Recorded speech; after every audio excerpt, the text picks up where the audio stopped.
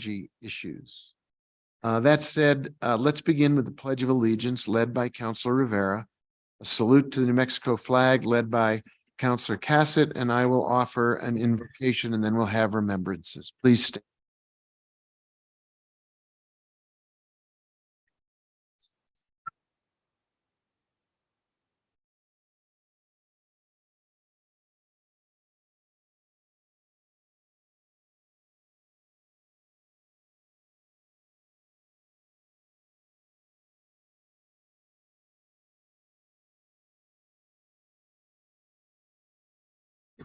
Thank you. I'd like to open the first governing body meeting of the new year with a prayer that came to me from the Children's Defense Fund and from Marian Wright Edelman, the remarkable founder and president emerita. And she sent this out, and I think it's a wonderful way to start the new year. We pray and stand for children who need our voice. We pray and stand for children blessed by parents who care, and for children without a parent or anyone who cares at all. We pray and stand for children filled with joy, and for children whose days and nights are joyless. We pray and stand for children with hope, and for children without hope, whose spirits have been dimmed and dashed. We pray and stand for children high on play and study and laughter, and for children high on opioids and cocaine. We pray and stand for children for whom we pray every day, and for children who have no one to pray for them along life's way. We pray and stand for children poised by circumstance to soar and conquer life's challenges, and for children bogged down by hunger, homelessness, and violence, miseducation, and struggling so hard to survive. We pray and stand for children who love to read, and for children who can't read at all, for children who learn with excitement, and for children told by adults they cannot achieve. We pray and stand for children who we expect and help to do well, and for children whom no one believes in or helps succeed. We pray for parents, grandparents, teachers, preachers, and political and community leaders that we will be a help and not a hindrance for our children, call our own, and for all the children God created who are part of our family too. Amen. Are there folks anyone would like to remember at this time? Please just raise your hand. I'd like to call to mind the memory of my dear friend Kathy Ablis, who passed away on the 22nd of December. She was a wonderful part of our community. She served as chairwoman of Christus St. Vincent Regional Medical Center's Board of Trustees, served on the board of directors for La Familia Medical Center, dedicated time to the New Mexico Commission for Community Volunteerism. She was an active realtor in our community and a wonderful light and a wonderful person, and we miss her and send love to her family. And if there are no others that the governing body would like to speak to, let's just take a minute and hold in our hearts and in our thoughts those who are suffering, those who have passed away, families who are dealing with loss, everyone in our community who needs support. Let's send prayers their way.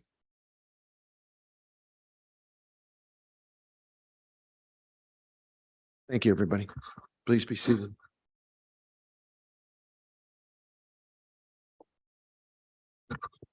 Madam Clerk, can you please call the roll?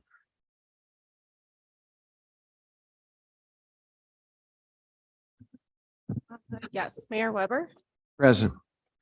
Councilor Cassett, Here. Councilor Chavez, Here. Councilor Lee Garcia, Here. Councilor Michael Garcia, Present. Councilor Lindell. Here. Councilor Rivera. Here. Councilor Mara Worth, Here. Councilwoman Villarreal. Present. We see you, but I'm not sure we heard you, Councilwoman. Present. I saw your lips say but we didn't hear you. I don't, we're gonna. How about now? There you Present. go. Thank you. Yes. Present, right? Got it. Thank you. Mayor, you have a quorum. Thank you very much. Item number 6 on the agenda is approval of the agenda. Is there a council? Yeah. Mr. Mayor, Yes, I Counselor. would like to discuss the agenda, I guess, Okay. and potentially modify the agenda. I am concerned that given the 4 or 5 things that have been pulled off consent, the Old Pecos Trail continuation of that hearing, that there are some things that realistically we will not get it to until the early hours of the morning. And I believe that is probably not the best time to be doing our work. And so I would like to suggest or make a motion to alter the agenda, potentially removing the historic board appeal and removing the bill on mufflers and or postponing till our next meeting, and also moving up in the agenda the audit committee appointment.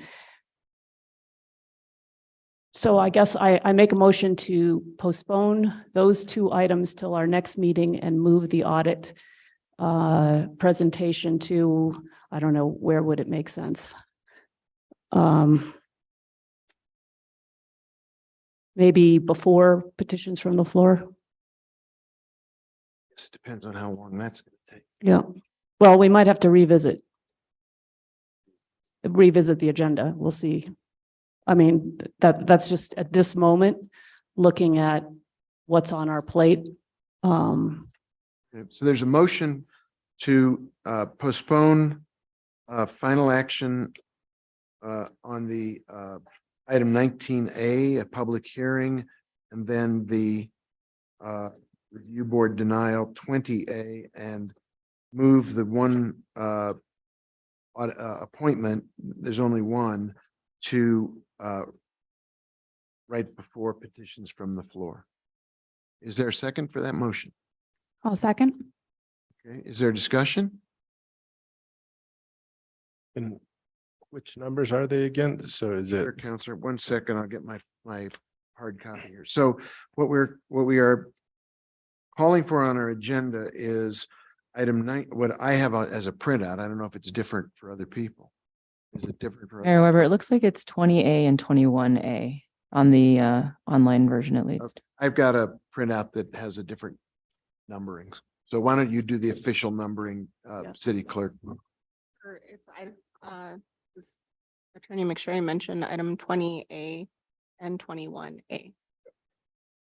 21A. Microphone, is your microphone on? And could you give us a Reader's Digest title of what those are? Sure. Item 20A is consideration of bill number 2022-23. It's an ordinance amending section 12-10-1.10 of the Uniform Traffic Ordinance governing mufflers and emission control devices, and amending Schedule A of the Uniform Traffic Ordinance to increase penalties for muffler noise violations. And then item 21A is appeal number 2022-5536 APPL of case number 2022-5189 HDRB, appeal by Heidi and John Mulligan of the Historic Districts Review Board's denial of a proposal to reconstruct a yard wall on a property at 33 Don Cabero Place in the Don Gaspar area historic district. And then the one item that's the appointment.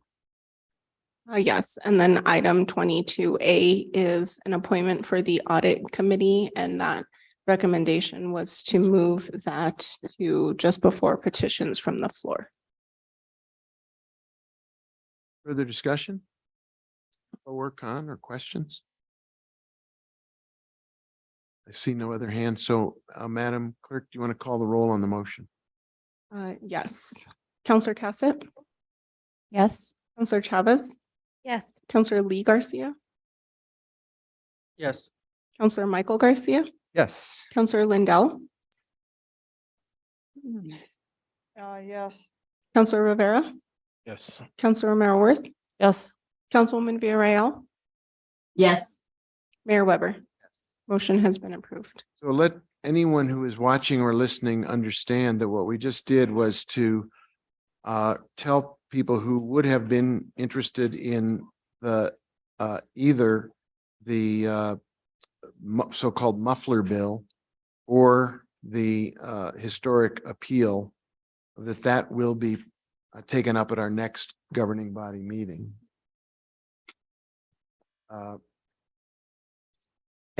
And that we're moving the one appointment to an earlier point on the agenda. Other clearing way so that we will be able to hopefully make our hearing on the continued zone change case, the item that really takes up our evening agenda after we do all of an executive session as well. Okay, so can we get a motion to approve the agenda as amended?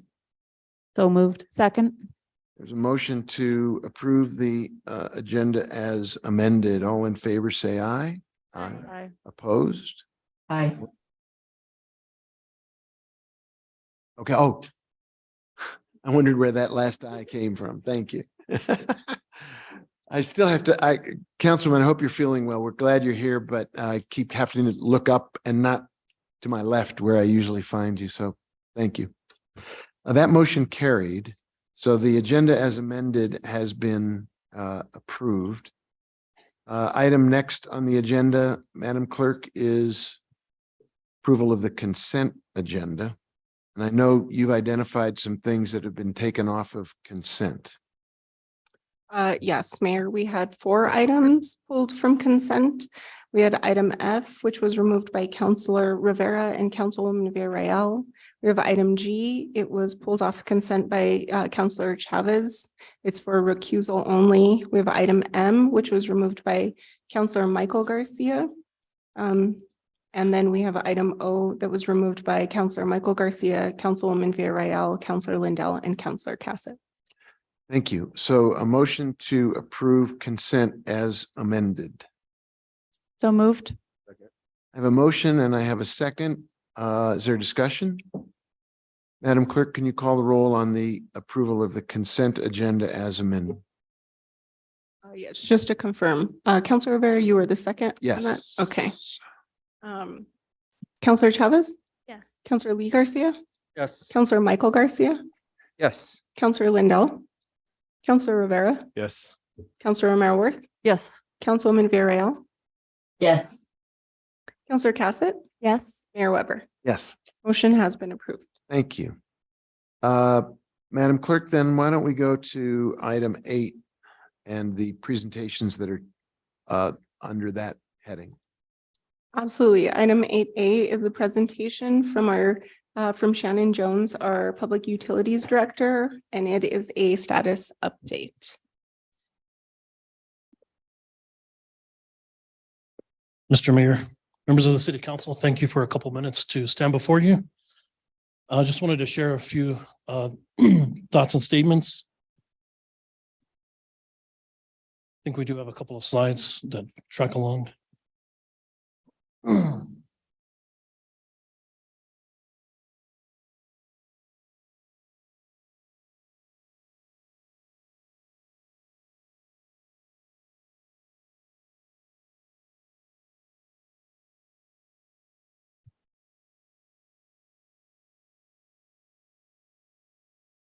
We'll have to wait for the technology to catch up with you, Mr. Jones.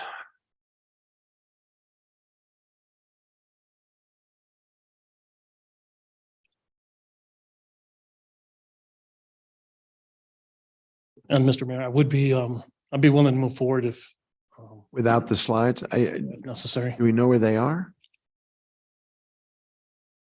Mayor, I have them. However, for some reason, my screen sharing ability was disabled, so I'm asking IT to enable me to share. I think you have a presentation that you can make without the slides as well. And we'll get started if we can catch up with the slides that you put together. I think that'd be great because I know you wanted to tell a story with them. Well, thank you, Mr. Mayor. I'll speak slow and we'll let technology catch up, if and when it does. But really what I wanted to share was that the Public Utilities Department, as you know, provides fundamental and foundational services critical to our city. We touch the lives of everyone in our community and the guests every day. We provide essential services needed to live and thrive as a community, and we strive to provide these with excellence. From the water we drink to providing sanitary living conditions by managing sewer and trash collection and treatment, we focus to provide these services in the ways that are sustainable, environmentally conscious, and in the best interest of our community now and into the future. The values that guide our work have been instilled to us as members of the community and as a part of the city government.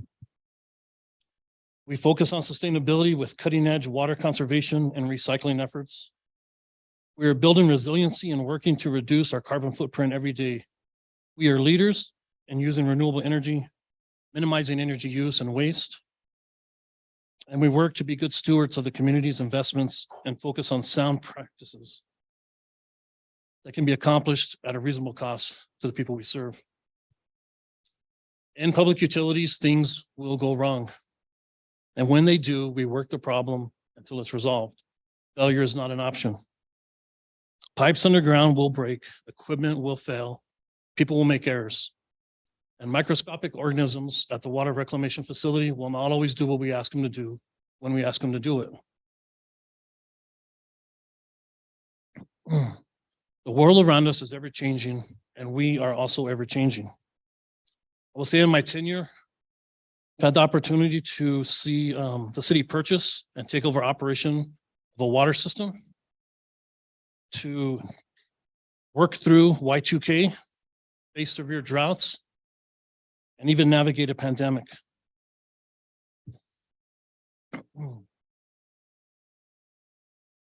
We have drilled new wells, upgraded facilities, built new facilities, and we've reduced our annual water production by 33%, while seeing a 25% in the growth population of the people we serve.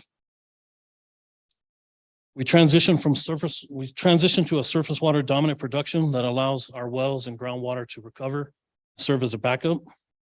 Shannon, slow down. We're catching up to you. Our technology is almost as fast as somebody from Arkansas. Oh, that's good. I haven't even started with what's written down yet. Catch up, Christine. We're well on our way. We're in mid-flight here. We covered that. That's who we are. All right, back to you, Mr. Jones. Leading in innovation. So again, we've drilled new wells, upgraded facilities, built new facilities, reduced our annual use. We've integrated technology into our trash and recycling trucks, into our billing system, and into our meter reading systems. We issued the first green bond in the state of New Mexico, and I believe that we were just hitting our stride. Today, public utilities boast a AA+ bond rating for both water and wastewater. And we have close to $33 million in state and federal funding request applications pending. The Water Division is recognized by the New Mexico Water Wastewater Association as the most improved water system in northeastern New Mexico for 2 of the last 3 years. We have received LEED Gold certification through the efforts of our Office of Sustainability. Public Utilities is made up of the best and brightest individuals in the industry. They work tirelessly, and most days their work goes unnoticed, sometimes even by me. When fear or uncertainty about the providing these services into the future is called into question, staff is always quick to respond with a multitude of projects, programs, and initiatives already well into the work to address those concerns. I've had the pleasure of serving with them and with you for this community. Through this experience, I've become a better person and professional, and I will always be indebted to the city and to the men and women who serve in Public Utilities Department. In closing, I believe the following projects should remain a priority for target completion within the next 5 years. Environmental services maintenance facility needs to be constructed and designed and constructed. Ultraviolet disinfection improvements project for the Paseo Real Water Reclamation Facility. Nichols and McClure Dam outlet works upgrades. The advanced utility billing transition needs to be completed. And the San Juan Chama return flow project to come online. I think a couple of policy changes, I believe that must be considered soon. Include or not limited to a relook at the water bank structure and administration, how that's managed. And the MRC purchase of reclaimed treated effluent, and really the purchase of reclaimed treated effluent for all users. At the public utilities, we stand on the shoulders of giants. We have benefited from forward thinking and hard decisions made by those who have come before us. We believe public utilities will benefit from our work and the decisions that we make. For those still working in the department and for those to come, I challenge them to continue the forward thinking and to do the things that make us better, even when those things are different and difficult. Thank you again, and I will stand for questions.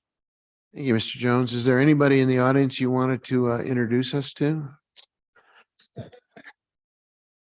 I'll pay for this one, but I would like to recognize my wife, Nicole, and her years of support.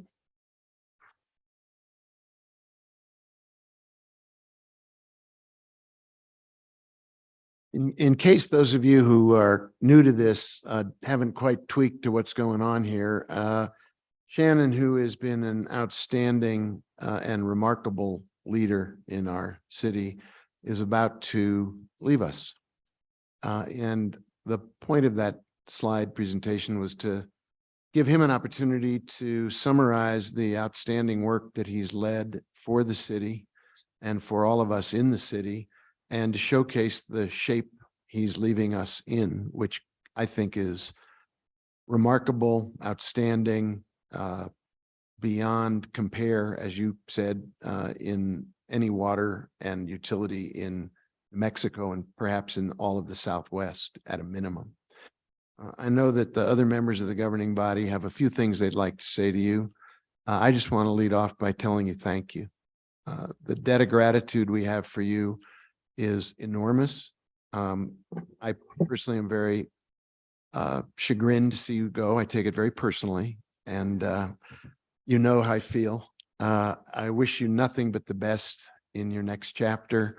You've already told us that in a pickle, we have your cell phone, so we can summon Batman back to the give us some help. But I think you should know that just how grateful everybody who's worked with you, who still works with you now, and who will work with you in the future, how much we appreciate all you do, the way you do it, and how much you mean to this community. So the debt of gratitude cannot be paid other than to continue to say thank you and all the best to you and your family. Councilor Lindell? Thank you, Mayor. Shannon, we're going to miss you. The demeanor that you brought every time to that microphone was always welcome. I won't say most, but many, many times I had no idea what you were talking about. I mean, and it's not because you weren't clear. I think you were clear as the water that comes out of our taps, but the knowledge that you bring, I had no way of tapping into that or knowing. And the great thing about it was that I trusted you. And you instilled trust in us. And it was really important. And it was just an absolute pleasure to work with you. Thank you very, very much. So, Thank you, Mayor. Shannon, I'm sorry to see you go. It's been a pleasure. You've always been very responsive whenever I've had an issue. We've collaborated on some great things. And one thing that I just really appreciate that we're going to miss is your institutional knowledge, the years and years of service, and the different levels of service that you've provided this city as you've rose through the ranks to where you are now. But I wish you nothing but the best, and glad that you're, taking the reins and moving on to other things. So I wish you really well, and I just want to say it's been a real honor to work with you. Thank you. And I wish your family well too. How about this side of the room? Anybody want to speak? We'll just let everybody have a shot. Councilor Rivera, you want to go?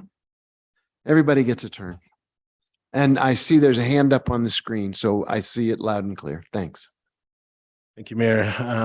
Shannon, you and I have worked together for a long time. I think I first met you, really got to know you when you were in charge of BDD, and then you became in charge of wastewater and ultimately water, and then became the director over all three of those and some.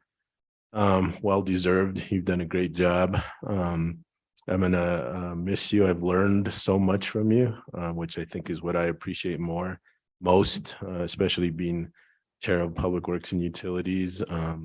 Every time I talked to you, I came away with some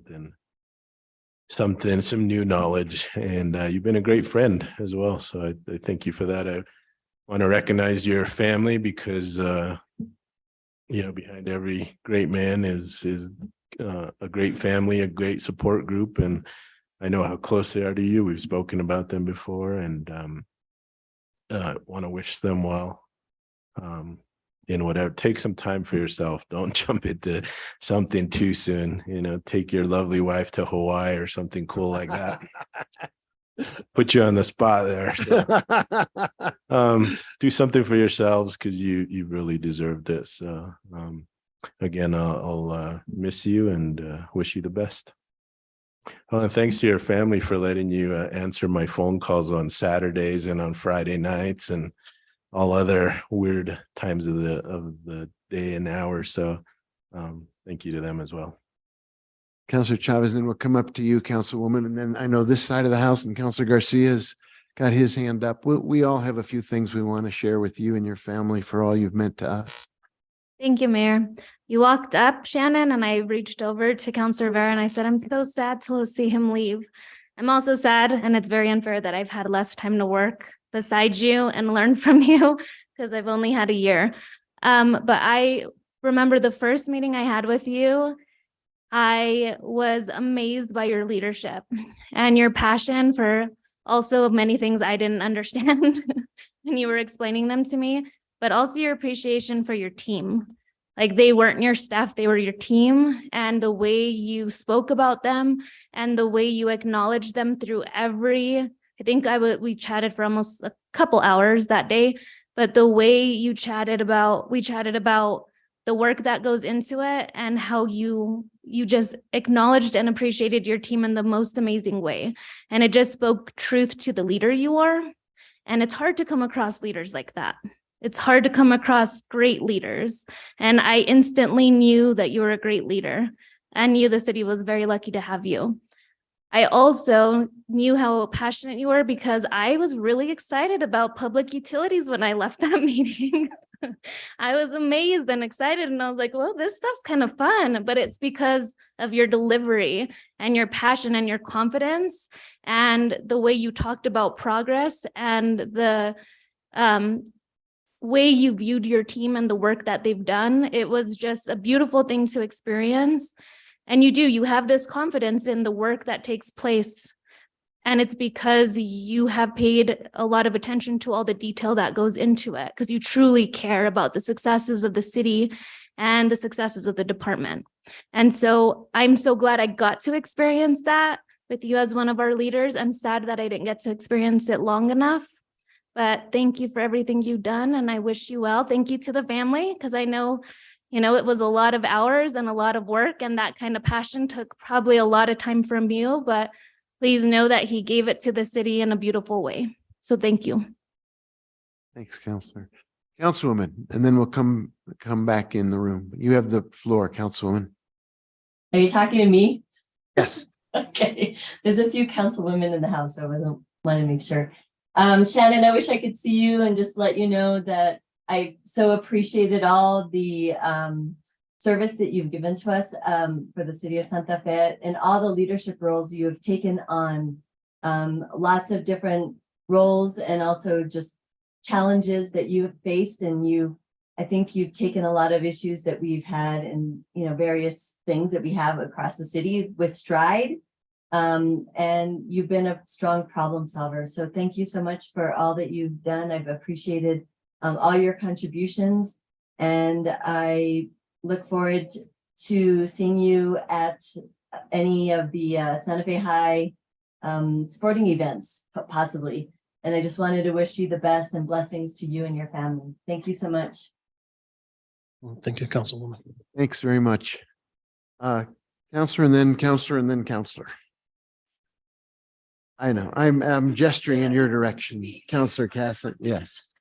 You have the floor, Counselor Cassett. Thank you. Thank you so much. And thank you, Shannon. I'm probably echoing a lot of what has been said, but one thing that I really appreciated in working with you is your willingness to provide me a lot of education. And I tend to like to get into the weeds, and I like the details and all the things that maybe are beyond what I need to know, but what I find to be really useful. And I know there were a few times where I would send you an email with a quick question, what I thought was a quick question, and you would set up a meeting for us to discuss with whatever members of your team would be relevant for that discussion. And I truly appreciated you taking the time to help me understand whatever it was that I had a query about. It really meant a lot to me that you went that extra step. We're really going to miss you a lot. And you deal with things that as you mentioned, things go wrong. And when things go wrong in your department, it's a problem. It's well noticed, but I really appreciate you always, and maybe you weren't this way behind the scenes, but at least with me, you always had this really level head that did instill confidence of like, yes, we understand. This is the problem. This is the reason that we're having a problem. And here's how we're going to fix it. And that ability to really lay that out, I know for me was really crucial in being able to go back to my constituents and give them that information. And then as well to really feel that confidence that was going to be taken care of. So thank you so much. We are truly going to miss you. Best of luck on the next steps. And thank you so much for all your service to the city and all the hours. And thank you to your family, because we know that working for the city is a very demanding job. And it is not just the individual employee, but also the families who are providing that service in that way. So thank you. Thank you. Counselor Garcia. Thank you, Mr. Mayor. Shannon, just as mentioned earlier this week in Public Works and Utilities Committee meeting, the void that's going to be left in the sense of the institutional knowledge that you brought to the table. I wish we could just bottle it all up and hand it off to the next person, but unfortunately, that's not the way the process works. But I know, and I have confidence that you've set a succession plan in place to whomever the person is that takes on the reins behind you. They're going to be ready to go, because that's the way you not only operated in the workplace, but you generated the support with the workforce. So just again, thank you. I know, as Councilor Cassett said, when things go wrong, you make front page news when things go wrong, and thank you for keeping us out of the news in that sense, because you maintained an integral system that was new. You implemented a brand new system, and there's always going to be hiccups, but you took those hiccups and learned and made the system stronger. So I just want to thank you and applaud you for that. And to the family, I know you were there with him when he was getting calls at midnight, water main breaks. Thank you for putting up with that, because not a lot of family members would have. They would have said, time to find a new job. So thank you for supporting him in that means, because as you can probably see through the support he's got on the governing body and through the workforce, he's definitely going to be missed. So all the best. As Councilor Rivera said, hopefully you're going to Hawaii, or at least go fishing somewhere. You know, it's a time for you to take a break and relax and exhale and re-energize and spend some time with your lovely family. So all the best. Thanks, Counselor. Counselor Garcia. Thank you, Mayor. Congratulations. Thank you for your dedication to the city. I too, like Councilwoman Chavez, have only been able to work with you for about a year.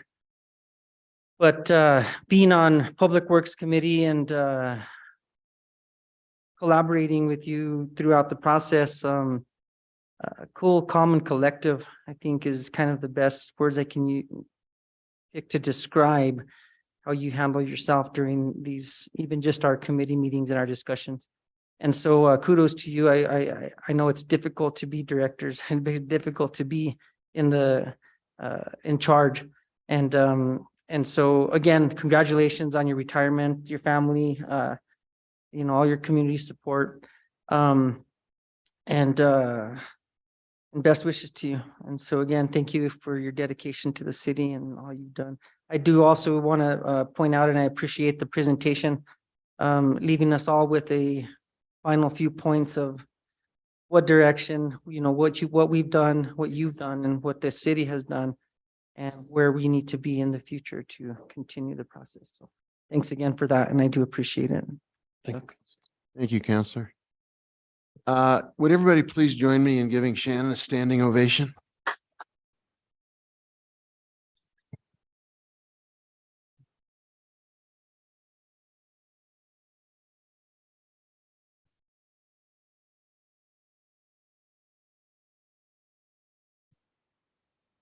Thank you, Shannon. Madam Clerk.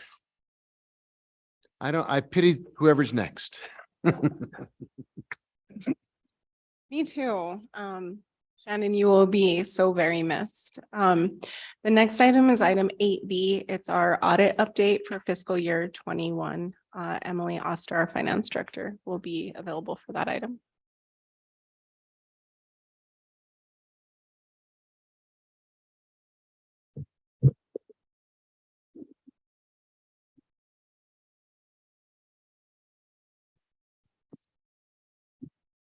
Good evening, Mayor and councilors. Good to see you this evening, and my best wishes to Shannon. Congratulations on your retirement. On the audit front, we are making progress. We're moving forward.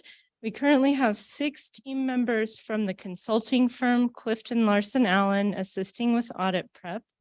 We received our first list of items from Carr Riggs Ingram, CRI, which is now the external audit firm. And that was about 70 items that were due on Monday. We have been working very hard, the finance team and really every department. I think we requested information from almost every department and everyone was very responsive. I just want to thank the whole city government team and really express the support that I feel for getting these audits done, which I know we're all rallying behind that. So we've been working through this pretty extensive list of items. We're starting to have meetings with the auditors.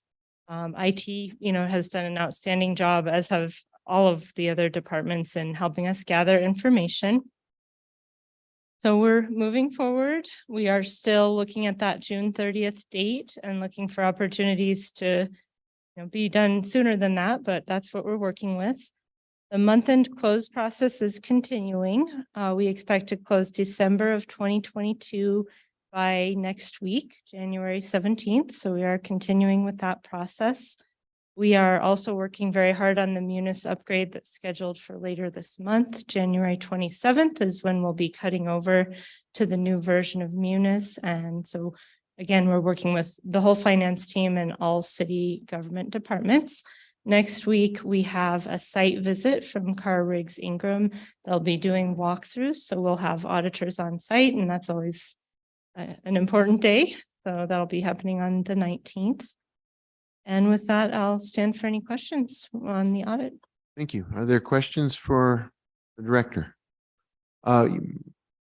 City Manager, do you have something you wanted to add? Mr. Mayor, councilors, yeah, thank you, sir. I just want to make sure that the governing body is aware as well that last Tuesday, which was the first day that State Auditor Maestas was in office, I reached out on behalf of Director Oster and myself to convey our desire to come in and present to the State Auditor as soon as possible at his convenience. The great work that Director Oster and her team are doing with our consulting team to make sure that we're getting these audits done, that we're on track for on-time audits in the future. He sent a very kind message back, letting us know that he's, getting in the door and learning who his staff is and what's happening, but we're hoping to meet later this month to talk about, to be able to present to him the great work that Director Oster is doing. Just want to make sure you all knew that. Questions or comments? Thank you. Appreciate it. Madam Clerk, we have one more presentation on the agenda.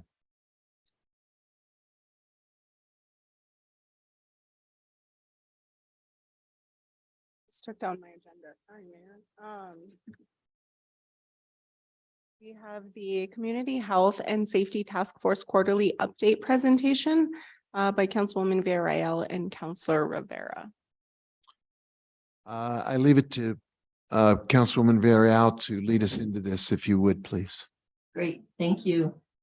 Just wanted to start off by thanking all our members that worked diligently through this process to basically look at how we can be part of a solution and progress to reimagine health and safety in our querida Santa Fe. I just want to let you know we are presenting the fourth quarter update for 2022 because we weren't able to present at the one December meeting we had. It was a full agenda, and so here we are in the first meeting of January to be able to present to you all. I don't believe there's any members with us on Zoom.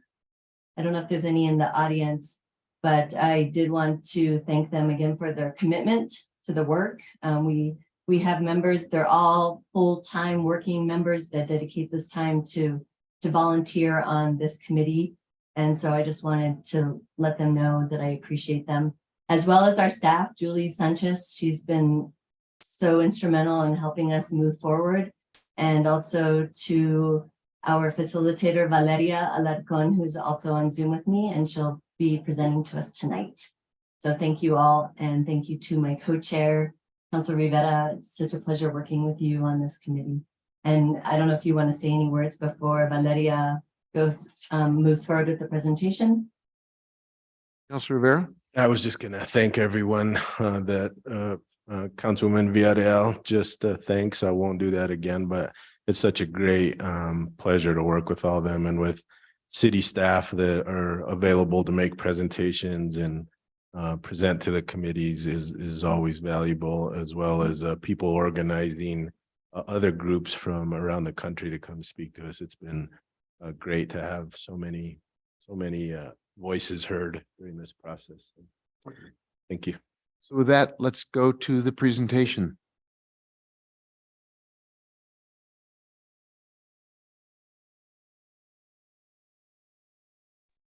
Good evening, Mayor Weber and City Council members. Thank you for this opportunity to present the Community Health and Safety Task Force fourth quarter progress report. I am going to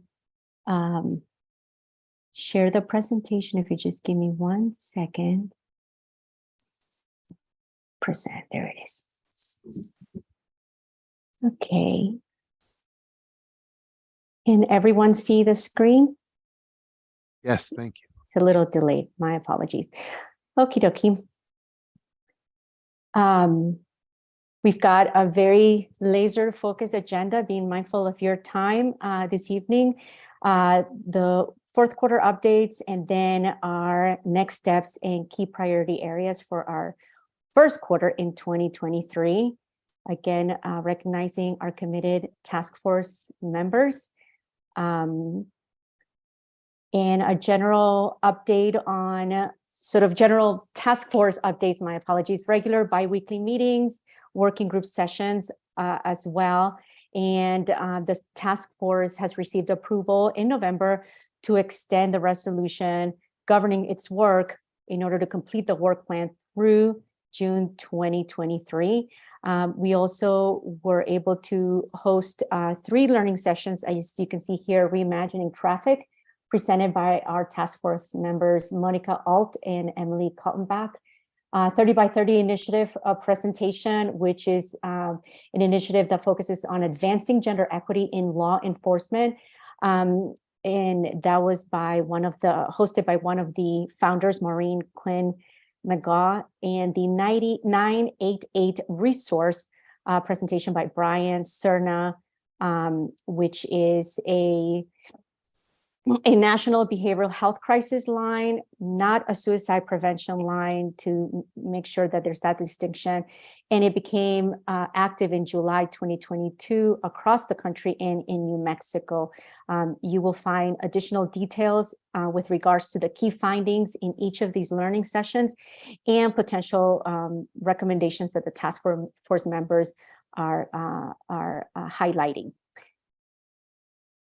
As for our working group of community engagement and alternative approaches, as of January 3rd this year, the research team has served 240 residents in Santa Fe, which was significantly increased from the 175 surveys in December 13. But as of yesterday, a recent update, we're I believe, right at 300.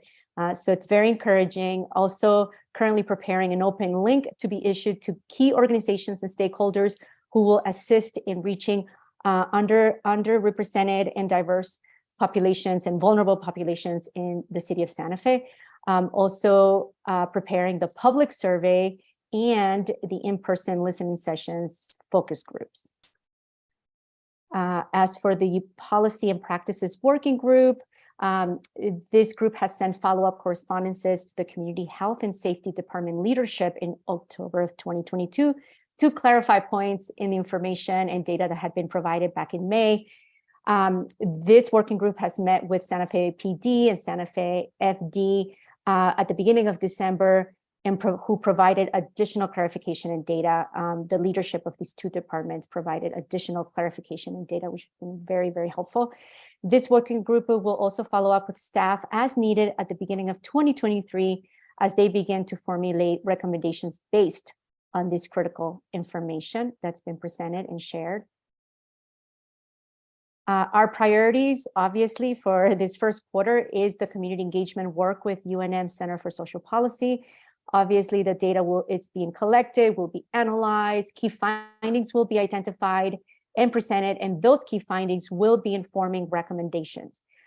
We have 2 learning sessions scheduled for this first quarter, one by Kate Field on the Santa Fe Crisis Center Mobile Response Unit, and a presentation by the Santa Fe Fire Department and its leadership on mental health of first responders by the fire department, which was actually presented last night. And I have to say that this presentation was both sobering, deeply heartbreaking, and enlightening. So more to come on that in the next quarter. And we're open for questions and questions that you may have. So I'll lean into Councilwoman Villarreal and Councilor Rivera and to answer your questions. Again, you can access the task force meeting recordings on the YouTube channel of the City of Santa Fe.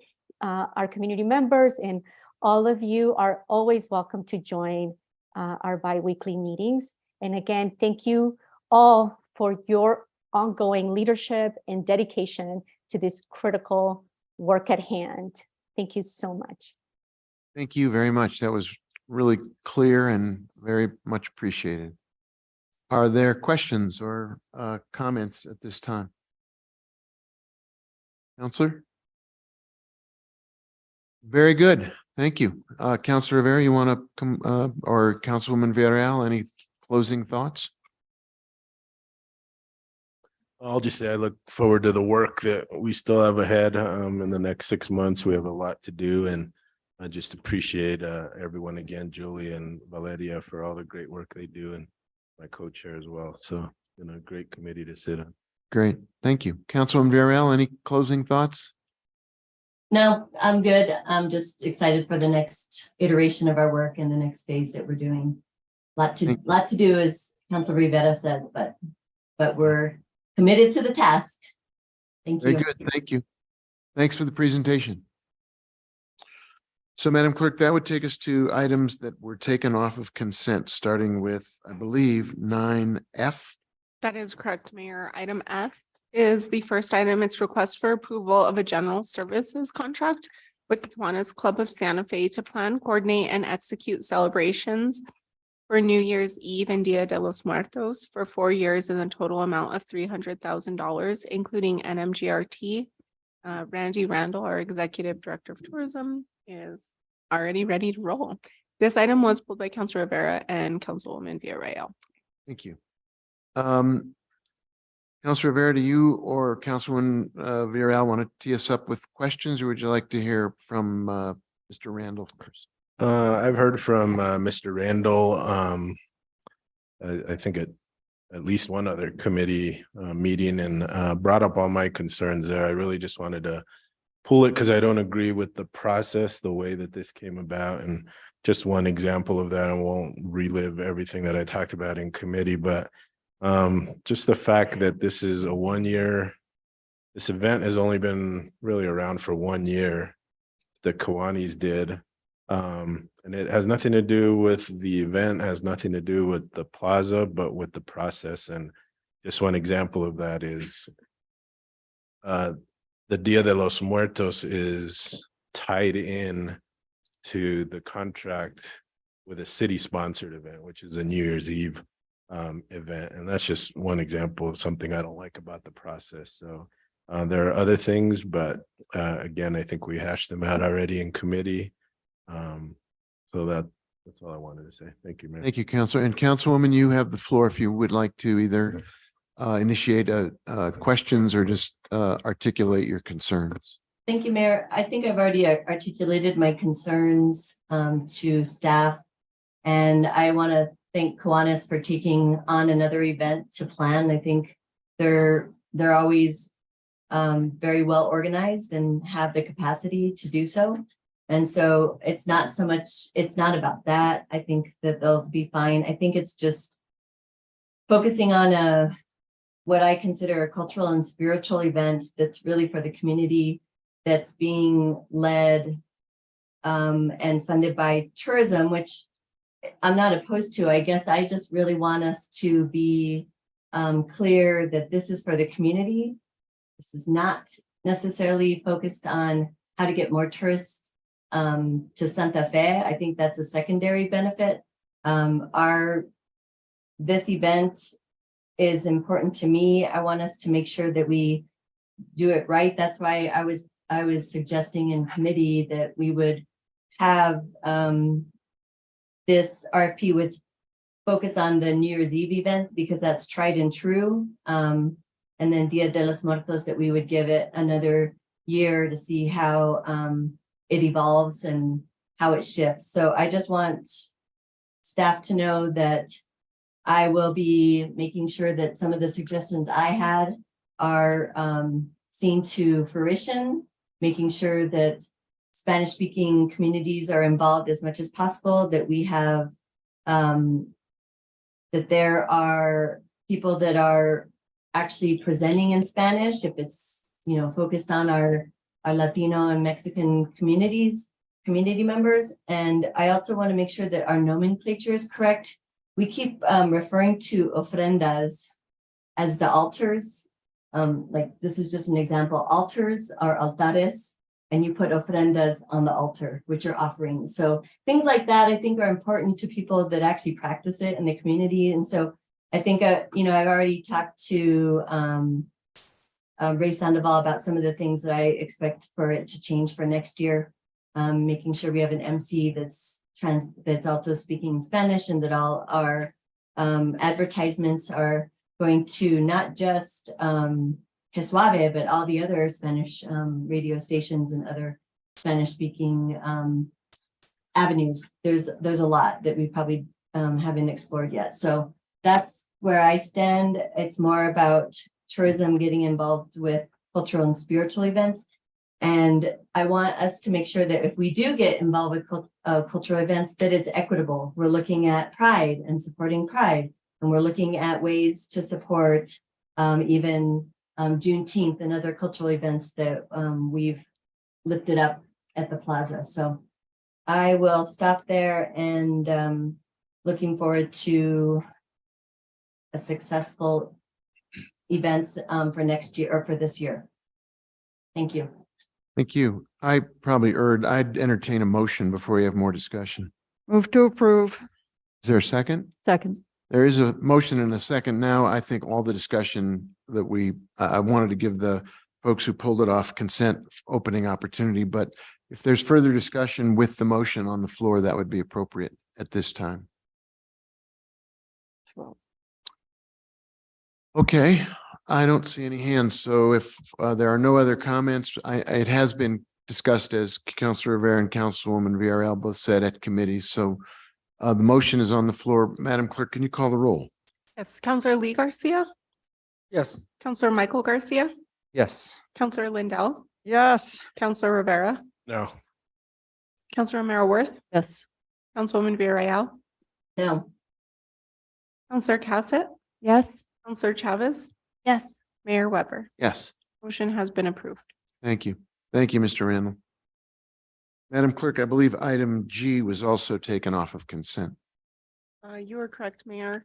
Item G is request for approval of an American Rescue Plan Act ARPA recovery funds sub-recipient contract with Santa Fe Public Schools in a total amount of $797,600 for job training and work-based learning under the 2.10 assistance to unemployed or underemployed workers statutory category to respond to the COVID-19 public health emergency or its negative economic impacts. And I just want to note that Councilor Chavez removed this item so she could recuse herself from this vote. Councilor Chavez, you have the floor. Thank you, Mayor. Santa Fe Public Schools is my employer, so I will be recusing myself from this item. Give you a minute to exit the room while you're leaving. I would entertain a motion on this item. Move to approve. Second. I have a motion from Councilor Lindell and a second from Councilor Cassett. Well, it was a close tie, but I think the tie goes to Councilor Cassett. Is there discussion on this item now that Councilor Chavez has exited the room? Comments, questions? Councilor Garcia, yes, sir. Thank you, Mayor. I just quick comment. I appreciate the collaboration that we're doing here, and I think that quite a bit more of this needs to happen to kind of get our youth in the pipeline to their future. And I talk about life skills. I talk about getting them prepared for the workforce, and I think this is something that's very well needed in our community. So I like it, and I just wanted to make that comment. Thank you. Thank you. Yes, Councilor Garcia. Thank you, Mayor.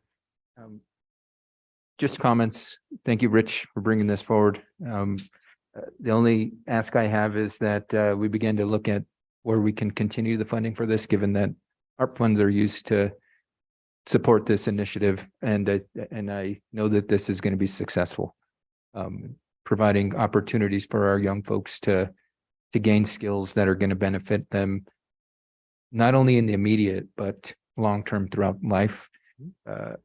I solely support this and 100% stand behind this. So thank you for this, and look forward to the success to come. Thank you. Thank you. Others? Madam Clerk, do you want to call the roll on the motion, please? Yes, Councilor Michael Garcia, Yes. Councilor Lindell, Yes. Councilor Rivera, Yes. Councilor Romero Worth, Yes. Councilwoman Villarreal, Yes. Councilor Cassett, Yes. Councilor Lee Garcia, Yes. Mayor Weber. Yes. Motion has been approved. Thank you. And Councilor Chavez can rejoin us. The next item that was taken off of consent, Madam Clerk, I believe is M, as in Michael. That is true. It is request for approval of mid-year budget amendment resolutions, bars, utilizing fiscal year 22 prior year gross receipts and lodgers tax revenue above budgeted estimates to fund a package of priorities that include the Southside Teen Center, Police Department Administration, Tourism Santa Fe, Public Safety Radio System, and Regional Emergency Communications Center Recording System totaling $983,873. I think what I'll do is entertain a Move motion to and then, approve. okay, there's a motion and a second. And now Counselor Garcia, since you took it off the consent calendar, you have the floor. Sure, just to point out that when the prior counselors had an opportunity to pull, they were given an opportunity to make a motion, and I wasn't afforded such an opportunity, so I just want to point that out. Thank you, Director Oster, for coming to speak with us tonight. I really appreciate it.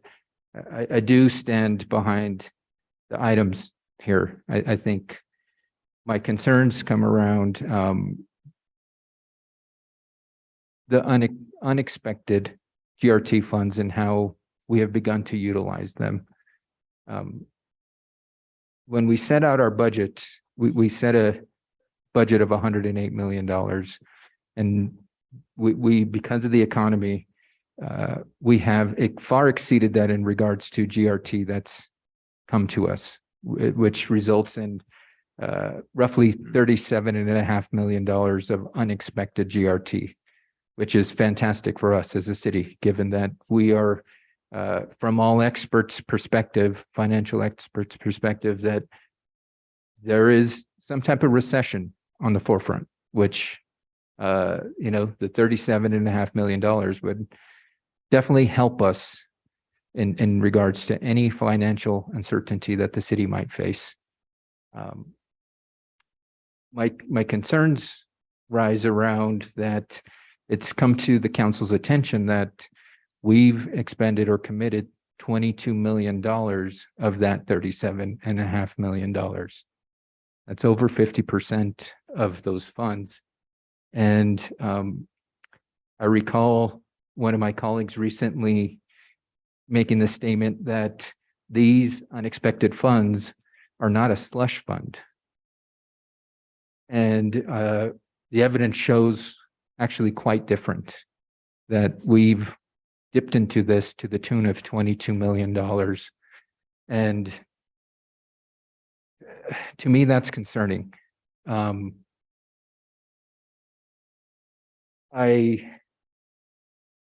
I was not aware that we had expended $22 million, and with this approval tonight, it'll be roughly $23 million out of $37.5 million.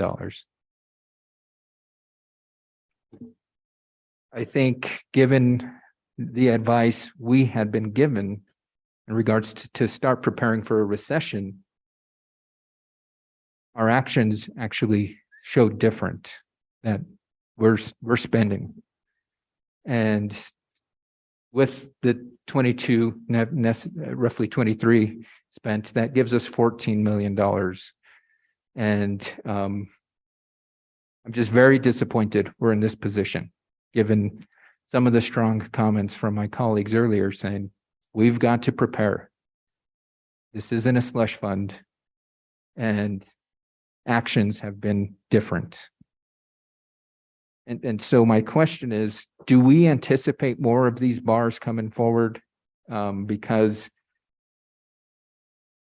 we set out budgets for a purpose, and we've exceeded that budget by $22 million. And I think the public deserves to understand that.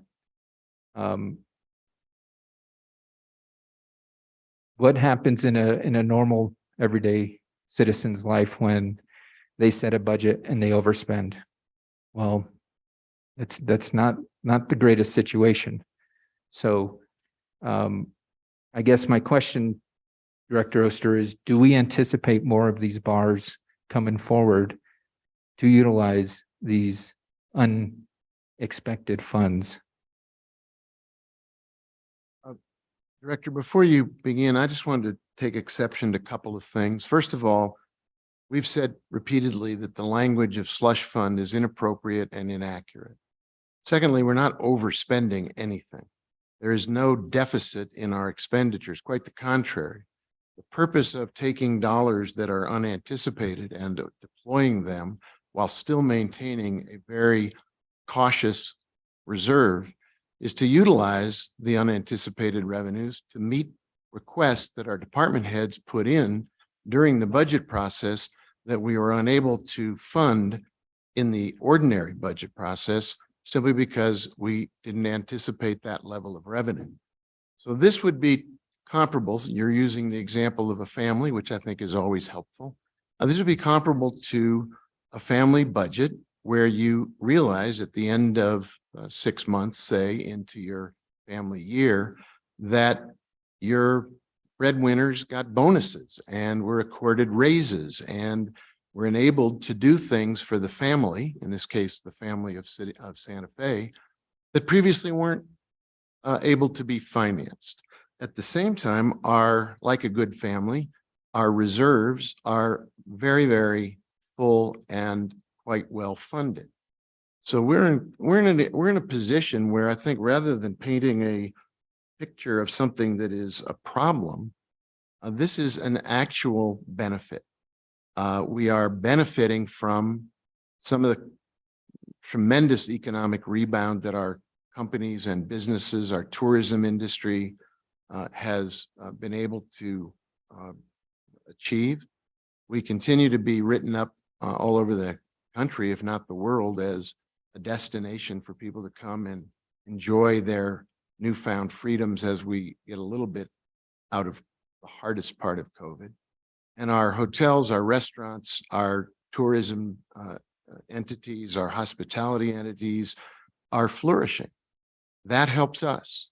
That enables us to go to our department heads and ask them to prioritize the things that we couldn't finance during the regular budget process and bring those back through a very, very standard budget adjustment process, enabling the governing body to vote on these expenditures.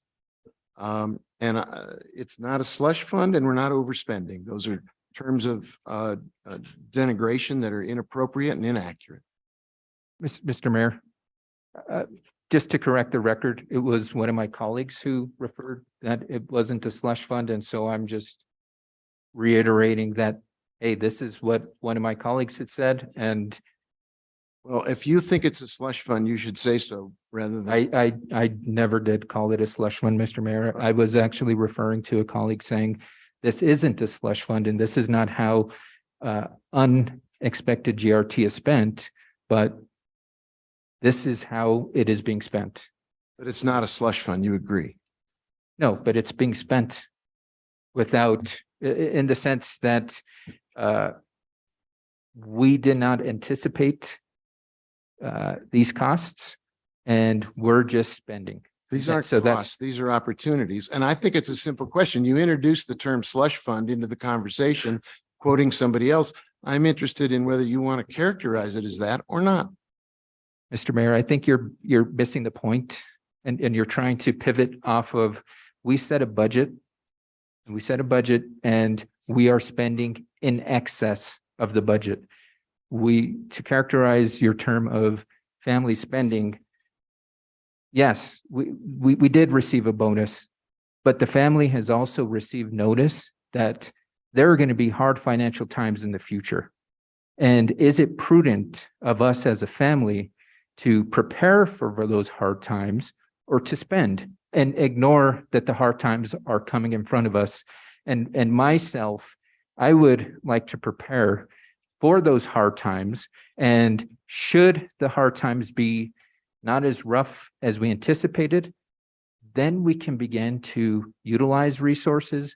But I think in the instance, as a city government, we are entrusted with taxpayer resources. We are entrusted with running the city and providing critical services to the community every day.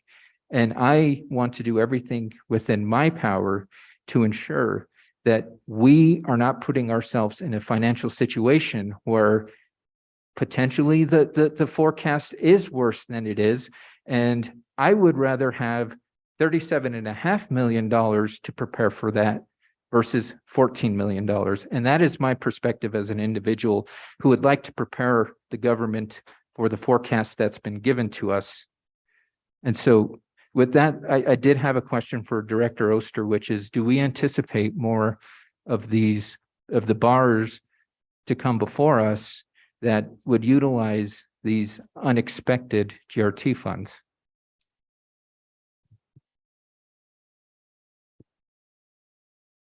Mr. Mayor and Councilor, we are looking at another package of priorities that have been identified by our departments as needs that exist today. Do we have a dollar value for that, Director Oster? I don't have that for you at this time. Okay. When we're ready to bring the bar package forward, we'll provide you with all of the documentation. Okay, thank you. I really appreciate that. Just like I said, to reiterate, I want to ensure that we are utilizing and preparing these unexpected funds to prepare for the uncertain financial future that is in front of us. And that has been presented time and time to us again in the Finance Committee. Again, I can only speak for myself, but I would rather have $37.5 million in reserves preparing for the future versus what's now 13, and who knows based off of the future bars that will be before us. So with that, Mr. Mayor, thank you. I appreciate the opportunity to provide comment tonight. Thank you, Counselor. Director Oster, I think what we're missing here is context. So you might want to revisit some of the data that have been presented to the Finance Committee and the governing body, not only about the depth of our current reserves, which are extensive, but also the forecast that Professor White gave us about the band of projected impact on our budget that he's advising us, which is actually fairly mild given what we've encountered in the past with the COVID plunge off the cliff that we all experienced. I think the notion that we're being prudent, I think it's demonstrably clear we're being very prudent. We've built a reserve that is very strong. We have anticipated a change in the economic weather that Professor White has forecast for us. And I think we can confidently both utilize the unanticipated revenue and build our reserves so that in the event of a recession, particularly as it's been presented to us by Professor White, the people of the city of Santa Fe can be quite confident that our financial affairs are in good order. We are managing our money very, very soundly, and our family budget is both enjoying a rich savings account, and we're able to deliver services that our directors previously asked for, but that we were very cautiously not budgeting, not knowing that we would be the beneficiaries of this real economic growth. But I turn it over to you as the head of our finance department to fill in some of the context. Thank you, Mr. Mayor and councilors. I would first draw attention to the Fitch ratings reviews that were conducted this fall that specifically noted the city's exceptionally high reserve balances in their evaluation of the city's finances. And those reviews, independent reviews by the Fitch rating agency, resulted in an affirmation of the city's AA+ bond ratings for both the general obligation bonds and the water and wastewater GRT bonds, and a stable outlook. So the projected reserve balances were key to the evaluation of an independent third party. I think that's important to note. I also wanted to address the idea that we're overspending our budget. That is absolutely not the case. Every one of these bars that appropriated this unanticipated revenue came through the normal process, as the mayor mentioned, through the routine procedures that we do for all budget adjustments. And they all came before you in their various forms to approve or disapprove. And that's the way that we'll continue to operate. With regard to the economic forecast in the future, of course, we don't have a crystal ball, but we do have our economists, and Dr. White is excellent. We're very fortunate to have his expertise as we're looking ahead to the FY24 budget. And just to reflect a little bit on his presentation to the Finance Committee, that band of projected impact that a national recession could have on our budget here locally in the city of Santa Fe was relatively narrow, as the mayor mentioned. I think there is, concern about a national recession and the impacts here in Santa Fe, which is why we've asked our departments to exercise caution as we begin the process of preparing the FY24 budget and look to maintaining a flat spending level. The good news about the potential for a recession is that it's being driven primarily by actions of the Federal Reserve. So it's being controlled. They're raising interest rates in order to address high inflation, and they don't want to trigger another catastrophic recession like we saw, say, at the beginning of the COVID pandemic, where everything came to a screeching halt.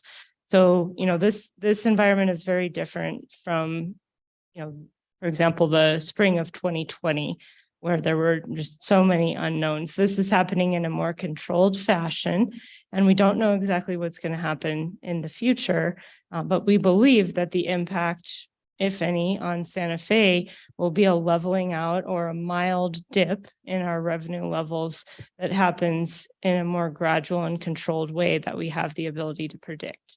I also want to address the idea that, all of this money has been spent. It has not, and we do not plan to bring forward bars to expend all of this unanticipated revenue. We have been very prudent, in my opinion, and I think these needs that are represented in this bar here, that our colleagues in all of our different departments and divisions, these are real needs that exist today, and we have the ability to fund them. A lot of them are one-time spending. Now, I think that's another way that we can utilize this revenue in a way that exercises caution about the future. If we focus on funding one-time needs that exist today, there is some recurring spending in here as well, and that's essential to continuing to provide the high levels of service that we all want to our citizens here in the city of Santa Fe. Thank you. And I think those are my comments. Thank you, Mayor. Other questions on this item or comments? Just a couple things, Mayor, if Counselor? that'd be okay. Yes, you have the floor. So there was comment that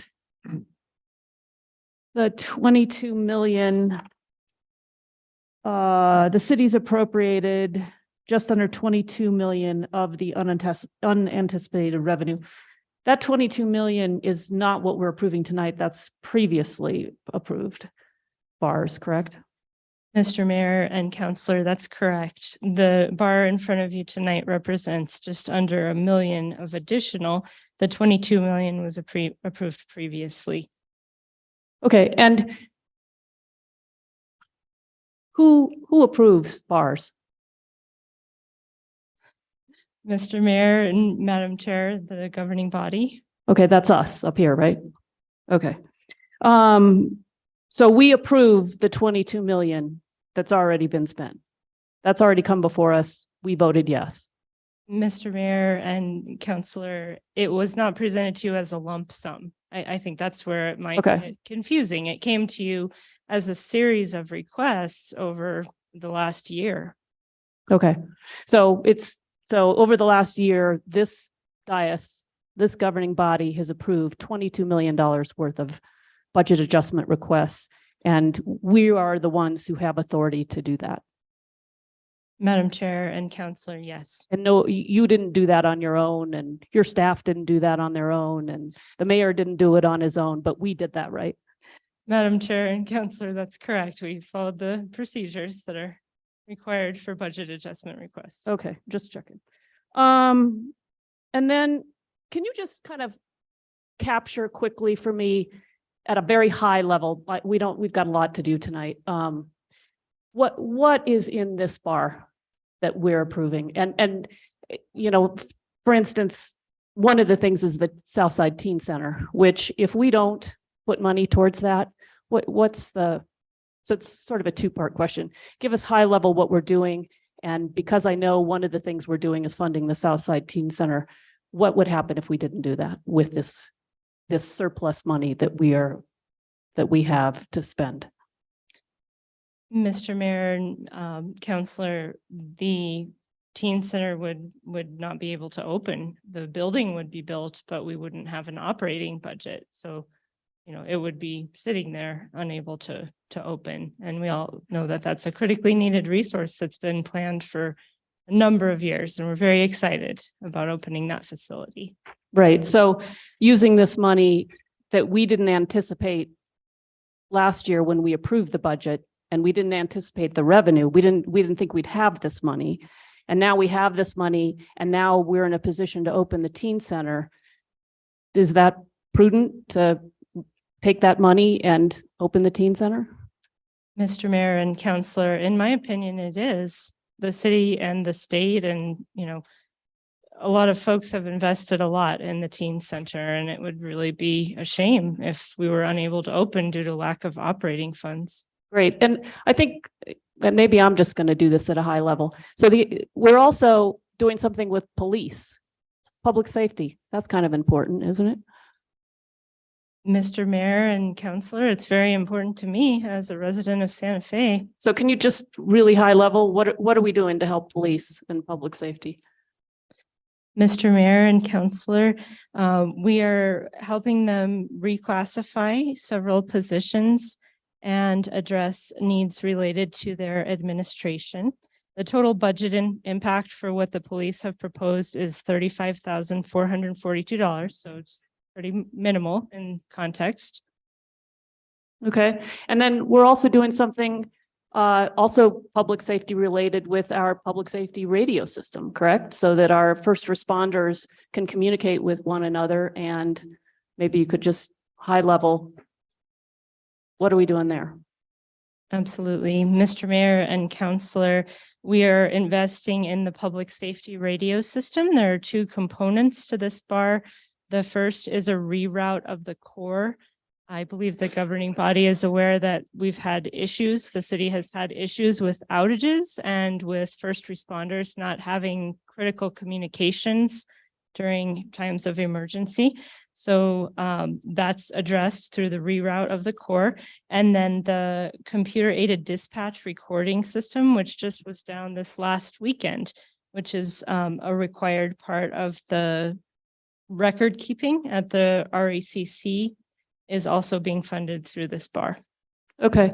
And then just one more thing. So I think we've all heard about folks who come into the city, whether you live here or you're visiting here, and you fly into the city late night at the airport. And because of COVID, Uber is not operating at the level it once did in the city. I don't think we basically don't have many transportation options for people who arrive, and they may not know that. They may not be aware. And I think we've had people stranded out there. We are also appropriating money to help that one-time money, right? To kind of a stopgap to help people who get stranded, who fly in late to the airport. Am I characterizing that correctly? Mr. Mayor and Counselor, yes. And I was just looking to see if Randy Randall was still here because he would be able to address this. The last bar in this package is appropriating lodgers tax revenues, which you'll recall have to be used for purposes related to tourism. And a portion of this funding will go to help address the transportation needs at the airport. And we have unanticipated lodgers tax because tourism has been so strong in the city post-pandemic. And so we have unanticipated revenue there that now we're being able to use to solve kind of stopgap, solve a problem we have out at the airport with stranded passengers that fly in late to our city. Yes, Mr. Mayor and Counselor, that is correct. Lodgers tax has to be used, as I mentioned, for purposes related to tourism. And because we've experienced such a strong resurgence of the tourism industry post-COVID, we have an opportunity to invest that in needed infrastructure such as airport transportation. Okay, thank you. I just wanted to see what we were spending this money on. Appreciate the help. Thank you. Thank you, Mayor. Thank you. Counselor Lee Garcia. Thank you, Mayor. I appreciate the dialogue here. I feel that having this item pulled from consent for discussion and brings out very needed dialogue that our community needs to hear. Because a lot of times these come to us through consent items that many times aren't discussed. I think that it's important not to forget that, yes, we are responsible and we must be responsible with our money. It's important once again for people to hear that. And I do appreciate the dialogue with what we're spending it on, Councilor Romero-Worth, because people do need to know that. I do, once again, sitting from this seat, looking at how we see what's being spent and how we budget and how we appropriate money for things that we do prepare for the future. And I think that's a very important thing for us as a city, as any business or any family or anybody would have. And so I think those are my comments on this. I know that it's very complicated and it's very difficult for sometimes people to wrap their heads around how much money we have, how much we projected to spend, and how do we account for it all? And that's a difficult process. But without this being pulled and being discussed, I think that it's necessary more times than not to have that happen so our community does know where we're at. And again, for the future, we may not be in the same situation that we are now. And so that is something that I'm not saying that we're not doing it. I'm saying that I think that it's very important for us to be preparing for the future. And those are my comments. So thank you. Thank you. Anyone else? If there are no other comments, we do have or questions. We have a motion on the floor. Madam Clerk, can you call the roll? Yes. Counselor Lindell, Yes. Counselor Rivera, Yes. Counselor Romero-Worth, Yes. Councilwoman Villarreal, Yes. Counselor Cassett. Yes. Counselor Chavez, Yes. Counselor Lee Garcia, Yes. Counselor Michael Garcia, Yes. Mayor Weber. Yes. Motion has been approved. Thank you. I noticed we're getting some folks coming in. I wanted, if you didn't hear the announcement earlier this evening, we have voted earlier to amend our agenda so that the only item after the petitions from the floor tonight will be the continuation of the zoning case. So if you're here for either the so-called muffler bill or the appeal on the historic district review denial, we will not be taking those up tonight. We will take those up at the next meeting of the governing body. We're going to only be dealing after the petitions from the floor with the zoning case that we continued from last meeting. Mayor, Yes. just looking at the agenda again. So it's 10 minutes to 7. We usually do petitions from the floor at 7. We have, I believe, pulled off consent. Next up is the Midtown Community Development Plan, which I believe will take longer than 10 minutes. Just wondering if we might want to reshuffle again how we do things. And I don't know whether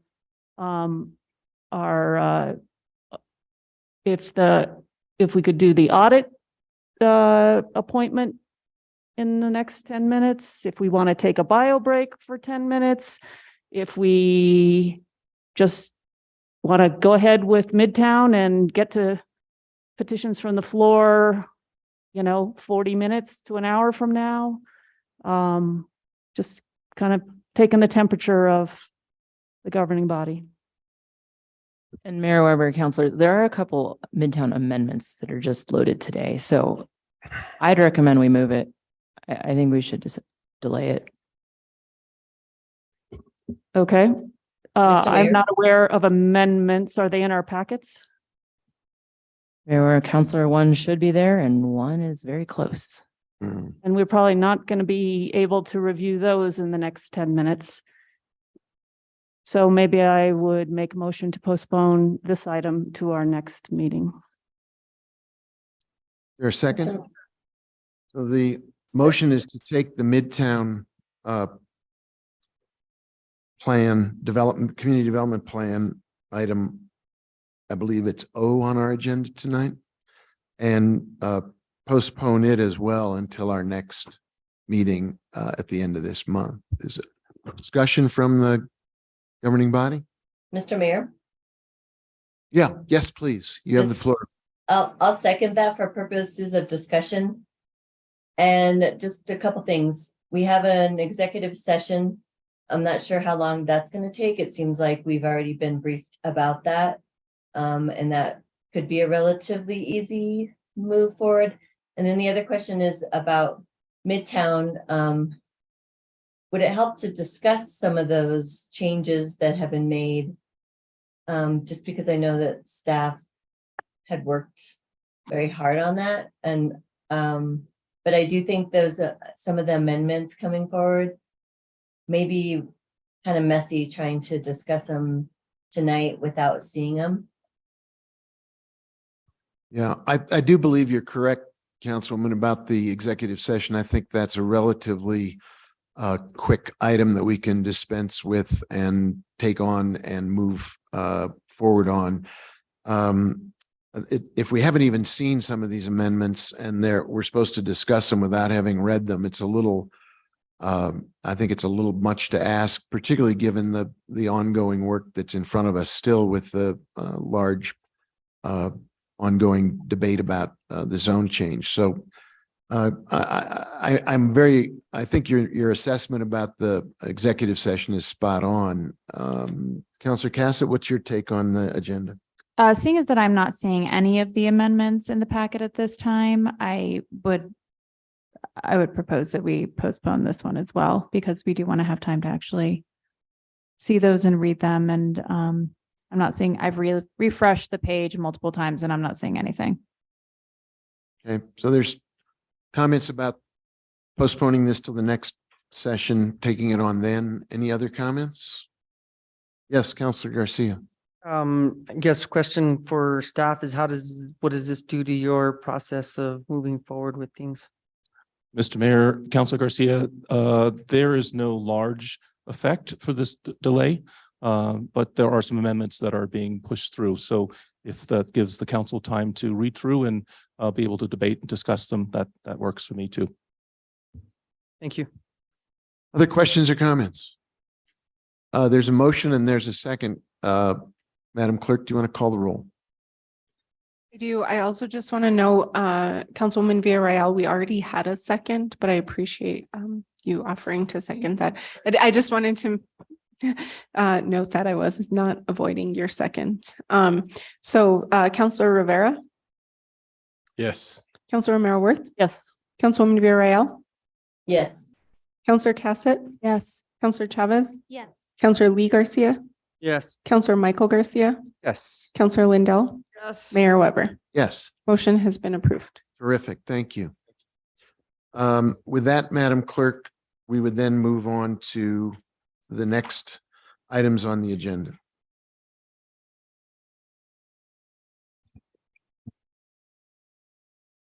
Which, point of order, Mayor, is the audit appointment, right? Because we did move that to before petitions for the floor.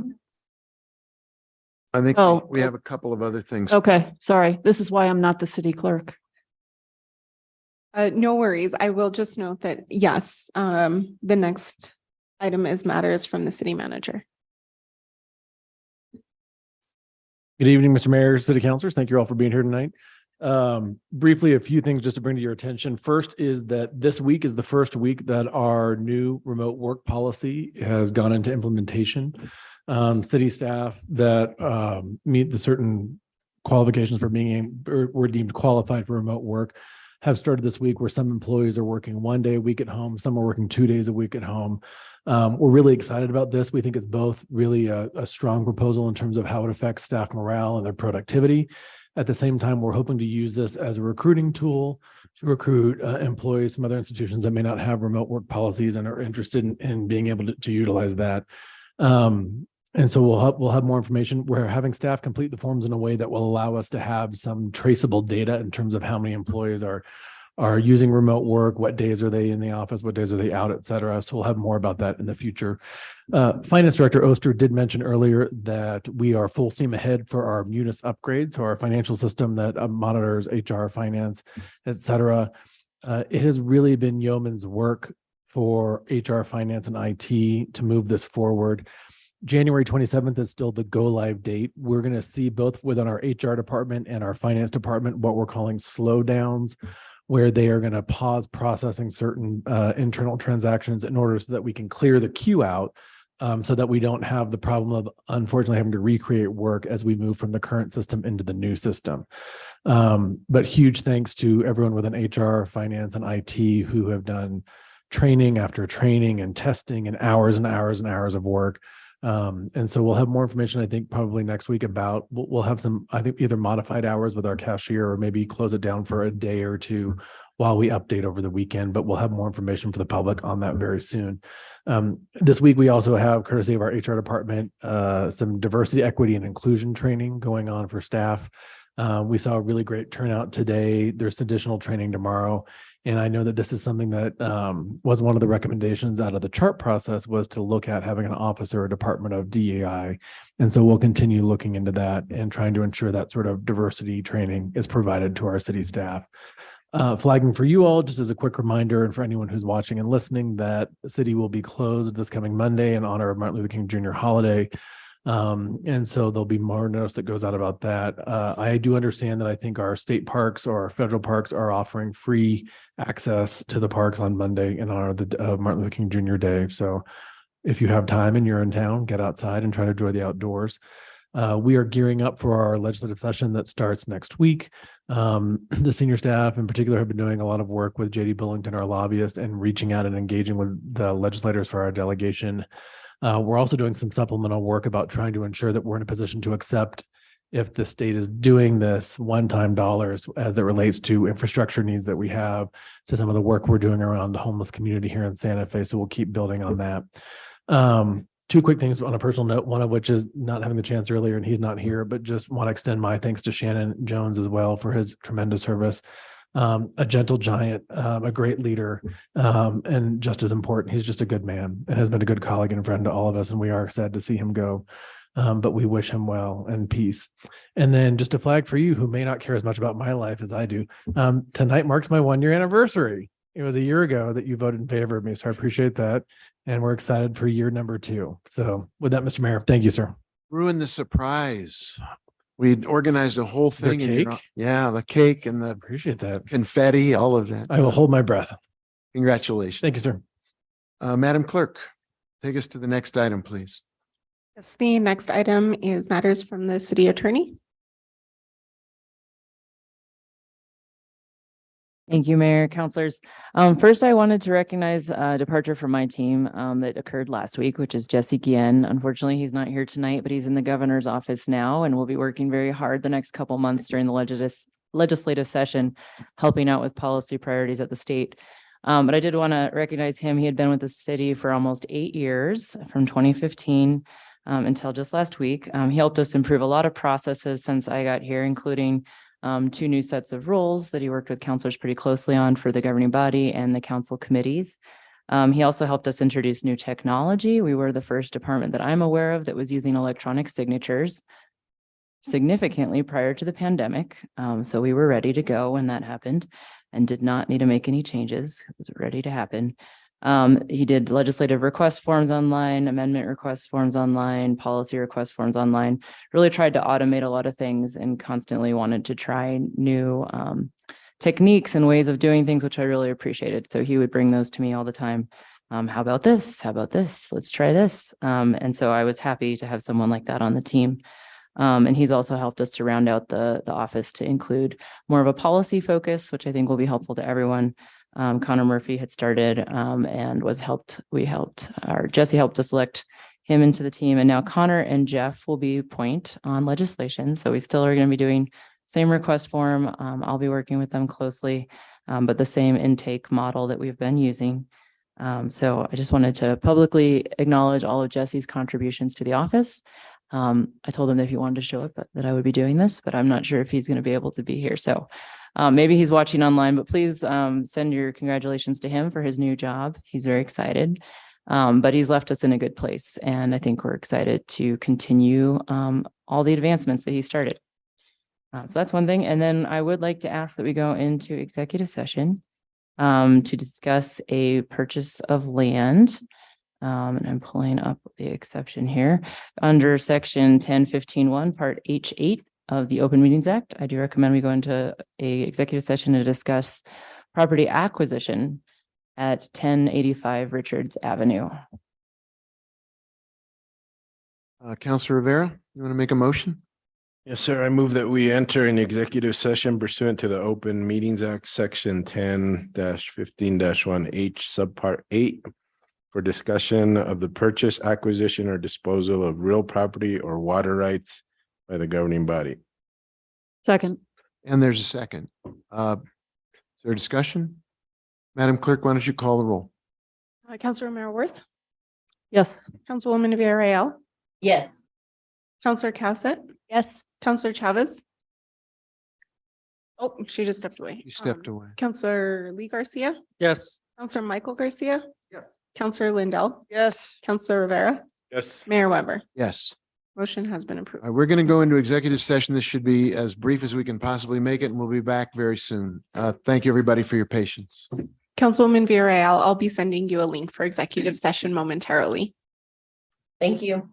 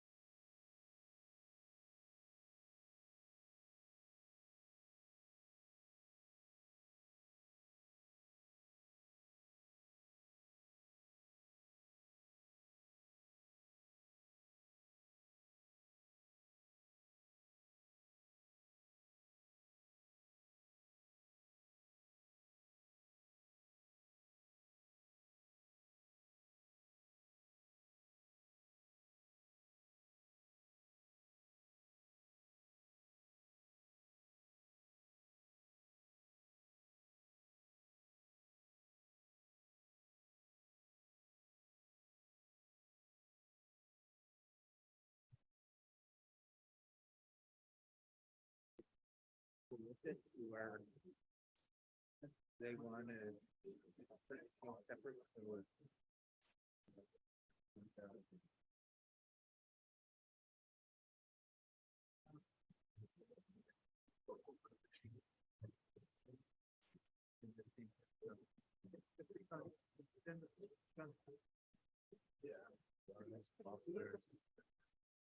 That's crazy. I don't understand.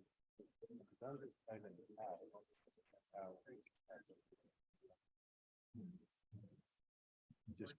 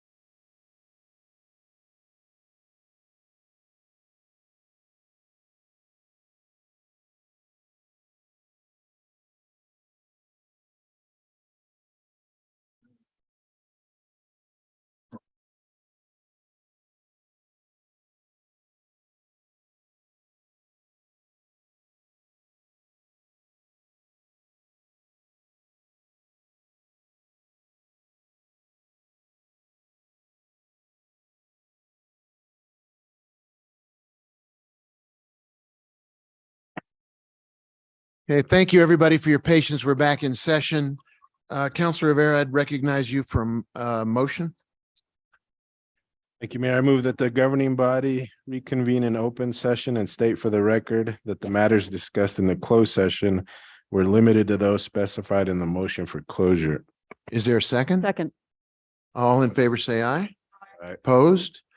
Motion carries. I would note for all of us and those in the auditorium, Councilwoman Chavez is indisposed. She's had a emergency come up. We hope she gets back. We're in touch with her and trying to help her in any way we can, but I don't know whether she'll be able to rejoin with us or not. We'll continue the hearing in her absence when we get to it, assuming she hasn't been able to get back yet. So, Madam Clerk, let's move forward. Next item on the agenda. Mayor Weber, we do have an action item coming out of executive session. It's item 13A. It's request for approval of the Second Amendment for the purchase agreement for approximately 23.08 acres located at 1085 Richards Avenue. It's item number 22-0500, amending the consideration for the purchase to 2.1 million and closing costs. So moved. There's a motion. Is there a second? There's a motion and there's a second. Is there discussion? Madam Clerk, can you call the roll? Absolutely. Counselor Cassett, Yes. Counselor Lee Garcia, Yes. Counselor Michael Garcia, Yes. Counselor Lindell, Yes. Counselor Rivera, Yes. Counselor Mayorworth, Yes. Councilwoman Villarreal, Yes. Mayor Weber. Yes, Motion has been approved. thank you. Are we going to be able to get Councilman Villarreal back on the screen at some point? Yes. Okay. Could you take us then to the next item, Madam Clerk?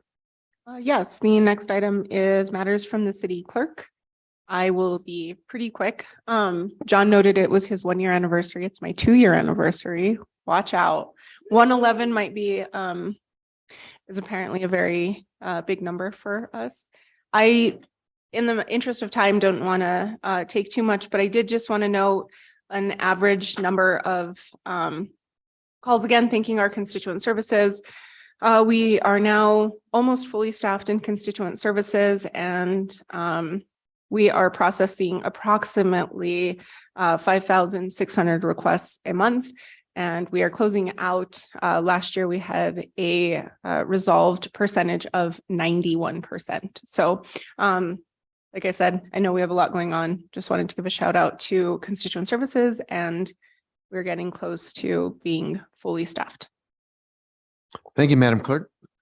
I would appreciate it if you didn't think of it when you came into the chamber, you could silence your cell phone or at a minimum, set it to stun. Madam Clerk, what's next on our agenda? Communications from the governing body, Mayor. Let's just go through the governing body, and I will start to my right tonight. Councilor Garcia, you have the floor. What do I owe the honor? Thank you. Thank you, Mayor. I just wanted to welcome everybody to another year, first meeting. I don't think I've given any updates on what the NCRTD is doing, and that's one of the boards that I sit on, and I think that the city should have a little bit of updates on that. There's a meeting coming up on Friday, which we're discussing many things, but some of the work that we've done over the past year has been dealing with rebranding the buses, working on improving the routes and staffing the drivers. I think that some of the stuff that we've done has also been to move towards we're building a new facility in Espanola for maintenance, and also the direction is to try to get some electric buses on routes. And that's going to, the maintenance facility in Espanola is going to be really integral in that, as well as another maintenance facility up in Taos, which kind of ties in all of the routes. And so if anybody ever has any questions about what's going on with that public transit portion of our northern New Mexico offerings, don't be afraid to give me a call. But I just wanted to update everybody on that. And other than that, that's all I have. Thank you. Thank you. Councilor Cassett.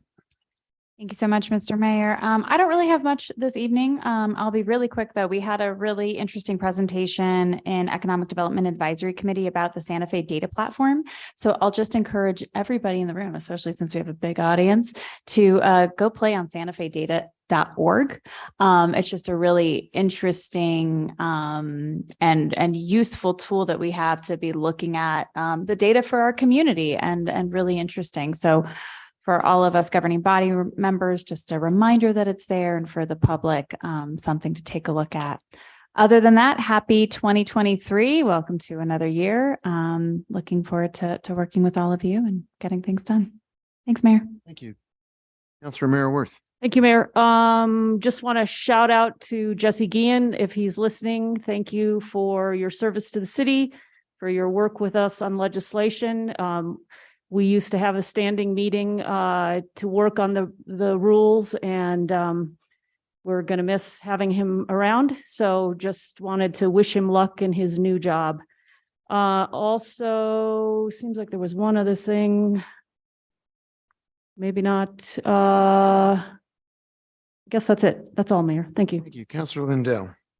I really don't have anything to bring forward tonight, Mayor. Thank you. Counselor Garcia. Thank you, Mr. Mayor. Just a quick update for folks. As folks might remember, sit on the Northern Rio Grande National Heritage Area Board, and we were recently reauthorized this past Christmas break. President Biden signed the bill this past Thursday, which provides funding for the board for the next 15 years, which ultimately the duty of the board is to put resources out in the community, Northern New Mexico community, Santa Fe, Rio Arriba, Taos counties, to provide resources to organizations that are promoting cultural preservation. So with that being said, any organizations in Santa Fe, bring those requests forward. So we will be going forward for 15 years strong. So thank you to Senator Heinrich for his strong support of this, and as well, Congresswoman Teresa Ledger Fernandez. That's all I got, Mayor. Great. Thank you. Counselor Rivera. I have nothing tonight, Mayor. Thank you. Okay. Counselor Chavez, welcome back. Thank you, Mayor. I also wanted to give a shout out to Jesse. He was always very responsive and supportive. I think essential to a lot of the work that many of us have put through. So good luck, Jesse. It's very exciting for him. I also wanted to just put out there that I'm incredibly grateful to be in my second year in this role, serving the residents of Santa Fe, but also working alongside such amazing individuals. Within the first year, I've been able to work with almost every single one of them and learn from them. And I will say that Santa Fe has good minds, good hearts, and good intentions, advocating for them every day. When I put myself outside of this role as just a community member, I am grateful to have these leaders in this room.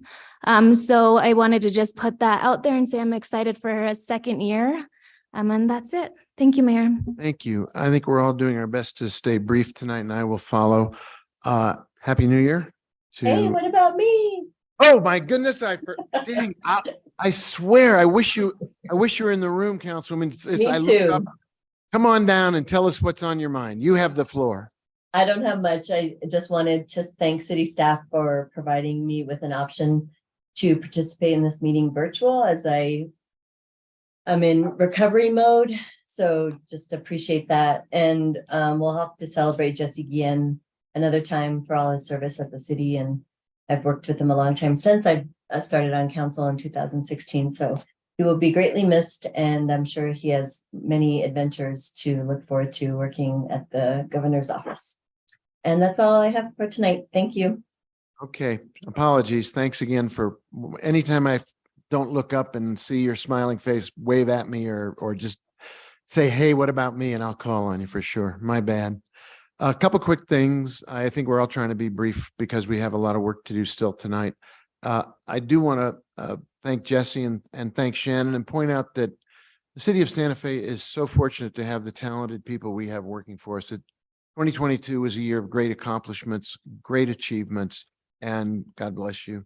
And a lot of that is, or all of it is due to the people who work for the city. We have an amazing team of individuals who show up every single day and deliver services and work hard and make a huge difference in our city's life. And when people retire or move on or get a good job somewhere else, we salute them, we celebrate them. We're glad they were able to find another path, and we keep looking for more good people, and we're grateful for the ones we have. I want to call out, of course, Monday is the holiday in honor of Dr. Martin Luther King Jr. And hopefully we'll all take some time to think about where we are as a country in that long journey that he fought so hard for, in equality for all, civil rights for all, and a country where we are really respectful of all, and his legacy lives on. I'd also draw attention to an event Saturday the 14th at the Santa Fe Eagles Club. It's a dinner and a fundraiser in honor of Officer Duran, who we tragically lost. And in May of this year, during Police Week, Officer Duran's name will be engraved into the wall of fallen officers in Washington, D.C. He will join other officers who died in the line of duty in 2022. And this fundraiser is to enable his family to attend that ceremony back in Washington. If you want to buy a ticket, whether you attend the dinner or not, or you want to make a contribution, there's information. I think, Madam Clerk, you have it, and you'll put it up for people to access so that Officer Duran and his legacy and his family are all recognized by everyone here in Santa Fe. Thank you. To you, Madam Clerk. All right, the next item is introduction of legislation. We have a few. I'll start.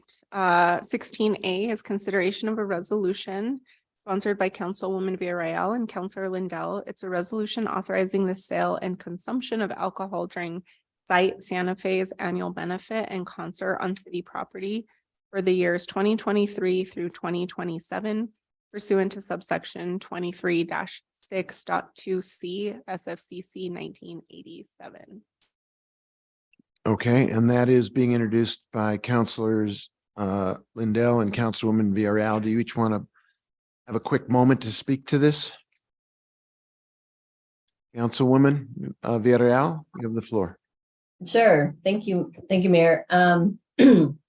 So last year, the governing body approved the authorization of the sale and consumption of alcohol for Site Santa Fe's gala that was held in June. And due to the success of that event, Site Santa Fe wants to continue with the event. So they're requesting the approval of the sale and consumption of alcohol for 5 additional consecutive years for their annual gala. Thank you. Councilor Lindell. I don't need to add to that. Thank you, Mayor. Thank you, Counselor. Thank you both. Madam Clerk, B. Yes, item B is consideration of a resolution sponsored by Councilor Lindell and Councilor Romero Worth. It's a resolution accepting donations from the Santa Fe Pickleball Club and the Mammal Foundation for the design and construction of pickleball courts at Fort Marcy Park and directing the use of capital improvement funds to construct 6 additional pickleball courts.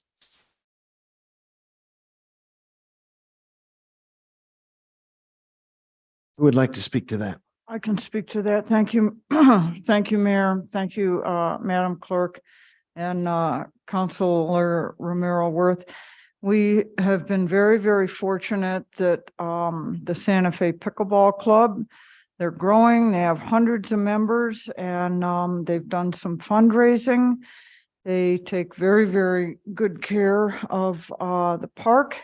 We also solicited some funding from the Mammal Foundation, and they were gracious enough to make a donation to us as well. So this is just paving the way for us to accept those monies. Thank you, Mayor. All good. Thank you. The next one, please, Madam Clerk. Yes, item C is consideration of a bill.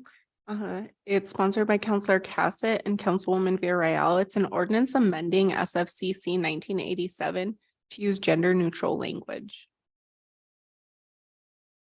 I can speak very quickly to that. Currently, a lot of our code defaults to he, implying that only a man would be in charge. That's not the case anymore in our world. And so this is really taking care of that, as well as making sure that it is gender neutral to be inclusive of anybody that may be in a position within the city, and making sure that their gender is well represented. Councilwoman Villarreal. Thank you, Mayor. Thank you, Councilwoman Cassett, for taking the lead on this. These adjustments to use gender neutral language in our regulating documents is long overdue. I had brought up the issue of male specific language in some of our ordinances and inquired about making changes when I first started on council and was told that it was too much trouble to make the changes. So this is proof that it isn't, and I appreciate staff for taking on the challenge of going through our documents to make sure that there's gender equity. That's it. Thank you. You, Madam Clerk. Yes, item D is consideration of a bill sponsored by Mayor Weber. It's an ordinance amending section 2-8.2A. Its creation of department by removing language that prescribes a recreation division as a division of the Community Health and Safety Department and Family and Youth Services as a component of the Community Services Department, and by removing the term safety from the name of Office of Emergency Management and Safety. And very briefly, this is an ordinance that Director Ochoa is requesting to clean up some of the organizational issues in her department, clarify some of the language, and bring things where they need to be structurally. Back to you, Madam Clerk. All right, item E is consideration of a resolution sponsored by Councillor Cassett. It's a resolution approving the updated Santa Fe Trails Agency Safety Plan and directing its submission to the Federal Transit Administration. Councillor Cassett. Pretty straightforward. That is all. Thank you. Mr. Mayor. and Are you? Councillor- Yes, Just Councilwoman. curious, was there a reason why this wasn't going to finance? Was there a time restraint? I don't believe that there is a time constraint. And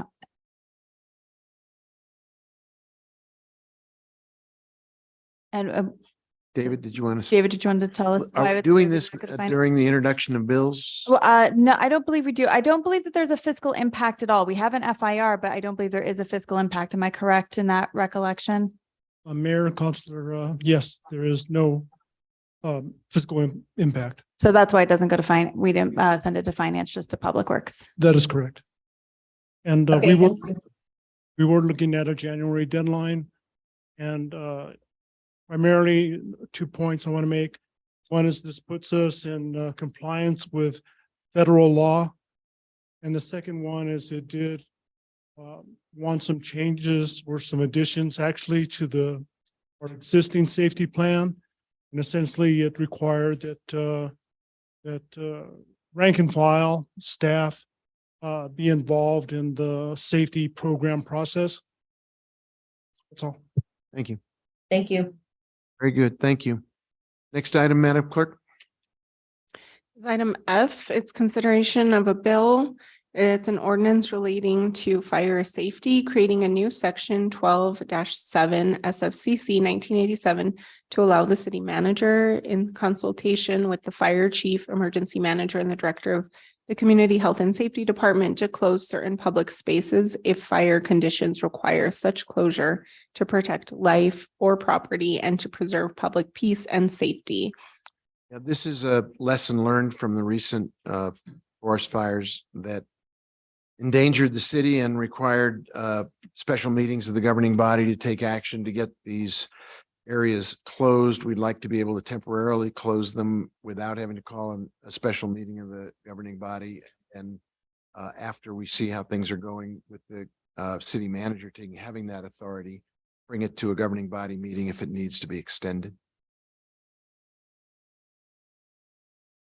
All right, item G is consideration of a bill sponsored by Mayor Weber. It's an ordinance amending section 14-6.2 to permit cannabis retailers wholly owned by a tribe within 400 feet of another retailer if the other retailer initiates its application for a cannabis retail license after the retailer wholly owned by a tribe.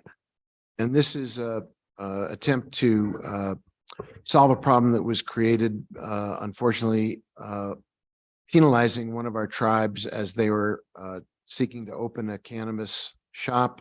They were put in a secondary position and are at risk of losing the site that they have secured simply because the state put other people in front of them. So we're trying to bring a little more equity into that situation. It's very specific. Mayor, the next item is item H. It's consideration of a bill sponsored by Councilor Romero Worth and Councilor Cassett. It's an ordinance amending sections 2-1.9 2-4.6 and 19-4 SFCC 1987 to authorize governing body members to employ staff when funds are budgeted for, that propose in aligning those sections with the City of Santa Fe Charter. Thank you, Mayor. I look forward to the conversation on this. I think the county commissioners all have staff, personal staff to help them with these very demanding jobs. I think it's time that we start having a conversation about something similar for counselors, and there may be other technical types of expertise that we need on the council side as we have moved and changed our governance system. And so I think this will be a good conversation, especially now that we have the Charter Review Commission meeting and looking at how we do the work of city government. That's all. Thank you. Councilor Cassett?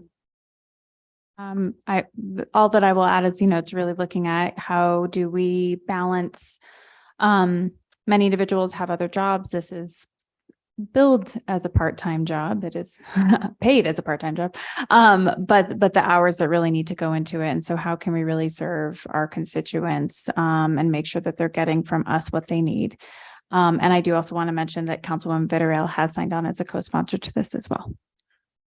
Did you want to speak to that, Councilwoman? Okay. Okay, Madam Clerk, Councilor Lindell? Yeah, on item D, Mayor, which was the creation of department, Yep. could that also go to Finance Committee? That's yours. I have no problem. Do we have to We need vote? to make a motion Yeah. to vote on that. And just a point of order, I think you asked, Mayor, whether the committee assignments, whether we do that now. It's my understanding that we absolutely do that now. So I don't think it's possible to change the referrals later. I'll ask the city attorney to elaborate. Mayor Weber, councilors, a referral can be made later. The order of committees is not in with the council committee's authorization. So if you have a different order of committees, that's not possible later, at least under our current rules. We can do additional referrals. Okay. Would you like to make a motion, Councilor Lindell? Going back in time to. Sure. D. I move that item D, consideration of Bill 2023-6, an ordinance amendment of section 2-8.2A, creation of department, that that ordinance amendment go also to the Finance Committee. Second. There's a motion, there's a second. Is there discussion? Could you call the roll on the motion, please? Just one, sorry. Is there a place in there that you want it to go to finance? Do we need to specify that? Sequence, you mean? Yeah.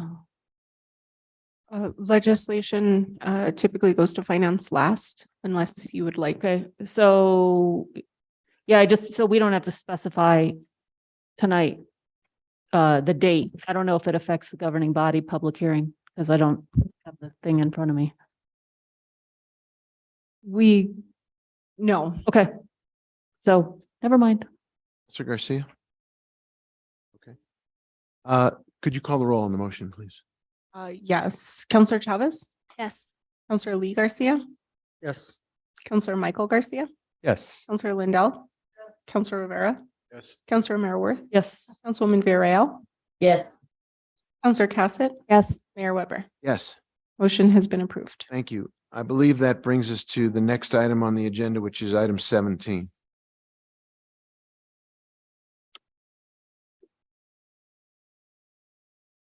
Yes. I'm just, adding a note to make sure that we get that to finance.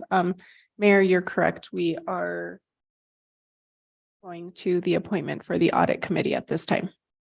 I thought we were doing petitions and then the audit. Oh, Counselor, do you remember what your Yeah, I think it was the audit and then petition. audit and then petitions? Okay, if you could read that to us, please.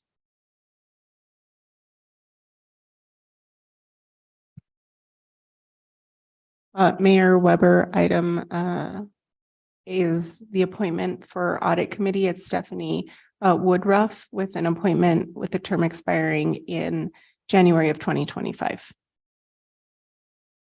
Is there a motion? Move to approve. Is there a second? Second. Discussion? Counselor Garcia, you have the floor. Thank you, Mr. Mayor. And as folks might recall, during our last meeting, I had some comments and questions for Judge B. Hill on this. And I was able to speak with her and get some clarification regarding the process. And so I thank the judge for taking some time out of her busy schedule to speak with me. The audit committee is a very, very important committee. I think given the current situation with our audit status, it's probably one of the most important community-led committees that we have. And so that led my interest in the appointment. And so after speaking with Judge V. Hill, it came to my attention that there wasn't really a recent call for public applications for this committee. The last time that there was a call for applications was prior to the COVID-19 pandemic, which to me was, or as for many folks can say, seems like ages ago when the pandemic began.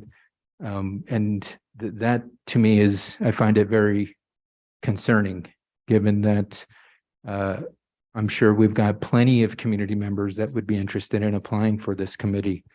And to move forward with an appointment without having a public call for applications is doing somewhat of a disservice to the committee without allowing folks to apply. Secondly, it seems to me that there's 2 open positions on this committee and we're only appointing 1.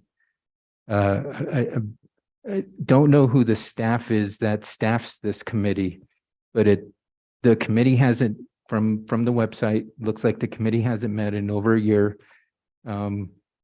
Per speaking with the judge, there's not much support from staff for her on this. And I think we need to really support this committee as much as possible. Secondly, in addition, there's specific criteria for the membership. We have to have a CPA, a lawyer. We have to have qualified individuals. And I've been unable to get clarification which members are meeting which mark. And so with all of this being said, I really feel like if we did a public call for applications for this committee, we could have a strong committee that wouldn't. Ms. Woodruff would still be allowed to apply, but we would also allow any and every Santa Fe resident that feels like they have the talents and skills to contribute to this committee to allow to apply. So with that, I don't know how we move forward. I mean, I'd like to make a motion to postpone the appointment of this until there is a public application process for this committee. Because I think in the long run, it would help us, because this committee is solely charged with being the community eyes on the city audit process. And given that we have, we're in our 4th year in a row with the late audit, more eyes on this process would only be helpful to us. And so with that, I guess I'll make that motion. I don't know if there's an appetite for it, but I would like for us to make a public call for applications for this committee, given that there wasn't one and hasn't been one since prior to the COVID-19 pandemic, which occurred in 2020. I think the city attorney has a hand up. Mayor Weber, councilors, I think if you want to change the selection process, that would be something you should do through the ordinance. Right now, it does say that they will be based on the recommendation of the municipal judge. So if you want the municipal judge to do a public call, that would be a good place to place that amendment. Okay. Well, I know that for the majority of our sit-ins and advisory committees, it's not a requirement. It is a extension of offering and requesting of support from the community. And so I know it's not part of the formal processes, but there's nothing that prohibits us from doing that either. So again, I would have just liked to see more public engagement with this process, given that there was none prior to the pandemic. So with that, I'll go ahead and yield the floor, Mr. Mayor. I think Director Oster has a comment here, and I also spoke with the judge, and I'll wait for the director to speak. Thank you, Mr. Mayor, and thank you, members of the governing body. I just wanted to clarify a couple of things. There is one current vacancy on the audit committee, which this appointment would fill. The other 4 members are Stephen Johnson, who is a CPA, Randy Grissom, Christina Mulcahy, who is an attorney, and Adolfo Montoya. And I also wanted to let you know that we have noticed a meeting of the audit committee for January 26th. So we have a meeting scheduled. Thank you for that clarification, Director Oster. If we can update the city's website with that addition, that would be fantastic, because the website is only publishing 3. And I believe that Councilwoman Villarreal has her hand up as well. Thank you, Mayor. I do actually think that if we haven't done a process that people know when we have vacancies, whether it's this committee or others, that we should do that. It just makes it for a more transparent process and gives other community members with expertise an ability to participate in our committees and commissions. We say this, we've also had some flaws in other processes for committees, and I just think that we need to keep at it and making sure that we're letting the public know when there's vacancies. And I don't think we need to amend the resolution creating this body. I think we just do it and let people know when we have vacancies for every single committee. Thank you. Thank you. Councilor Romero Worth. Thank you, Mayor. Ms. Oster, how many of the members of the audit committee are new members? Do you know their status in terms of how long they've been serving? Mr. Mayor and Councilor Romero Worth, I don't have that information. I could get that for you.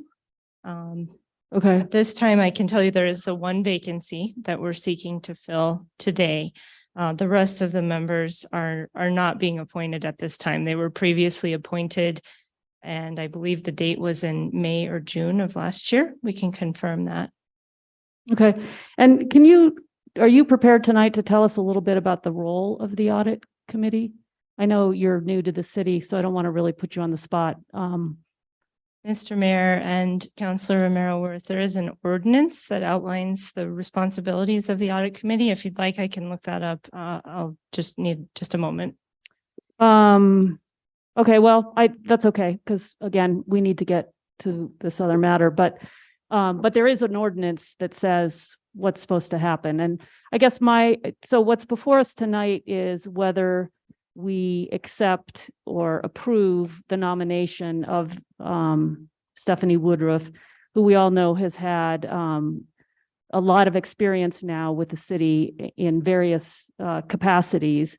And so I guess I would argue that while, putting out a notice that we have a vacancy is a great thing, when we have qualified people who are ready to help us and who have been helping us, her institutional knowledge, I think, is something that we don't want to turn down tonight. And so I would argue that while maybe we want to work on the process here for the future, I'm not sure we want to turn down this particular appointee.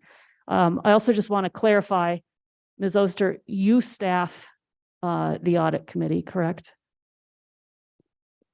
Mr. Mayor and Councilor Romero Worth, that's correct. Thank you. I forgot to mention that. I staff the audit committee. Okay.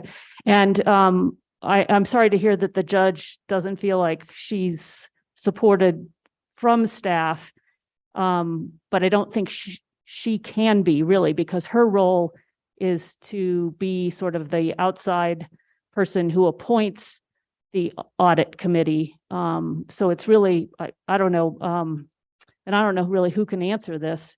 I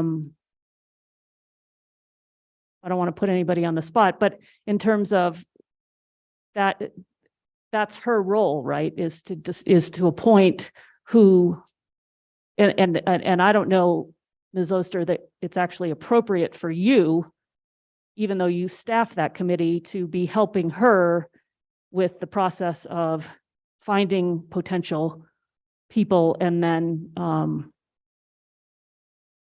putting their, and then selecting whose name should go forward. I think the whole point was to make it more of a removed in a way. Mr. Mayor and Counselor, I did locate the ordinance. It is 2018-9 that amended section 6.5 SFCC 1987. And the appointment of the members is discussed in section 6-5.3A, which states that the audit committee shall consist of 5 members appointed by the governing body based upon the recommendation of the municipal judge. With regard to the selection of the municipal judge, there isn't any additional guidance in the ordinance. Okay, so it's really in her purview, or if it were a his purview, their purview, to figure out how to decide who they might, what names and whom they may be putting forward. And then we kind of like the US Senate confirm, right? Mr. Mayor and Counselor, that's correct. There are several requirements for membership in the audit committee, which I can outline here. The audit committee shall include individuals that have experience and knowledge that would assist the governing body in completing the audit committee's purpose and who are qualified by training, experience, and ability to exercise sound and practical judgment regarding the duties and responsibilities of the audit committee, which are also outlined in the ordinance. Of the 5 members, no less than 2 shall be certified public accountants, at least one of whom shall have extensive audit experience, and no less than 1 member shall be an attorney, and 1 member shall have business management experience, and members must reside in the state of New Mexico. Okay, thank you. I appreciate that background. And I guess there isn't a motion on the floor, is there? Yes, there is. Was there a second on that motion? Yes, there was. Okay, all right. I guess I would hate to see us turn down this nominee. I think she is qualified. I think she brings a lot of experience to the city, and it would be a shame to lose her. I don't have a problem with looking at the process by how we get here. But again, it is right now in the purview of the municipal court judge to decide whose name gets put forward for us to confirm. That's all I have, Mayor. Thank you. Mr. Mayor, I'd like to second Councilor Garcia's motion to get the flavor of what talking about here. And either more discussion or a vote as to what. Well, I do see that Ms. Woodruff's credentials are great, and they seem to be of the type of person that we're looking for this committee. I also have the feeling that there are plenty more people out there that, given the right, I guess, seeking them out would be of benefit to our community, given the fact that we are in these situations of late audits. It would be in the best interests of our community for that. So I'm seconding Councilor Garcia's motion to postpone. Okay, there's a motion and a second. The city attorney is reaching for her microphone. Mayor Weber, Councilor Garcia, was the extent of your motion to postpone, or was there more to it? Because I thought there was more to it. Thank you, Madam City Attorney. My motion was to postpone until a public search was done for this particular committee. So Mayor Weber, I don't think that's in order. You could definitely not vote on this tonight, but I don't think adding criteria that are not in the ordinance right now are appropriate. So you can postpone it to a future date rather than stipulating that there has to be a public search in between. Point of order. I think what's before us tonight is whether we accept this nominee or we reject this nominee. And if we want to reject this nominee, that is certainly in our power. And then we can, through other ways, ask that other things happen. But what's in front of us tonight is whether or not we confirm Stephanie Woodruff to sit on the open space on the audit committee. So you want to reconsider your motion, Counselor Garcia, so to deal with what the city attorney just suggested? Thank you, Mr. Mayor. I don't think what I'm trying to achieve through the motion can be accomplished. Ultimately, even though it's not stipulated in the ordinance, there's nothing that prevents it. I don't think it's stipulated in probably the majority of our citizen advisory led committees that we put out public notices for membership opportunities. And given the circumstances that there has not been a public search for committee members for this particular committee prior to 2020, 3 years. And the only individual that Judge Vihil had to consider based off of her list was Miss Woodruff. I think it's in the best interest for the residents of Santa Fe to have a comprehensive list for Judge Vihil to decide from and choose from. Again, nobody's calling into consideration Miss Woodruff's qualifications. I think it's in the best interest of the process to allow for the best person to be selected. And should that ultimately be Miss Woodruff or another person, I think we owe it to the process, we owe it to the citizens that we have the best of the best given the current circumstances with our audit situation. I think, and just for additional context, as one of my colleagues referenced, Ms. Woodruff was a prior member of this committee, and then she left the committee and became a contractor for the city and was tasked with taking on duties to help us with the audit that is currently still late. So in a personal opinion, that's to me concerning, because Ms. Woodruff led the process for the last couple of years in which we haven't turned in an audit on time. And so if didn't lead the process. she led the committee, she was the chairwoman of the committee. I apologize. Let me retract that statement. She was the chairwoman of the audit committee. And in my opinion, we for this current situation we're in with our audit status, there's nothing that prohibits us from seeking out potential new eyes to look at the challenges we have. And I think it would benefit the process. If Ms. Woodruff rises to the top and is selected again, fantastic. If somebody else rises to the top and is selected, fantastic. I think, but we owe it to the process. And if we can't, as a governing body, stipulate that we hold a public process for public request for applications to be submitted, then in my opinion, it's not a transparent process. We're just dipping back at the well of the folks that were participating in the process in the past. And it potentially is going to discourage folks from wanting to apply in the future. So I think there's nothing wrong with holding an open call for applications for this committee, given that there hasn't been such a process in the past 3 years. I think the city attorney's hand is up, and I think several other council members want to weigh in on this. So, Madam City Attorney. Thank you, Mayor Weber. Councilors, just 2 points. There's nothing prohibiting the judge from doing a public process, but there is currently something prohibiting anyone else from doing it because it is in her purview. Secondarily, if we wanted to do something like that, it would need to be on the agenda. Right now, it's just the appointment or not appointing Ms. Woodruff. There's nothing about changing a process or implementing a process on the agenda.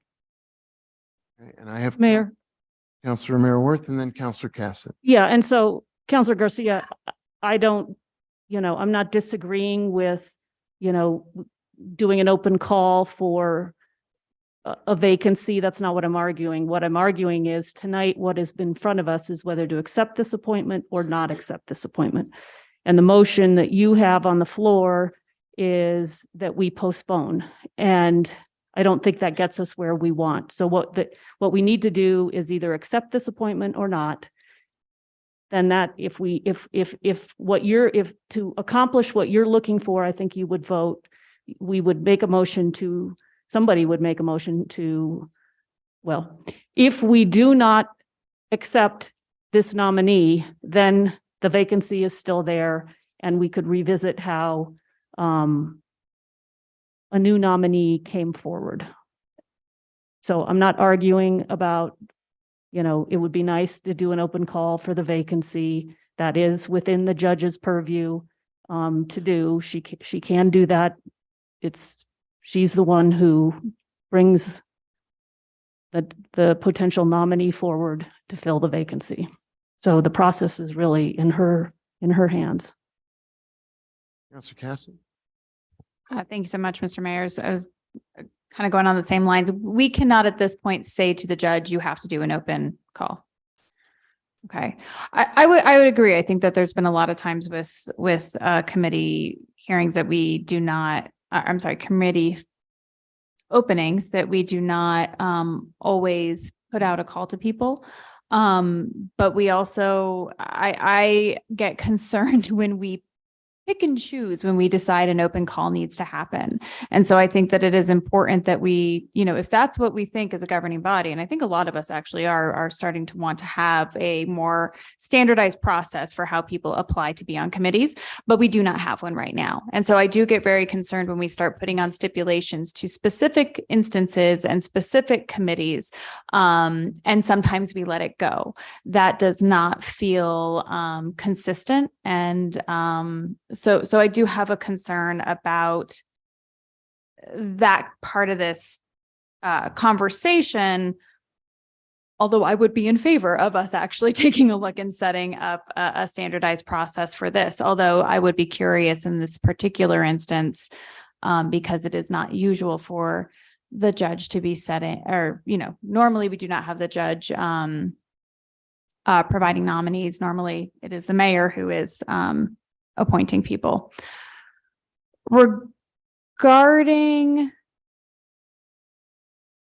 so circling back a little bit, I think that there has been some conversation that's maybe causing some confusion. We'll go back. What does the audit committee do? And does the audit committee, in terms of our audit being late, is that late at the feet of the audit committee? Mr. Mayor and councilors, the duties of the audit committee are laid out in the ordinance, as I mentioned, and I'll just, I'm not going to read this whole thing, but I'll go through it in a high level. The audit committee shall, to the extent possible under the city charter, participate in the selection of the internal auditor or any independent contractor charged with performing internal audit functions, review and approve any internal audit plan proposed by the internal auditor, independently review all internal and external audits, assessments, and investigations of the city, review and make recommendations to the Finance Committee regarding the city's comprehensive annual financial report, assure that all audits certify that they conform to generally accepted governmental accounting standards, assure that the internal audit functions are independent in accordance with generally accepted government auditing standards, receive a presentation of and review the city's financial reports, advise, review, and make recommendations for other matters as requested by the city manager, the Finance Committee, or the governing body. So most of the responsibilities are actually in relation to internal audit, not external audit. So in terms of our audit being late, again, the audit committee, I don't really want to use the word blame, but is there is there a place where the lateness of our audit potentially could have been impacted by the work of the audit committee in a sense of them not? I'm talking in circles now, aren't I? Mr. Mayor and Counselor, I apologize. I got something in my eye, so it's watering a little bit. As far as the historical role of the audit committee in the external audit process, I really can't speak to that. But with regard to the duties that are laid out in the ordinance, external audit is really not a big part of it. It's primarily focused on internal audit. And the factors that have influenced the city's challenges with completing audits are broad and, not contemplated in the duties of the internal auditor, or I'm sorry, excuse me, of the audit committee. Thank you so much. So what I would say is the audit committee is primarily focused on the internal audit function. Thank you so much. I would say that in this instance, I think that having, especially with the place where we are with our audit, which is so close to getting ourselves back on track to on-time audits, that having somebody with the, to Councilor Merriworth's point, we are really looking at, do we accept this nomination or not? I think having somebody who has the institutional knowledge regarding what has been going on with the city's audit is actually quite a benefit to the community, because it is crucial that we start to get on track with these audits, that we get them in on time, and that we get on a solid path. And so I really think somebody that has done such extensive work looking at the audit process, really understanding where the challenges are internally with the city is going to be a boon for us. But I would agree, as I've stated, that going forward, we really should look at the process by which individuals can apply and are appointed to our resident advisory committees. So I will yield the floor. Thank you so much, Mr. Mayor. Thank you. Councilor Rivera. Thank you. Ms. Oster, when was our last internal audit complete? You know that? Mr. Mayor and Councilor Rivera, the last internal audit? I know that there is an internal audit that has not yet been finalized that will be presented to the audit committee. It can't be shared yet. It has to finish going through the process that's outlined in the ordinance. Beyond that, I don't know the answer. We could circle back with you on that. Right. I know the applicant was on contract with the city. Do you know when that contract went into effect? Mr. Mayor and Councilor Rivera, I don't have that information in front of me. We can look that up if you'd like that information. I'm just curious why at that time, when her contract went into effect, there was a vacancy created on the audit committee. Why wasn't this filled at that point? Mr. Mayor and councilors, I can't speak to that. That was prior to my tenure with the city. Okay. How did Miss Woodford, and there wasn't an open process, how did she find out about the opening? I can speak to that. And I probably should have earlier, because when Councilor Garcia mentioned he had spoken to the judge after our last meeting, when there were questions raised by both Councilor Garcia and Councilwoman Villarreal about both process and the process of finding applicants, and also whether Ms. Woodruff was still eligible because of her prior service. I reached out to the judge, and it's unfortunate it's hard for her to get to an evening meeting like this, but I did speak to her both directly after that session and then as recently as yesterday. We don't do the outreach. She does the outreach. To the earlier point about the independence of the appointment process, she goes out to people she knows in the world of auditing, CPAs, lawyers, and solicits interest. She did do that previously, and the only person that stepped up was Ms. Woodruff.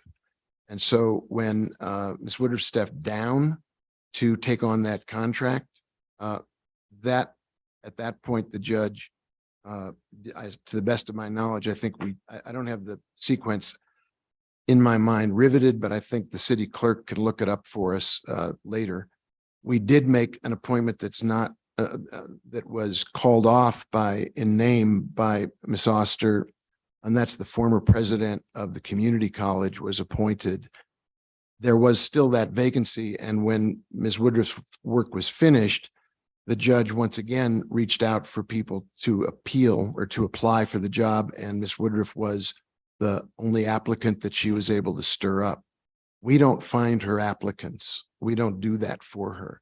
She goes out and in a network of lawyers, people with financial backgrounds, she comes up with the name or names, brings it to us, and then we accept or don't accept. She doesn't do an open process. She just really. I think she reaches out. She doesn't have the resources of the city clerk's office to do a open process, but I do know that she does outreach and has that's how she got some of the appointees that have, like in particular, the former community college president. That was done through outreach and networking. I think the we say it would be great if there were a lot of applicants. We all know that there are many city committees that are hard pressed to find applicants. It takes a lot of time. It diverts people from their occupation, particularly this one. Committees you're in charge of, like the public safety one, it's not often easy to get folks to step up and take the time out of their daily life. So she does that as an independent judicial figure. She then brings that to this body, and we typically give the judge the person she nominates. All I have, Mayor. You bet. Councilor Lee Garcia. Thank you, Mayor. Just a follow-up question, I think in regards to what Councilor Rivera was asking. And this may actually go, and I don't know if Councilor Romero Worth could possibly allude to this, but as chair of the finance committee, do you know when the last internal audit was performed for the city? And again, towards the answer that Director Oster gave, said one is on the way, but do you know when the last internal audit was done? Mr. Mayor and councilors, I do not. We can check on that for you. And so, given that that this committee is charged with overseeing or making recommendations for an internal audit, we don't know when that's been, and could we just ballpark it maybe the last 5 years, 2 years?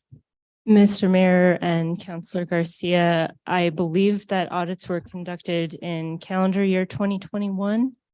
There is a web page for the audit committee. Let me bring that up, and there are reports posted to that web page. Councilor, I can report to you that under the leadership of the nominee, there were a series of internal audits that were performed. They looked at facets of the police department in one. They looked at our IT department in another.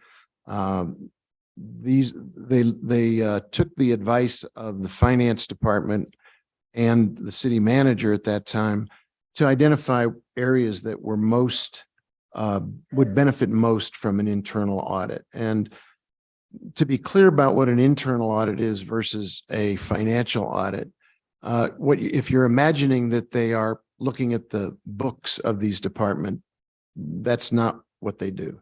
What they're doing is essentially managerial audits.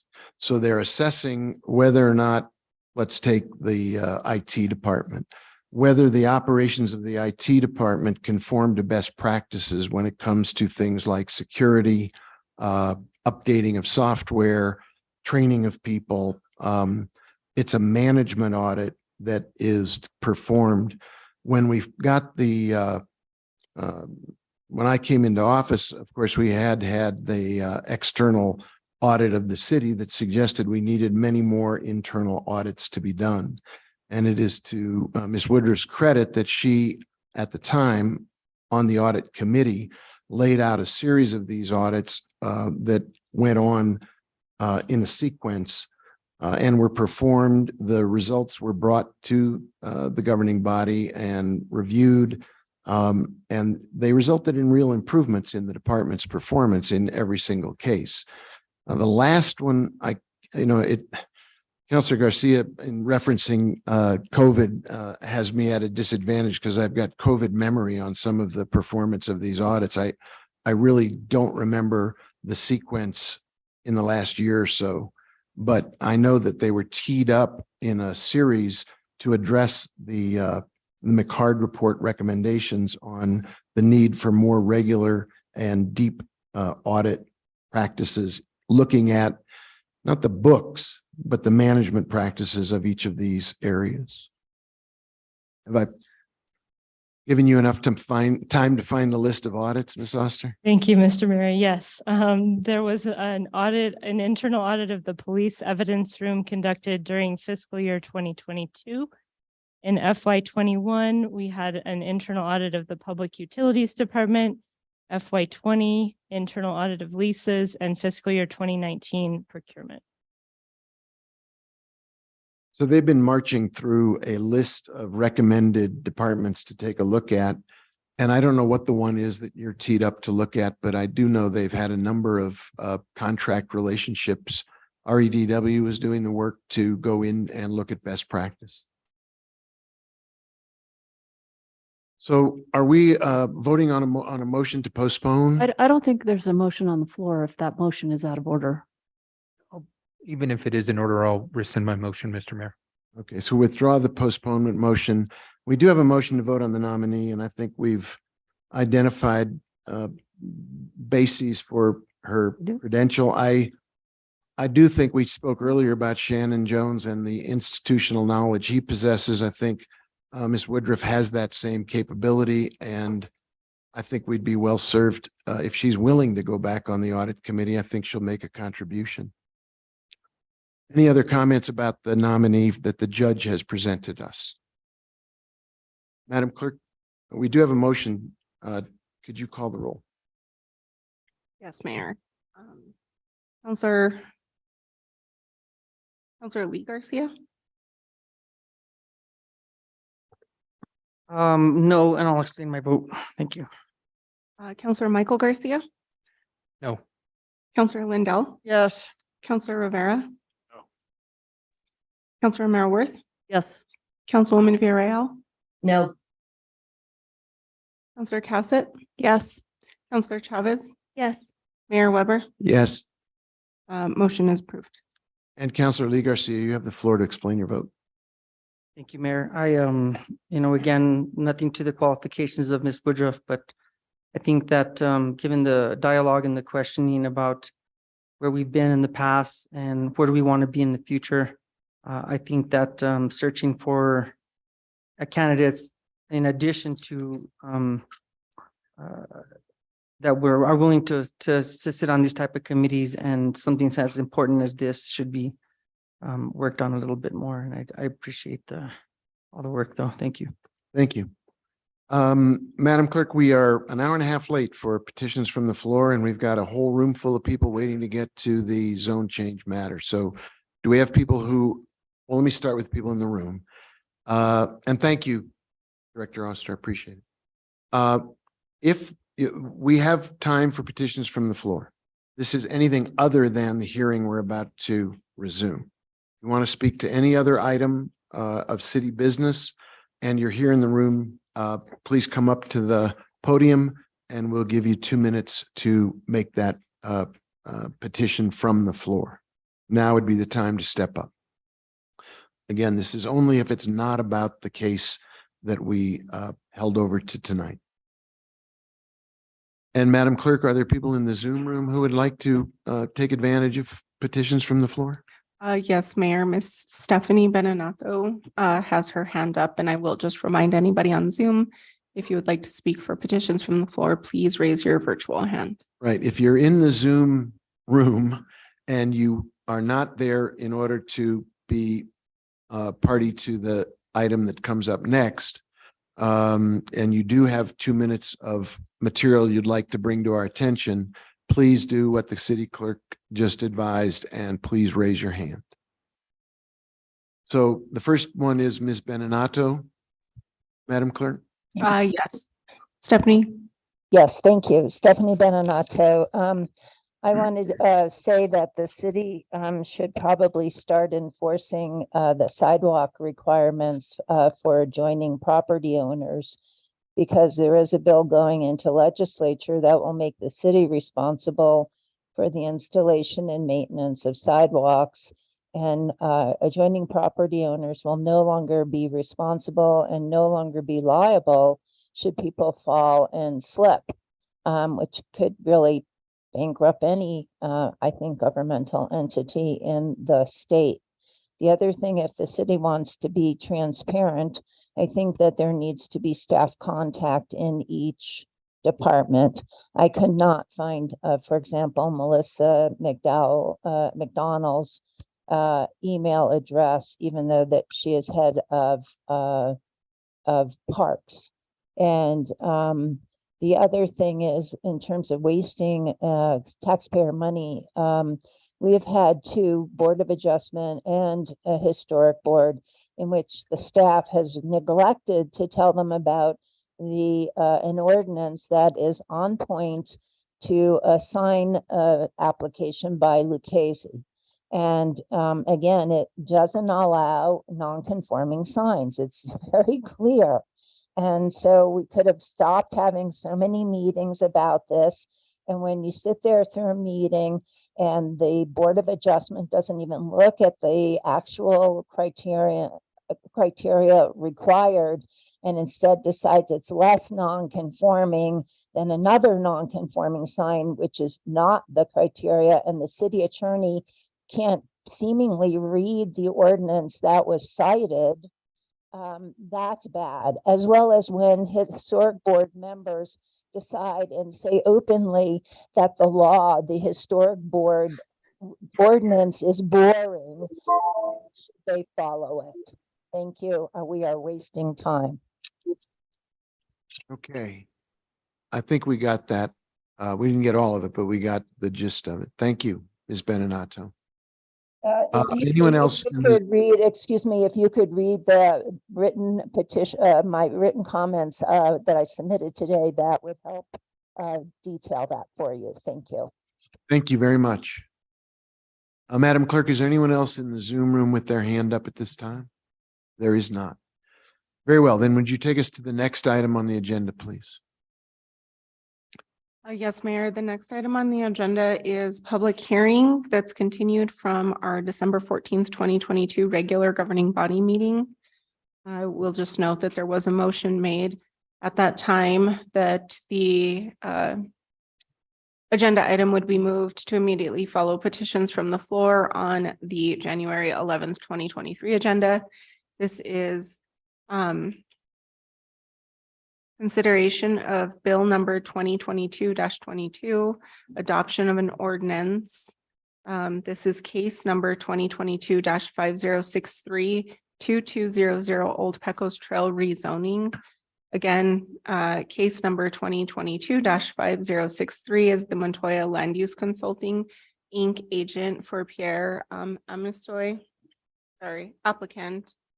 Requests approval of a bill to rezone approximately 9.59 acres located at 2200 Old Pecos Trail within the South Central Highway Corridor Overlay District and the Suburban Archaeological Review Overlay District from R1 residential 1 dwelling per acre to R3 residential 3 dwellings per acre.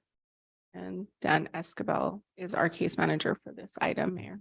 I think, Madam City Attorney, you wanted to spend just 1 minute, or you wanted to spend a moment refreshing us as to where we left off and renewing us as to where we pick up. Yes, Mayor, thank you. And this ties into the spiel I usually give at the beginning of these, which is that this is proceeding under the quasi-judicial process of the governing body, which means the governing body is applying existing law rather than developing new law or policy to a proposed application for rezoning. So that means that we're taking the criteria in the code, which is section 14 3.5 on rezonings, Part C.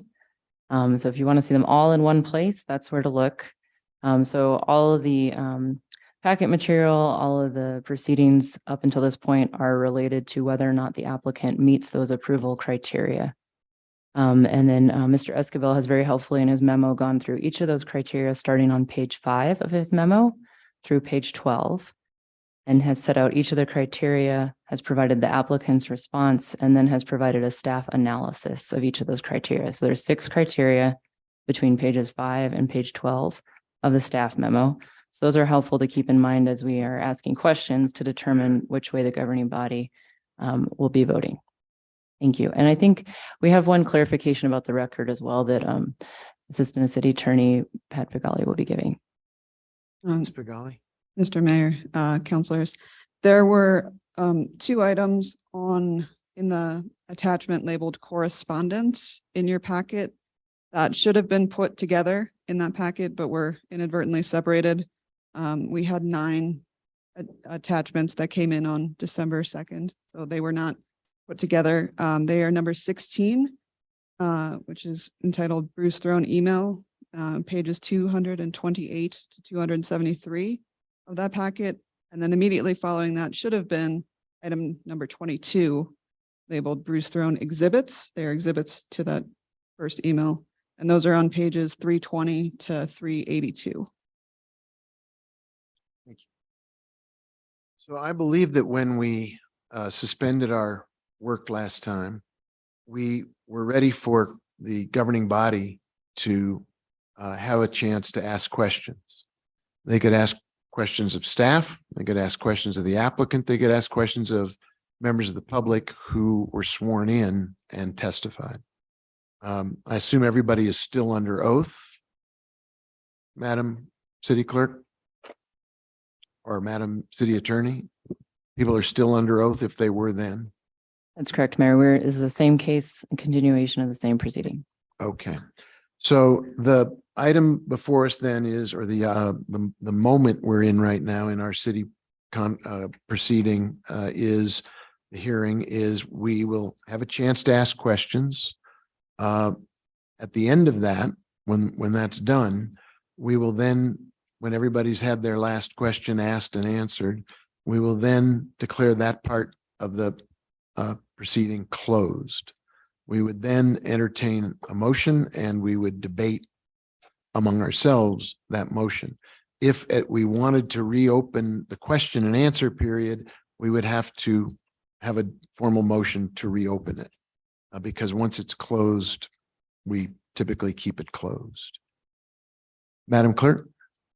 Mayor, I would just like to note that we do have individuals that are participating via Zoom that were requested to be here. So if there is somebody that you would like to ask questions of, they might be on Zoom, not necessarily in the room, but we do have many of them present. Thank you. And if you don't know, just ask and the clerk can search the Zoom room. It's 8:30. We've got 9 of us. In the past, we've been pretty good at being disciplined and saying we'll take about 10 or so minutes per person as we go around the members of the governing body. 10 minutes usually means 15, just because that's how it works. But again, I think if we can be respectful of each other's time, if somebody's already asked your question or raised the issue that you think is the most germane, it's not required to raise it again. And if there are topics that you think the staff can best respond to, they're present, the applicant is present, and members of the community are present who spoke at the last hearing. So Councilor Chavez, we'll just run down the line, and the city clerk will keep a clock without a rigid clock, but she'll give you a sense of when 10 or so minutes is approaching. Thank you, Mayor. So my question is really going to start with, so during our last meeting, the hearing, there was a lot of conversation about the corridor and the protections that were outlined within the general plan. And so I wanted to start with clarification because I dived into the general plan and just kind of wanted to have an understanding of how that was being interpreted.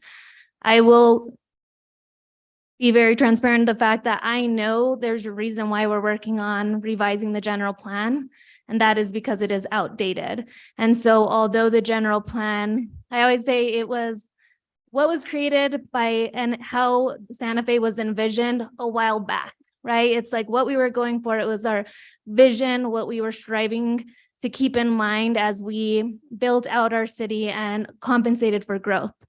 And so knowing that, and as I read this, there were things that were obvious red flags that didn't make sense already. But I do feel like an explanation needs to be publicly made on that. And so it's not just based on my interpretation alone. So in the general plan, chapter 3, page 12, I think that's where a lot of the confusion was coming from, or where there's clarity that's needed. In there, it starts off that page on corridor protection areas. Within that, it does mention, and I could read it word for word, but I'm timed, so I'm not going to. So it is in there, and it talks about how many residents per 10, well, it says 1 residence per 10 acres. That is how it is identified as a corridor within the corridor protection areas. Then beneath that, Old Pecos Trail is listed. Within the statement for Old Pecos Trail Scenic Corridor, it does talk about that development standards, including land uses, density, and design controls, will be developed through a public participation process. With this, a lot of questions came. One is, I've been on the Planning Commission before, and I've had cases come before us, and we've all had general plan amendments. So my first question is, if this is within the general plan, why is there not a general plan amendment in this process? So if I could get clarification on that first. Thank you. Thanks. Yeah. Mayor Weber, city councilors, Councilor Chavez. So You might need to introduce yourself, please. thank you. Yes, my name is Maggie Moore. I have met many of you, but not maybe everyone. I am your current planning manager in the Planning and Land Use Department. So yes, I too have been, revisiting the general plan, and as many of you know, we are embarking on an update of the general plan here at the Land Use Department, along with an update of our land use development code as well. And I think your point is very apt that this particular section that refers to corridor protection areas is one of those that refers to an older version of Santa Fe, because that particular reference that talks about agricultural operations and this kind of density of 1 house per acre was connected to the extraterritorial zoning authority and ordinance. That was a ordinance that had a planning cooperative with the county. And so this particular corridor protection area reference referred to highways that kind of were encircled the city and abutted county and city lands, Highway 14, the 599, I-25. So that's where that reference goes. I think your other question was if the Old Pecos Trail corridor is in here, do we need a general plan amendment for this case? And I think I don't want to speculate too much on that one, but I guess I would say that while I can go into more detail on the history of the Old Pecos Trail corridor. I can do that now, and that might kind of take away some of the issues, but we don't have an ordinance that's adopted associated with that corridor. So would that mean that we don't have city code that's aligned to what is stated within the general plan? And that's why a general plan amendment wouldn't be needed. Is that what you're saying? Right. There's no design or dimensional standards associated with the Old Pecos Trail corridor that could be amended or applied to various applications or development proposals. And I would say, if it's okay with my colleagues, if you do have more information to offer around the corridor, I think it might be helpful because it might answer some further questions that I have, if that's okay with everyone else, if we hear that now. Thank you. Yeah, I think it may exceed your 10 minutes, but it's well worth done. I think if the if she's come with some material that would answer a whole bunch of questions simultaneously, it'll save time in the end. I am gonna say I do have one additional question though. But I think we can afford that. Thank you, Mayor. Are you able to get your technology onto the screen? Hopefully, I just hold on a second here. Oh. I don't know if IT can help get us the presentation on the screen. There, okay. It's on the screen for the audience. There it is. I Now see we've it. got it. Behind me? Okay, great. Okay. Okay, great. I actually don't see it. Oh. And those of us who are on Zoom don't see it as well.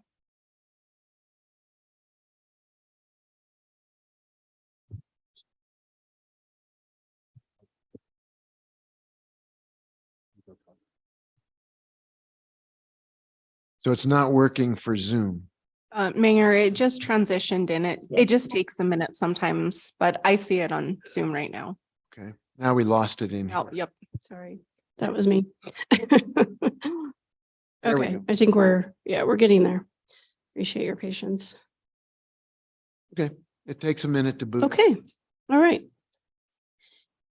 Yes, Mayor, Councilors, Councilor Chavez, thank you just for giving me a few minutes to hopefully address a lot of questions here tonight.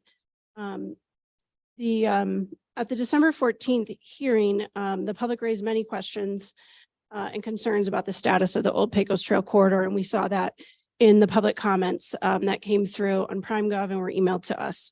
So we wanted to respond to these requests as completely and comprehensively as possible.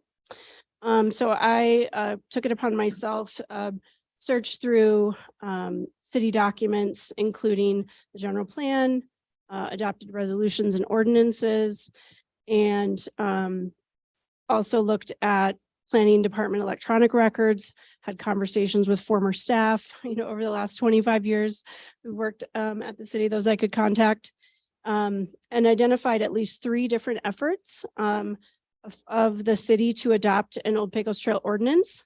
The first was immediately after the general plan was adopted from about 1999 to 2001. Then again in 2005, and most recently in 2006. And I'll just say these are the only ones I could find a record of. Could have been other drafts out there, but this is what I found. I'll start with the discussion of the 1999 general plan, which Mayor Weber, Ms. Moore, were you sworn last time? No. I think we might as well swear you. Okay. Thank you. All right, thanks.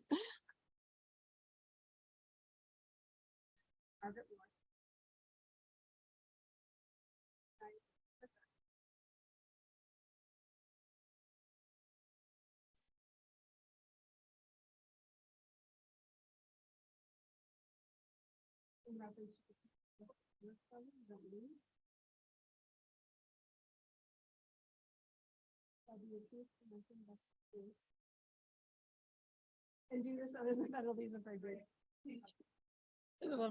Okay, thank you. Yes, sorry, I was thinking that actually too before I started talking. But so, yes, I do want to start with the references in the 1999 general plan. There are 3 references.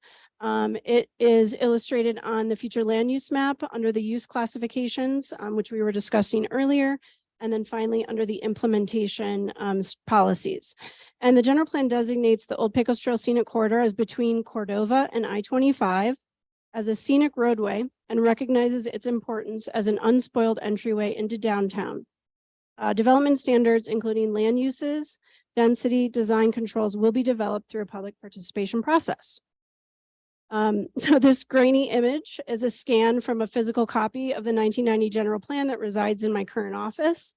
This was Greg Smith's old copy, and it shows the kind of a little illustrative hatching over the Old Pecos Trail, and then I've added those arrows to highlight the extent from I-25 up to Cordova. And I do want to point out that recently land use staff had this amended on our digital version, our GIS copy of the future land use map, to kind of correct the illustrative character, because this might indicate that there is some kind of a boundary or width to the corridor, but nothing has ever been adopted that would define 100 feet, 200 feet, 300 feet. So we wanted to change it to simply a corridor that would show a beginning and an end in the official map, and resolve that contradiction. Right.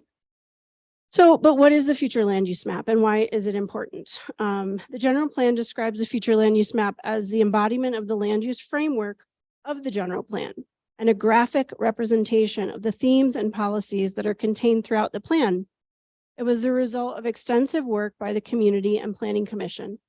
As a prelude to this adopted map, alternative sketch plans were prepared and evaluated for qualitative planning aspects, as well as impacts on traffic, the environment, cost of supporting infrastructure. The selection of the preferred plan was the result of public commentary and suggestions at 5 hands-on workshops.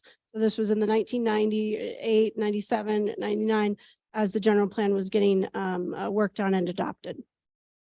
And, this was and they were ultimately adopted together as Resolution 1999-45. And the third reference is in the implementation policies that the city should adopt an Old Pecos Trail Scenic Corridor designation and development standards. So what happened? After reviewing city documents, emails, and records, and from the text of Resolution 2015-92, we know that in the early 2000s, there was an extensive public process to develop more specific standards for the Old Pecos Trail, but those standards were not fully adopted. When the resolution says more specific standards and not fully adopted, it may be referring to the South Central Highway Corridor overlay, which was in existence before the general plan and continues to this day. But it doesn't explicitly say that. That extensive public process in 1999 to 2001 began with a white paper that was written by staff right after the general plan was adopted. The white paper set the stage for a process and served as, quote, an initial effort to define the elements and to be addressed in the Old Pecos Trail Scenic Corridor. The white paper had sections on existing conditions, such as the South Central Highway Corridor overlay and its design standards, and proposed that the Old Pecos Trail Corridor may be a, quote, extension of the South Central Highway Corridor. And that portions of the corridor were governed by the Historic Review District and the Historic Downtown East Side. An Old Pecos Trail working group was formed that included city staff, residents, and neighborhood associations. I found records of at least 8 public meetings between the summer of 1999 and summer of 2000. Through this process, draft ordinances were created and reviewed by staff. Drafts were circulated among the working group and discussed and edited numerous times. The records indicate that members of the Old Pecos Trail Working Group insisted on limiting uses in the corridor to residential and restricting zoning and rezoning to very low density or 1 to 3 dwelling units per acre. On July 2nd, 2001, city staff received a fax, you can imagine, of the Old Pecos Trail Corridor Protection Ordinance. This was the latest date of a draft that I could identify. Among the standards in this draft, and you can see them summarized here in this table, the draft ordinance requested a 25-foot open space setback from the edge of the right-of-way on both sides of Old Pecos Trail. It called for a 50% minimum open space for residential lots.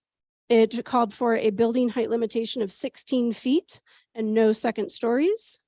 It wanted to allow only rezonings to R2 and R3.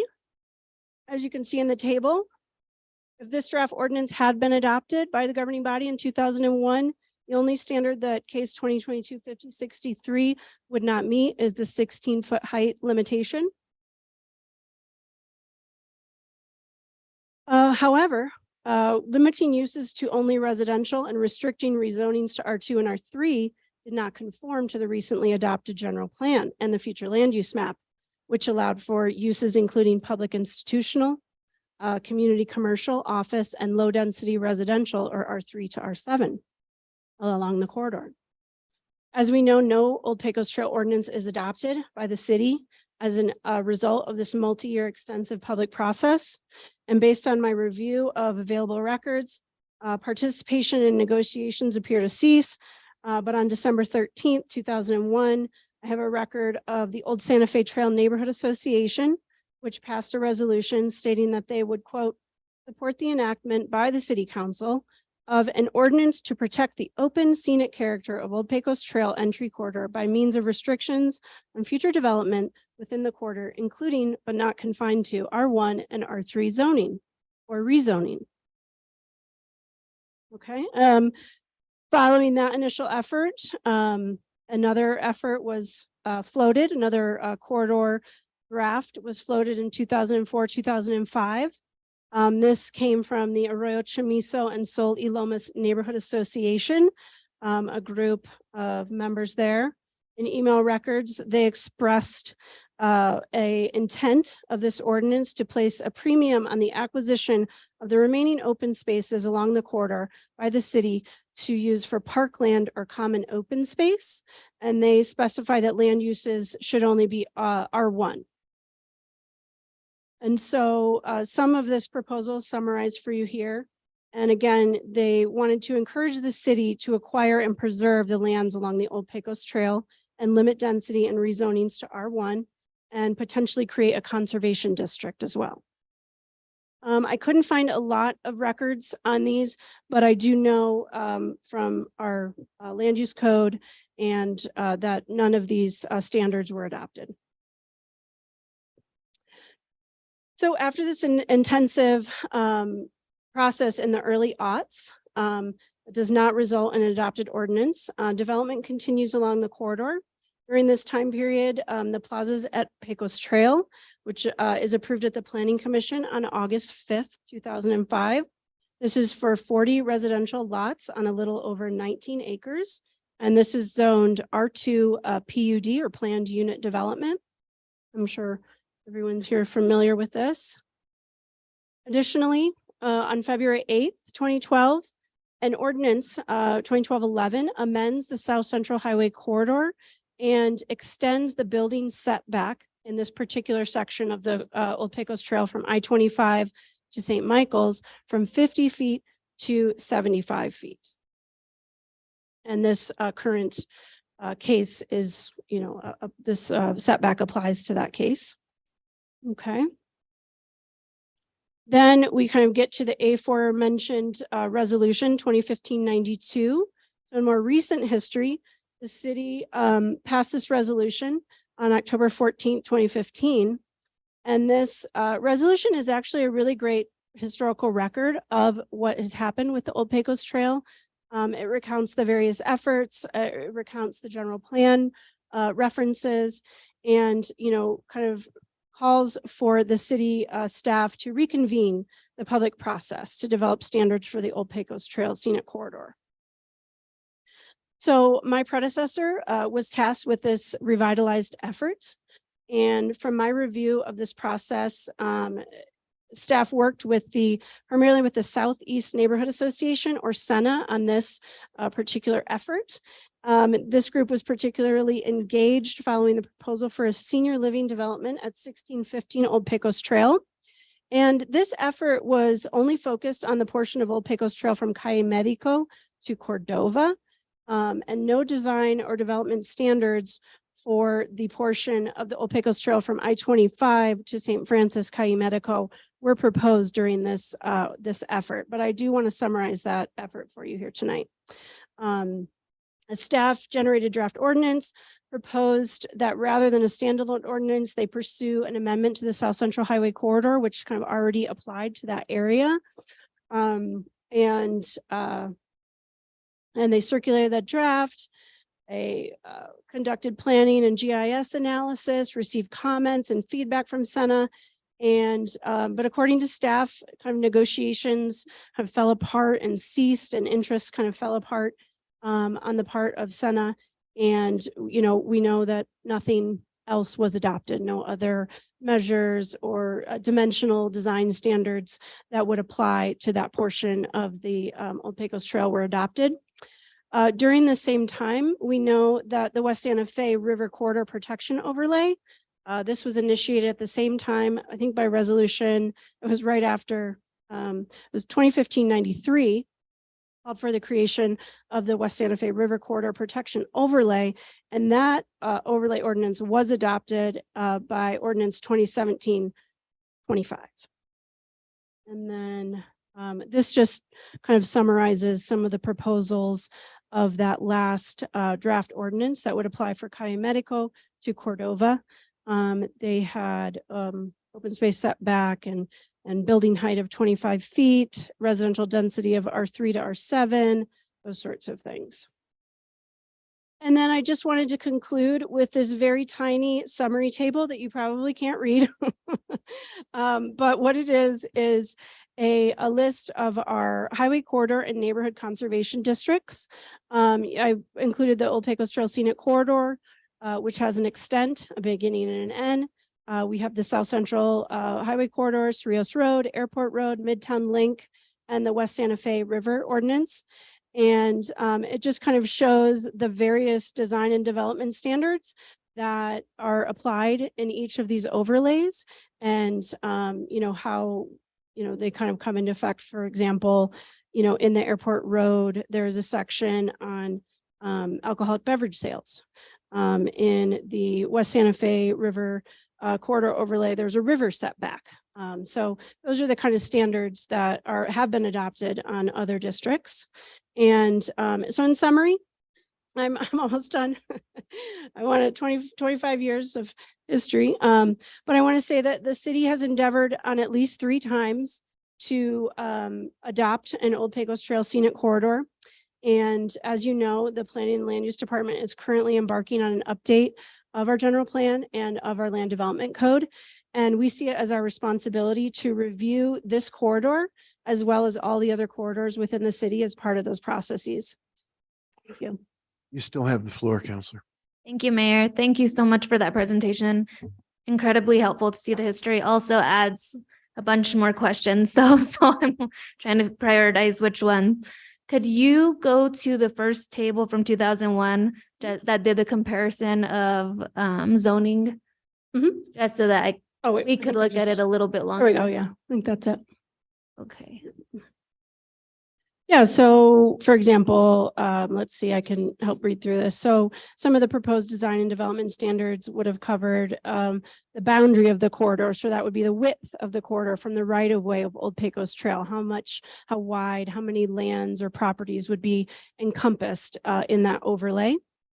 The open space setback, that language is a little bit, that was from the ordinance. I think the intent there was to just have a kind of 25-foot kind of no structures, no fences, no anything corridor through there.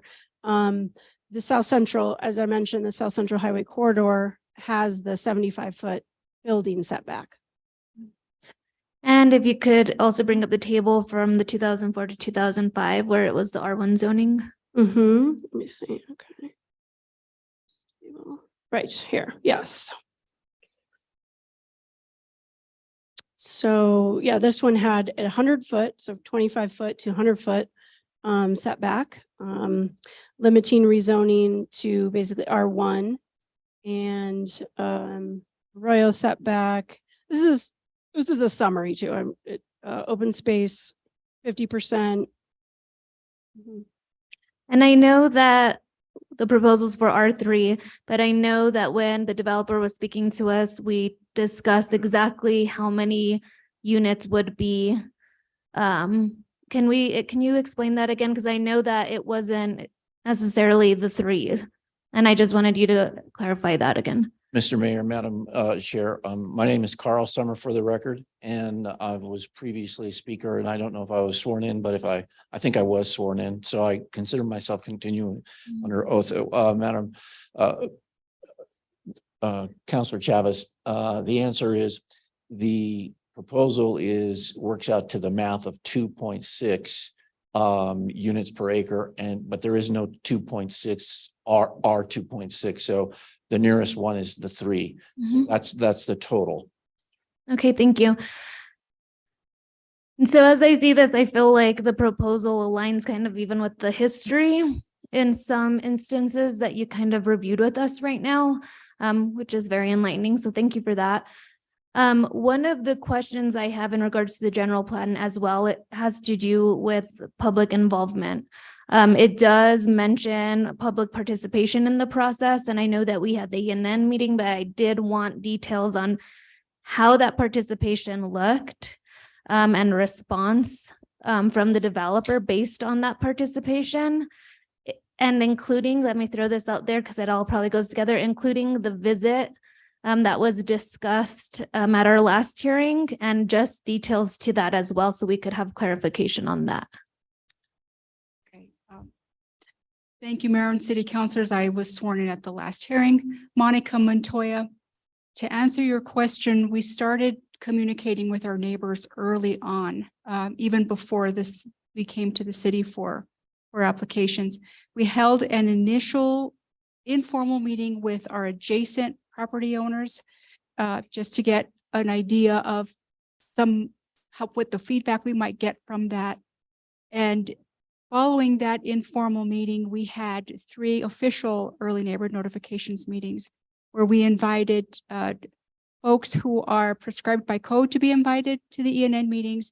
We also invited many other folks, anyone who wanted to be invited. We took their information and we sent them all notices and emails of all upcoming hearings, including neighborhood associations, etc.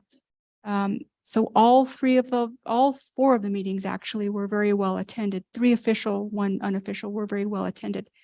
We heard a lot of information from a lot of people, different ideas that we felt made the project better as a whole. Some folks had, at our very initial meetings, we presented 3 different site plan options. We got a lot of good feedback from that and developed the plan that is here before you today.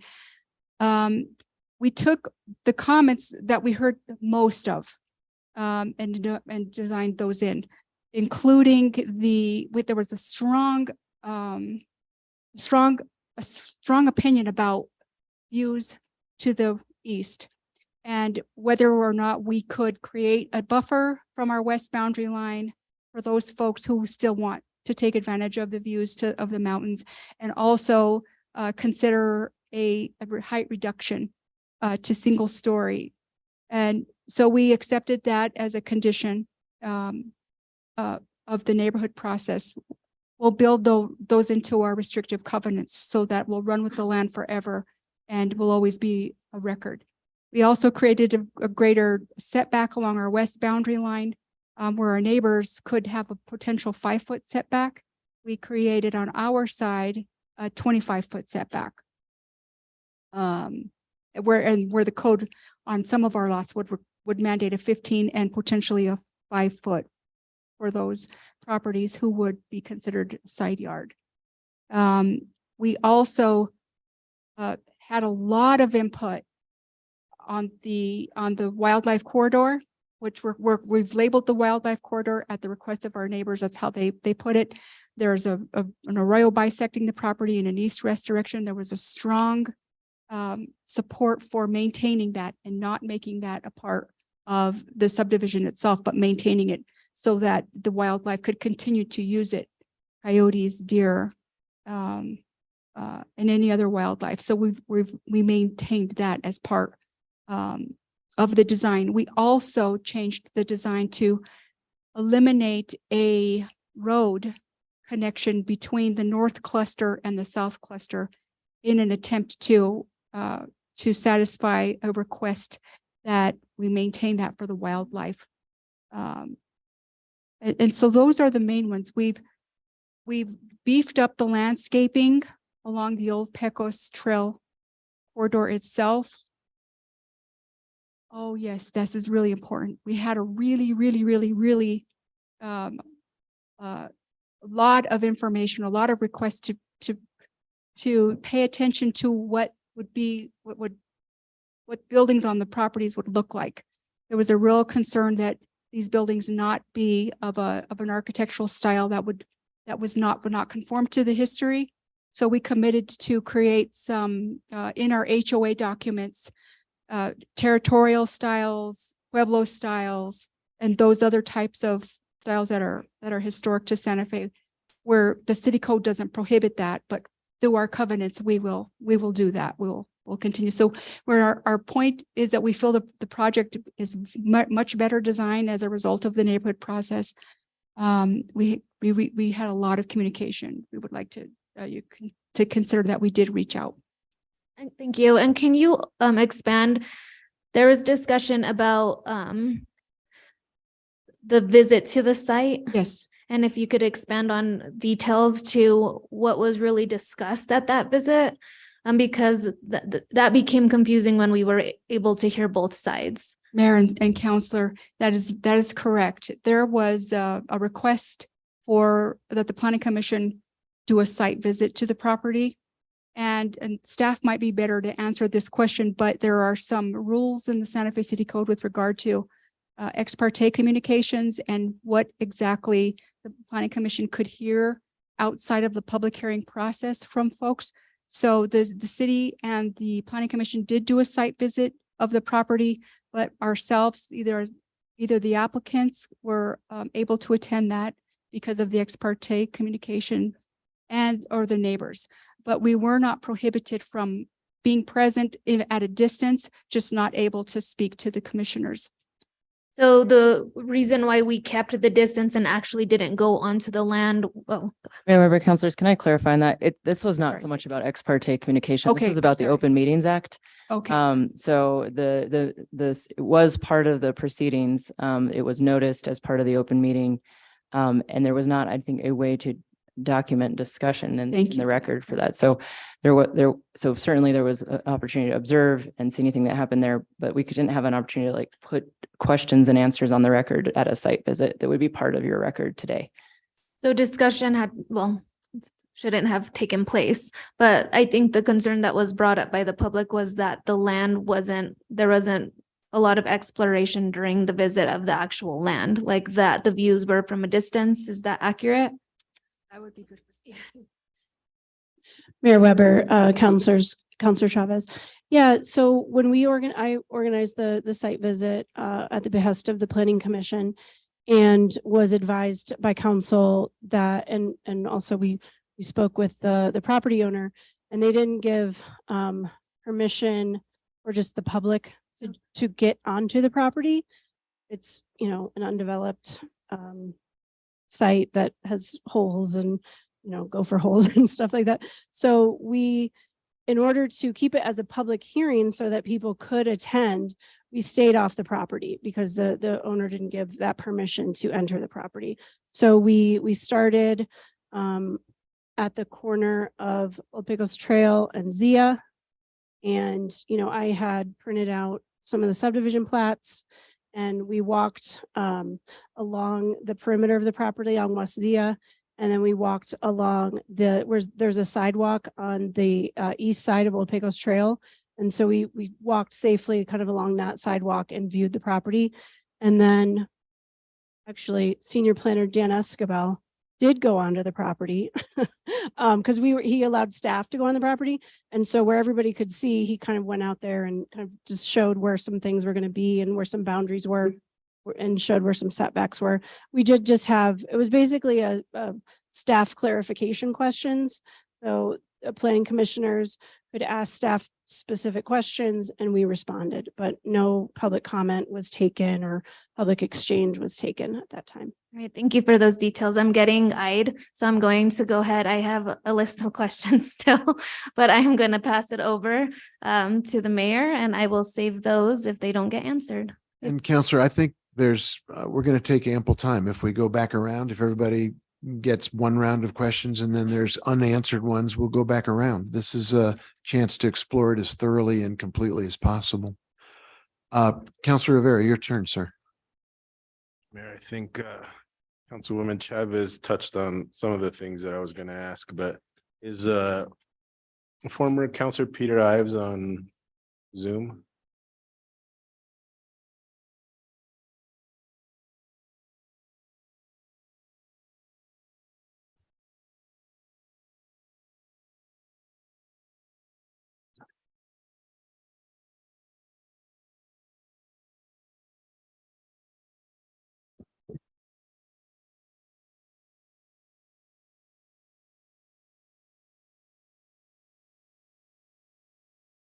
All right, Counselor Ives, yep, there you are.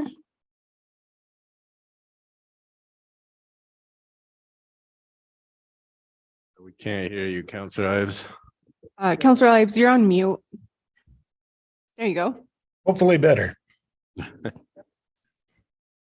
Thank you for joining us via Zoom. Appreciate it. We heard about the public process from the developer, and they talked about 3 and N. In your 2-minute comment, you talked about issues with the public process, and I was hoping you could expand on that and give us your point of view of maybe some issues or concerns you had with it. I would be happy to.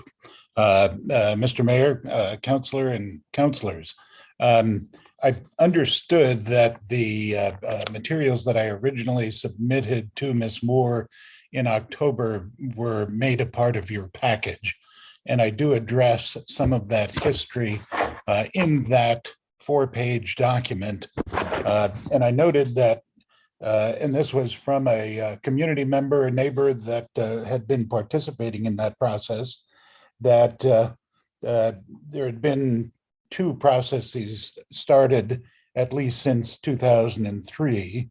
And the first effort that was begun, and I believe actually our neighbor Bruce Throne was deeply involved in that process and could also tell you about that initial one. But it was indicated to me that that effort was stalled and eventually put on the back burner by the Planning and Land Use Department. There was an additionally an effort in 2014, 2015. Another ad hoc committee was established and met over the course of a year, again, to try and work on these development standards. But the second attempt was stopped because the planning department was overwhelmed by several proposed developments, including a large one on Agua Fria, and I believe that was the Blue Buffalo project that the Tierra Concepts had brought forward. And council at that point in time came to the agreement that the planning along the West River corridor would proceed first, because that was something that land use was capable of moving forward, and that the Old Pecos Trail would be taken up again after the West River corridor planning had been completed. That it was eventually completed, I believe, in 2017.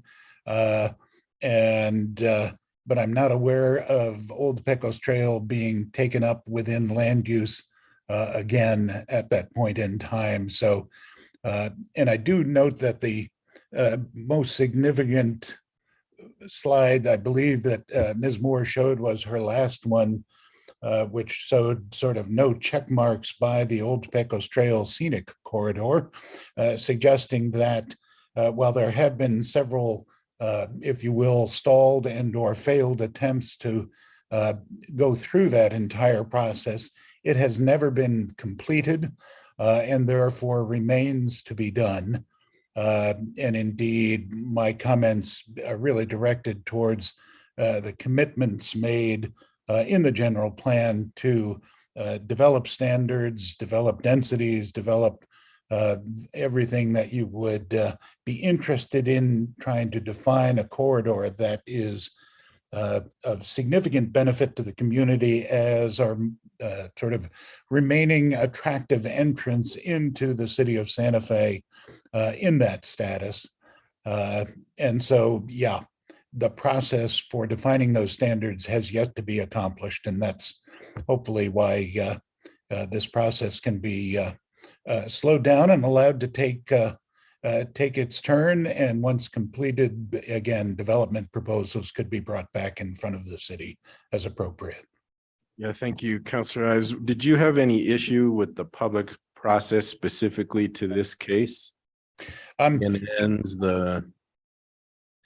There were certainly a number of issues with the ENNs Initially, I believe at least the first two meetings and possibly the third, all the people who wanted to participate couldn't get on the Zoom calls, which is one of the reasons we went through 3 different ENN meetings. And I will say that the most significant issue, I believe, raised by neighbors was density. So I appreciate Ms. Montoya's suggesting that all the issues of significance to the community were addressed by the developer, but I have to disagree and simply say that's not the case.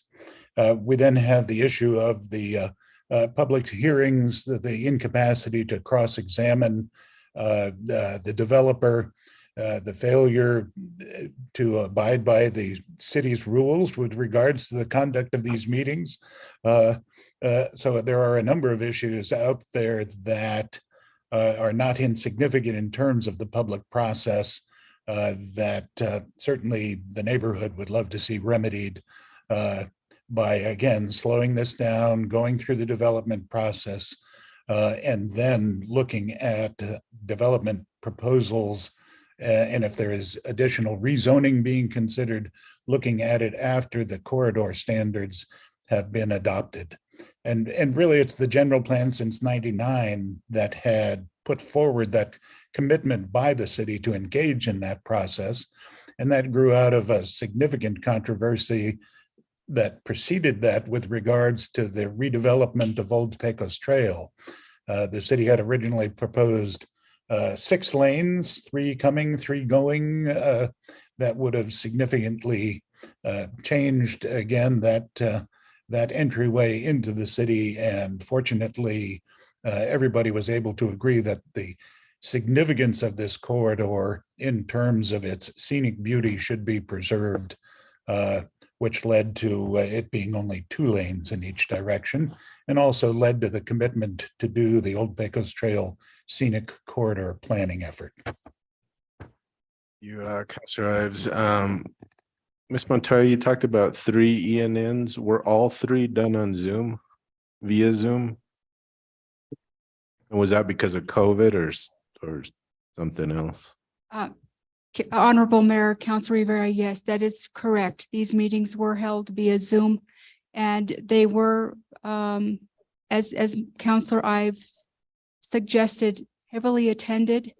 There were more than 100 folks who wanted to attend the meeting, and we had to reschedule because we couldn't get them all in.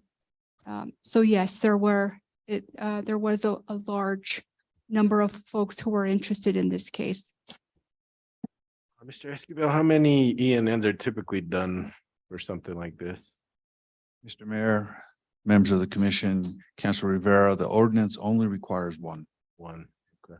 And I do have to make a correction to my memo and a correction to the record. In my memo, I just identified that the first ENN was just required by the planning manager at the time, but I was just informed by the planning manager who required that is that the same reason that I required the 3rd ENN was the same reason why he required the 2nd ENN. That was for capacity issues resulting from the Zoom program. But they did comply with the capacity issues and the ENN process on the 3rd go round.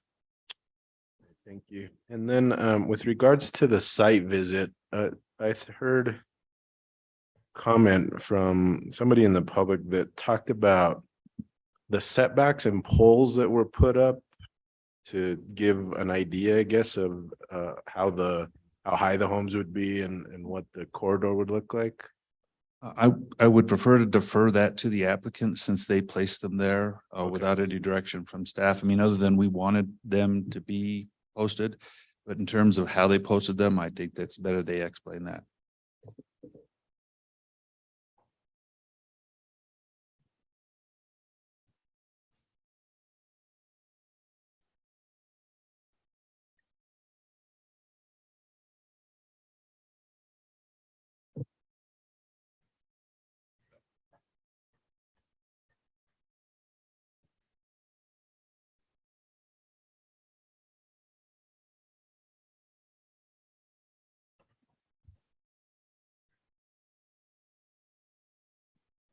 I, Orlin Cadet Ortiz, residing at, well, my office is at 1421 Louisa Street.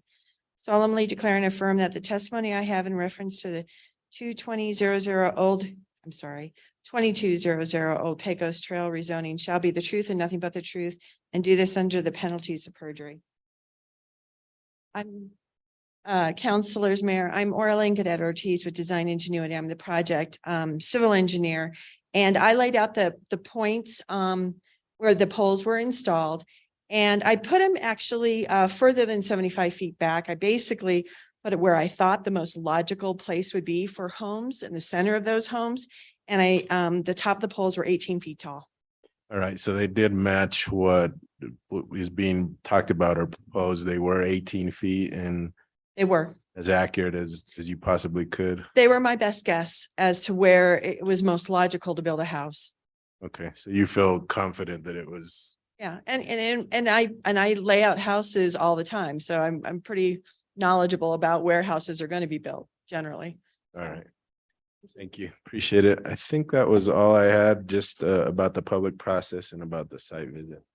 If we come back around, Counselor, you'll have another chance to ask other questions. Thank you.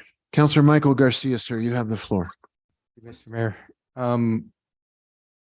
First question I have is for community member Pat Lillis. Is she present?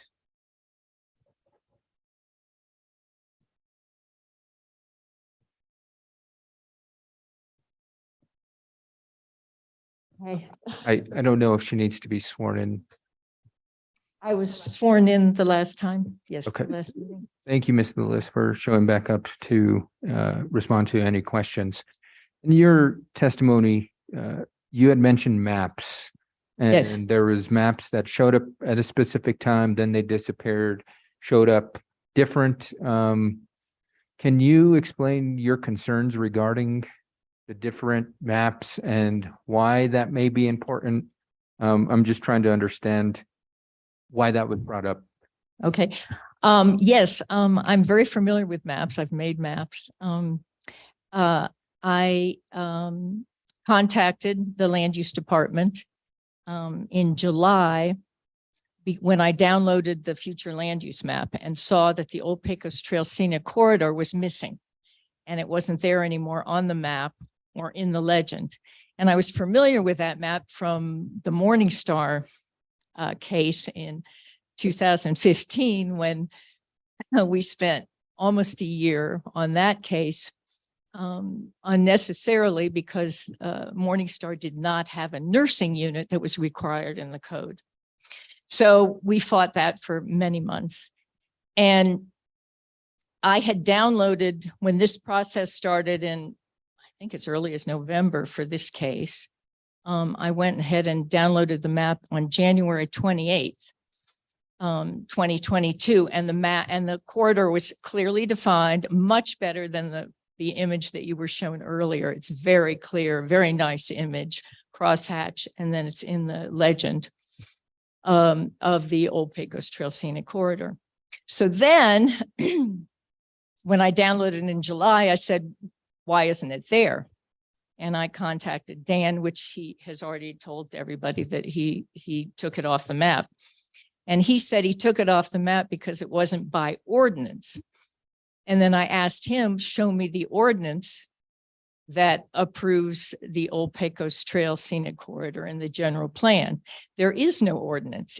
There are two resolutions. So I asked him that and I never got a response. So then I go to the chapter 3 of which I have here of the land use in the general plan. And I see that there's a future land use map that's been folded, not like a binder. It's been folded over. All this stuff is covered. The Old Pecos Trail is taken off the map. And in my opinion, it was manipulated and adjusted and the PDF properties say 2014. I don't know. It's hard to know when changes were made to the general plan. To me, it was an earlier effort to try and remove the Old Pecos Trail Scenic Corridor. So my main concern is that in the general plan, there are two places that specify the Old Pecos Trail Scenic Corridor and that the development needs to go through a public process. All the meetings, the talk of meetings, those are just meetings. I'm talking about what's in the general plan and what's on the future land use map, which the applicant has used as a reason to develop this land and change and not honor the zoning. Okay, thank you, Ms. Lewis. I appreciate that. And I guess the next question is for staff. And give an opportunity to clarify any of the inconsistencies in the maps that were displayed publicly and given some of the concerns that Ms. Lillis just expressed. Mr. Mayor, members of the commission, council, Councilor Garcia, she is correct in that I did remove that portion of the map off the general plan or the future land use map. We use the future land use map in many of our requirements for rezonings and applications to the planning commission. So for us, it has to be an accurate and workable document that we use as part of our job. The hatching that was originally placed on that map reflected a much larger area and was being misunderstood as to what that hatching meant. Many of the people were addressing that hatching as an area of measurement that included a large portion of many people's property. Unfortunately, as Ms. Lillis identified, there is no ordinance that really identifies anything. So what we did later when we worked with GIS is we identified a method of putting it back on the map, but to reflect exactly how it read within the general plan, which only confined it to the road from point A to point B. So that's how it's referenced today. In terms of the general plan, that the document that she is referring to, the folded map, that when we had a planning department and Reed Liming and Richard McPherson were in there, they must have, and I'm only making an assumption here, they must have had that scanned and then put on the drive for all of us to use. And what they did is they only folded that portion that had the relevant information, such as the low density is 3 to 7, very low density is 1 to 3, so that we would have access to those parameters of the map, because our GIS has already created that map for us to use. So we only needed the references for us to be able to work with it. So it wasn't anything that was done intentionally in the past. It was just a working document that we use. Today, there are no general plans that are paper documents. Everything is digital. And that is our only access to what was scanned. Okay, thank you, Mr. Esquivel. I really appreciate that. That helps provide context on both ends. I appreciate the presentation from staff earlier, giving us the timeline, starting off with the general plan, which is an approved document that within that document, it clearly outlines the Old Pecos Trail Scenic Corridor as part of corridor protection areas. I do find it concerning that some comments were made regarding that this is an older version of Santa Fe, when we've got things on here such as Siler Road Redevelopment District, and that is a development that took place recently. So I think the general plan is the foundation and you build off of it. And so I guess where I'm going with this is the next foundational document that was approved was the resolution, because anything that took place in the aughts was proposed and nothing was approved. And so it's kind of like a wish list, but nobody approved the wish list. And so when we get into Resolution 2015-92, which was introduced by Councilor Boucher, Mayor Javier Gonzalez, Councilor Peter N. Ives, Councilor Signe I. Lindell, and Councilor Joseph M. Maestas. What I found interesting from the be it resolved section that was missing from the presentation was that part of the be it resolved part was that there was to present those standards to the governing body for adoption into the city's land use code. So yes, it was presented that there was a public process, but there was never any standards presented to the governing body for adoption. Am I correct with that? Mr. Mayor, members of the council, Councilor Garcia, I would say so. I was not part of that development of that ordinance. We do have Noah here who was charged with that portion. He can provide you what happened. I can't. I was not part of that, so I wouldn't be able to give you any information on that. Okay, good. But I think some staff or my next question is for former Councilor Ives. And so I think I'll pivot to him. Former Councilor Ives, are you still with us? Yes. Okay. Fantastic. Thank you. This resolution that you co-sponsored and was approved by the governing body, you know if there was any standards presented to the governing body for adoption into the city's land use code? Not as part of an Old Pecos Trail scenic corridor planning process.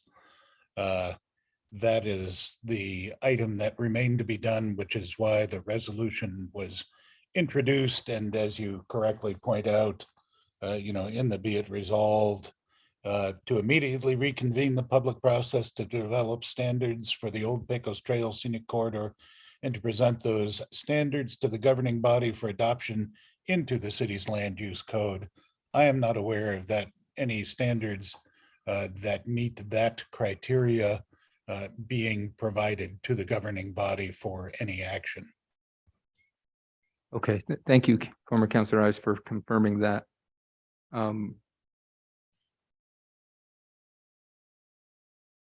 I guess, thank you, Councilor. I think the next question I have is for staff. And this is in general for all land use staff, whether maybe you, Mr. Esquivel, or somebody has a history or knowledge. Do you know if there are currently any plans in place to reconvene the public process to develop standards for the Old Pecos Trail Scenic Corridor and to present those standards to the governing body for adoption into the city's land use code?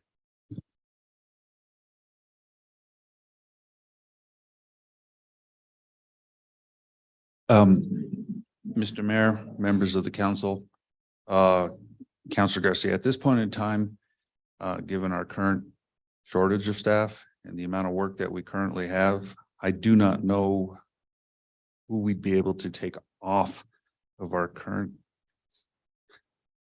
Right, understandable. So I guess I take. I'm sorry. Yeah, Mayor Weber, Councilor Garcia, I just wanted to clarify, as the planning manager, I haven't directed any staff to reconvene this effort. But staff has been directed to, update the Land Development Code, Chapter 14. And we are working on a resolution and RFP for the general plan update, which would encompass, reviewing this corridor and all of the corridors. So I think in a way, yes, we are embarking on that process. It will be, a multi-year process and have all of the public engagement and the public hearings and the public process that resolution 2015-92, calls for. Okay, thank you for that clarification. You're welcome.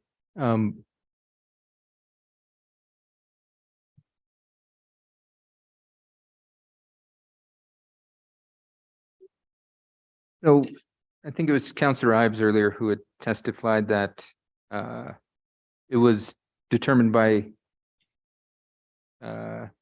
council at the time that efforts would be diverted and then they would be re-diverted to Old Pecos Trail. And it seems like we don't have any staff that have the historical information regarding why nothing was reconvened, because this is something I've had concern about in the past is when the governing body passes resolution, that ultimately there is not a mechanism in place for us to ensure that the resolution is fully carried out, similar to a way an ordinance or a bill could be enforced through governing body action, unless we reintroduce an ordinance or, I mean, a resolution. So I guess my question is for the city attorney. So what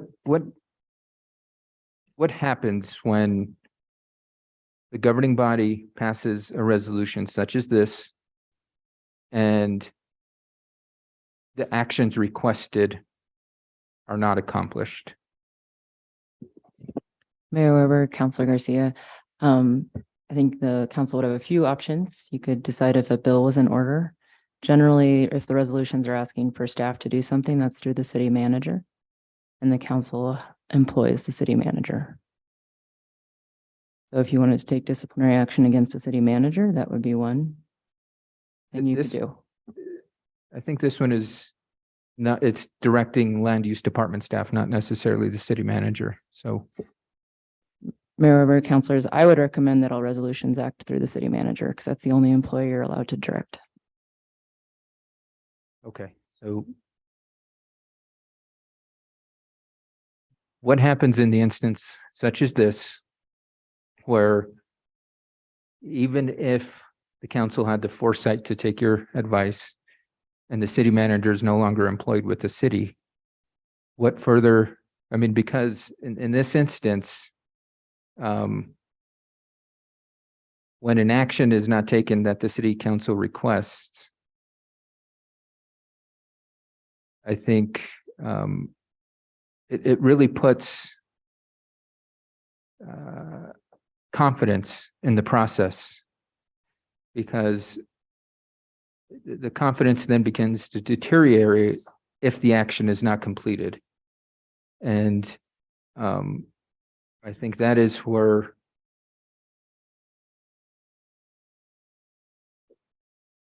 the question then becomes how solid and how strong ultimately is a resolution? Is it just the opinion of the governing body, or is it the opinion that directs staff to take action? And should there be stipulations stating repercussions should those no actions be taken, actions not be taken? Should that be in future resolutions? Mayor Weber, Councilor Garcia, I'm not sure staff would agree the resolutions weren't complied with as a first point. So and that might be a good question to ask. I thank you, Madam City Attorney, but I think the second part of it, the public process part, was met. But I don't believe through testimony tonight that standards to the governing body for adoption into the land use code were ever taken. So I don't think those are the actions that were not met through this resolution. And I think that those are the concerns that we've had folks publicly testify to.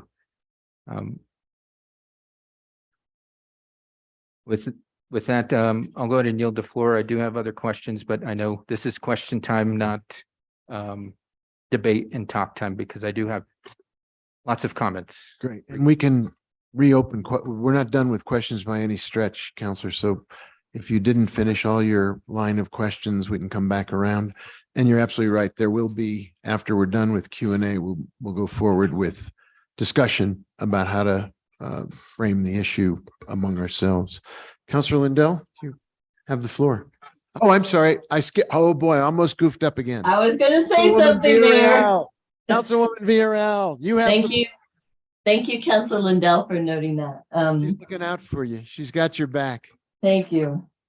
I just had a couple follow-up questions. Well, first, let me say that I wanted to thank all the members of the public for participating in democracy. I can't see you right now, but I know you're there, and also just the time it took. Oh, there you are. Check it out. I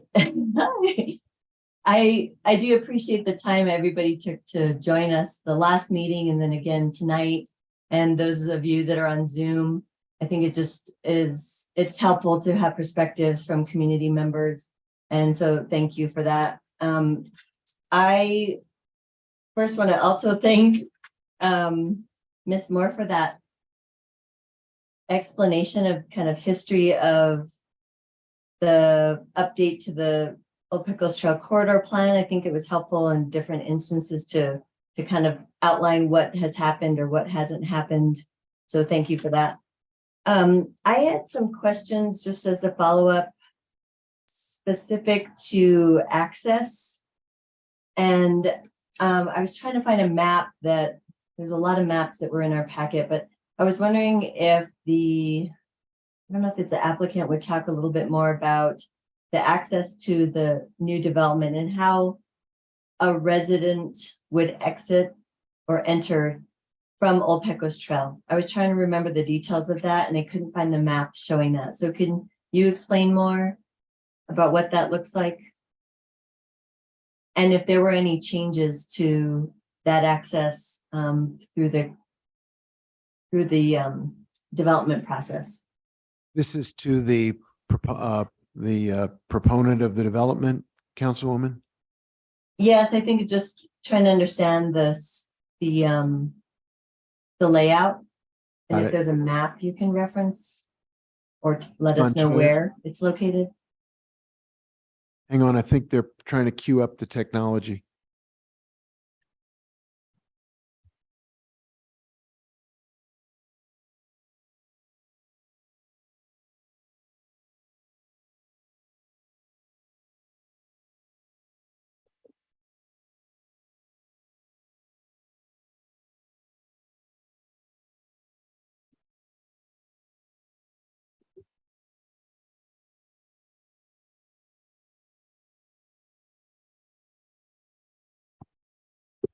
Can you see that, Councilwoman? Not yet. Okay.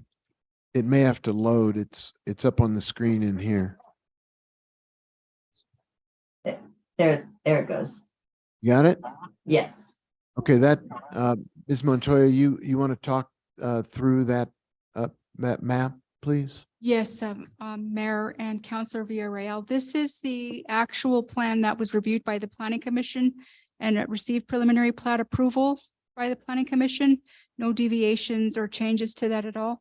But what you're seeing here is a layout of the 25 lots, including the 5 affordables. My pen here is pointing to the Old Pecos Trail right of way. And then right here is the West Via Road right of way. Monica, if you can make sure to stay near the microphone, because when you use your pen, I think it takes you away from the microphone. Okay, thank you, Counselor, for that Thank you. input. Okay, so the subdivision includes 2 clusters with 2 accesses points. The first access is off of West Zia Road. Right here, my pen is pointing to it. It is a single access off of Zia Road that services 7 lots within that cluster. That is a full access, meaning cars can travel in all directions, leaving and entering from that intersection of West Zia Road and Old Pecos Estates Lane. Then off of Old Pecos Trail, there is another access point right at this point, kind of the center of the subdivision.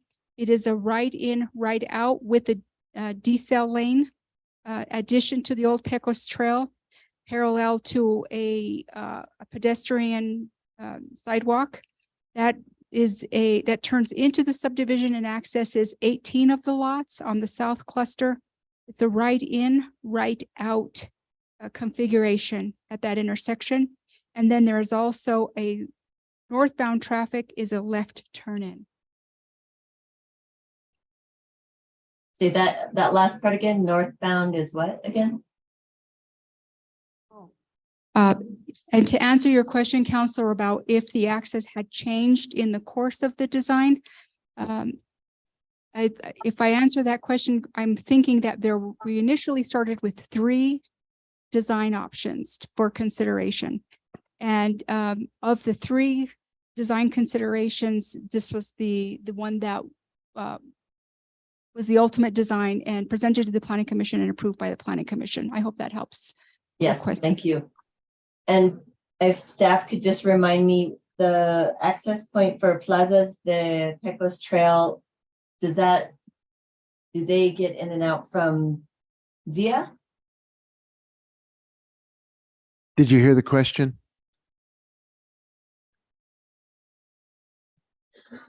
Just as a comparison, I just wanted to know if plazas, the Pecos Trail, to access that subdivision, if that was through Zia Road.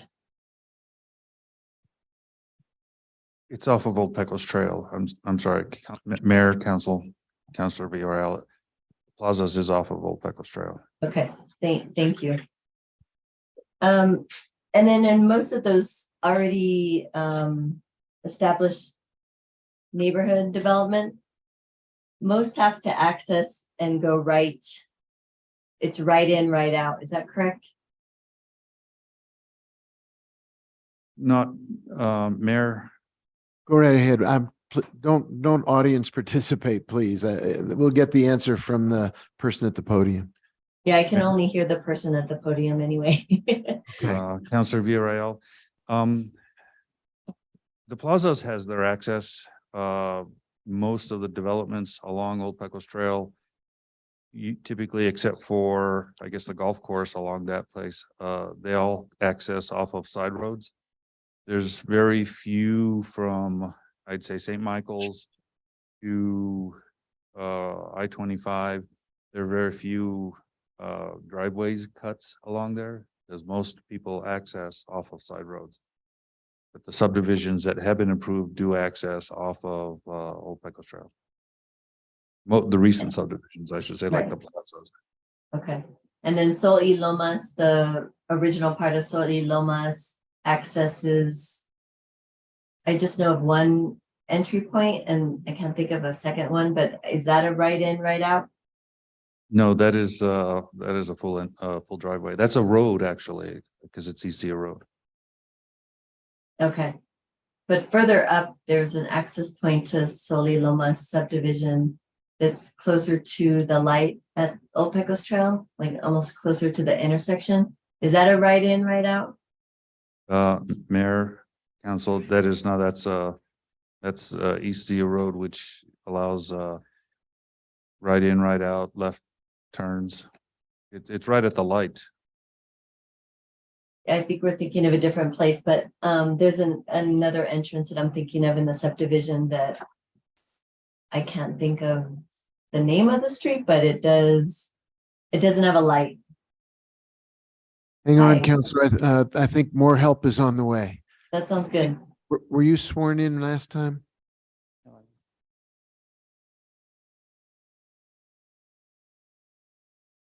I, Leroy Pacheco, residing at 313 Lomita, solemnly declare and affirm that the testimony I have in reference to 2200 Old Pecos Trail rezoning shall be the truth and nothing but the truth, and do this under the penalties of perjury. So I think you were hearing the questions about automobile access to the developments along Old Pecos Trail that the councilwoman was asking about. Yes, Mr. Mayor, councilors, Councilor Villarreal. I thought I'd help sort of simplify the understanding. I drove the corridor yesterday, and the two most recent developments that have been approved heading, I don't know if it's south or east on Old Pecos Trail. One is the plazas, that is right in, right out. And the last one I saw was Beit Tikva congregation. That is also a right in, right out. And those are the two nearest subdivisions closest to this particular subdivision. And so I wanted to speak just briefly, right in, right out it's something that you're seeing a lot more around town. It's how Sirius Road redevelopment is happening, and it's how many of the recently approved subdivisions are dealing with access and access management of our roadways. And it's, I brought I'll just read it briefly. I can find it. An FHWA proven safety countermeasure is to deal with the Federal Highway Administration. Thank you, Maggie. Basically, it's giving direct left turn access out, crossing these many lanes creates more conflict and more opportunities for accidents. So moving the traffic so that it makes a right turn followed by a U-turn at a designated location, either signalized or unsignalized downstream, is a proven safety measure. And per the FHWA statistics, there's a 54% reduction in injury and fatal crashes.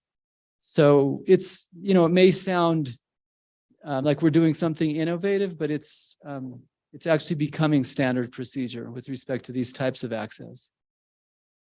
Thank you, Mr. Pacheco. Good to see you. I actually realized that right in, right out, it's more common. I was just trying to figure out the different points where people are accessing Old Pecos Trail and then having to do, say, if they're trying to go the opposite direction, where they actually make that turn to do a U-turn, and one's at the Zia light.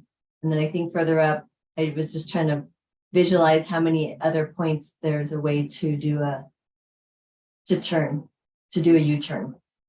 Do you know that? I can't recall how many more are above Zia. Well, for the Plaza subdivision, it would be at East Zia. And I guess for Beit Tikva, I believe I had to do a U-turn, but I went further than I needed to. I went all the way to the interstate, past the interstate, and turned around there. But I believe there was an opportunity before there.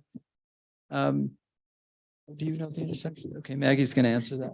Yeah, Maggie, that'd be great if you could just tell me how Thanks. many more access points there are to do a U-turn. Because I can't remember. I know there's one near the Old Peppers restaurant and maybe at Quail Run, but if you could just tell me. Thanks. Yeah, Mayor Weber, councilors, Councilor Villarreal. Yeah, so there is one, I guess the Old Peppers restaurant, or is that Santa Fe Trail Inn, synonymous, where I get my Christmas tree every year. So there's one there. And then there is one. So that would probably be the primary one that these residents would use with their right in, right out. And then there's another one at Cafe Driveway. Okay, but it's trying to, and then Calle Espejo. Okay, thank you. That And was then I guess helpful. they could continue down further. You would get to the intersection of the light where the Old Las Vegas Highway begins. And there's one at Quail Run. Is that? Yeah, Calle and Espejo? Espejo, yeah. Okay. So I think that's at least 3. Thank you. The other question I had has to do with the stormwater management. So somebody from the development team, I want to know more about what proactive measures have been taken or that are proposed for future storm occurrences. And this is always my question because I'm concerned that we still keep this 100-year flood standard, and I don't think that's no longer valid. I don't think it's valid only because of the stormwater occurrence that we had in 2018. So if you could tell me more about what measures have been taken, because I believe there's a pretty active arroyo there. Yes, Councilor Villarreal, there's in essence, we're not touching the active arroyo. We're doing a 25-foot setback plus the depth of the arroyo. So the setback is as much as 32, 35 feet, and it narrows down to, I think, 28 feet in some areas where the arroyo isn't as deep. But our goal was to really try to not, there was an early plan where we were going to cross it with a roadway, but we're not doing that anymore. So there is a sewer line and I think that's it, just a sewer line that will cross it. But that's it. And then we are putting in storm water retention ponds on both sides that are collecting water from the streets. And they're actually going there via a storm drain system to flow into some ponds and then be released slowly into the arroyo itself. And in addition, every home will also need detention ponds. So the current ponds, I can't remember the numbers, and I could go look at my report, but I think they're over designed on the part of at least 20, maybe 30%. And then every home will also have retention ponding. And I agree with you, the 24-hour storm that we all use, it's not accurate anymore. Most of us are designing the storm drain systems these days for the like 500-year, 15-minute storm. Great. Thank you for that info. Did I hear that Noah Burke was in the house? Yes, you did. I was wondering if he could come up and just give us some more insight about the process to update the standards for the corridor and what that process looked like. Because I was on the council, not when the ordinance came forth about moving forward with the standard or directing staff to reconvene to develop the standards in 2015, but in 2016, I was part of the process for the West River Corridor Protection Overlay. So we obviously prioritized that first, and then the goal was to look at Old Pecos Trail. So good to see you, Noah. I don't know if you need to be sworn in. Yes, you do. Wait.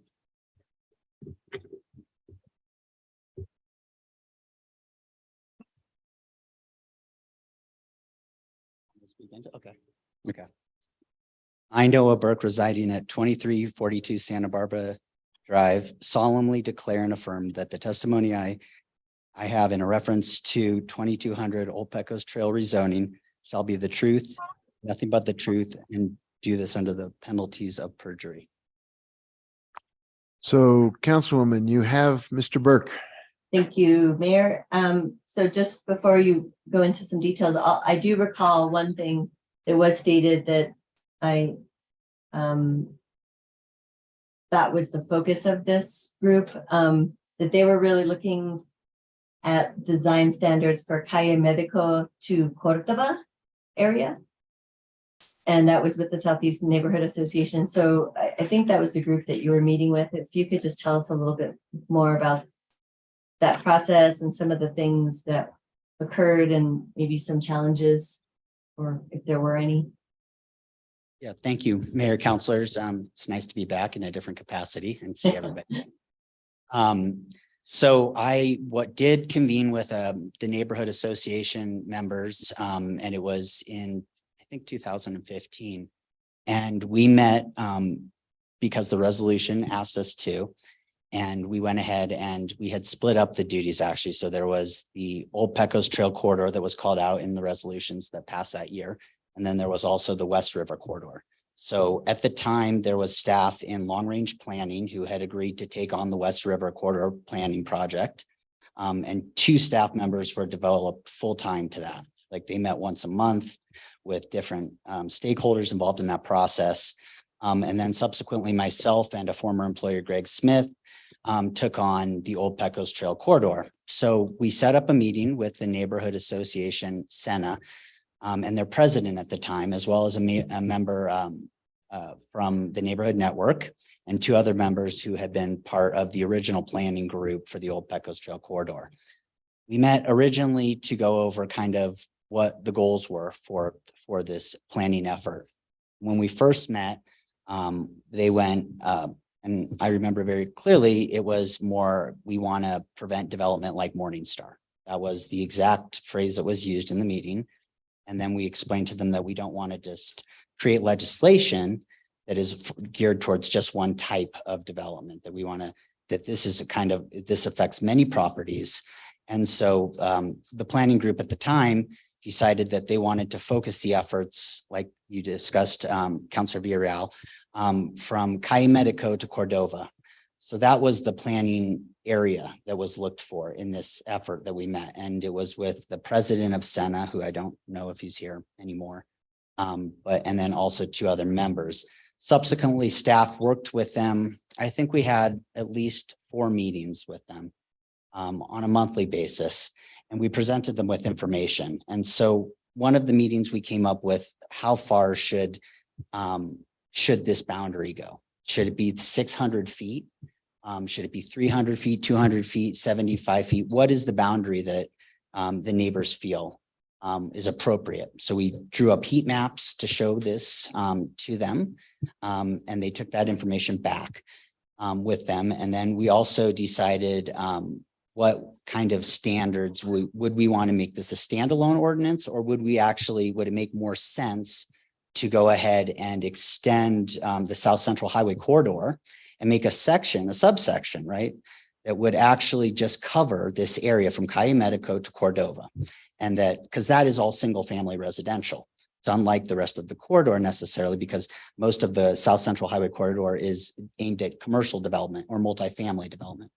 So we went ahead and got into drafting design guidelines and regulations. So we did actually, there was 2 drafts that actually went around with the neighbors. The neighbors came up with their draft, which was amending the existing ordinance for the South Central Highway corridor. And what they felt was the appropriate, or what they would like to see in terms of design guidelines, distances, heights, etc. And then they came back and staff took that, and we went and looked at that. We said, well, this might be too restrictive because this might take away from an individual property owner's rights to actually develop their land because of the slopes and different issues. So we went back and forth on that. And the neighborhood went back and they had a subgroup that was meeting with them. There was, I think Karen Hildemeyer was part of this at the time, and they had been meeting outside of meeting with staff. So they would take back what was discussed in these meetings, and they would take that back to their group, and then they would come back with a set of recommendations. A lot of this was done through email correspondence in lieu of having in-person meetings. And then what wound up happening was we came to a place where they said that, you know, we're going to take this back. We're going to take this back one more time. Here's what staff recommends. We're going to take this back. And that was actually the time that they just ended the conversation. There was no more correspondence. They didn't pursue it any further. And during this whole planning process, this area that is being talked about was not part of the conversation. The conversation was more focused from Calle Medico to Cordova. And that was the area at the time that the neighbors were most interested in. But the conversation could have been different had this, had this development come forward at that point.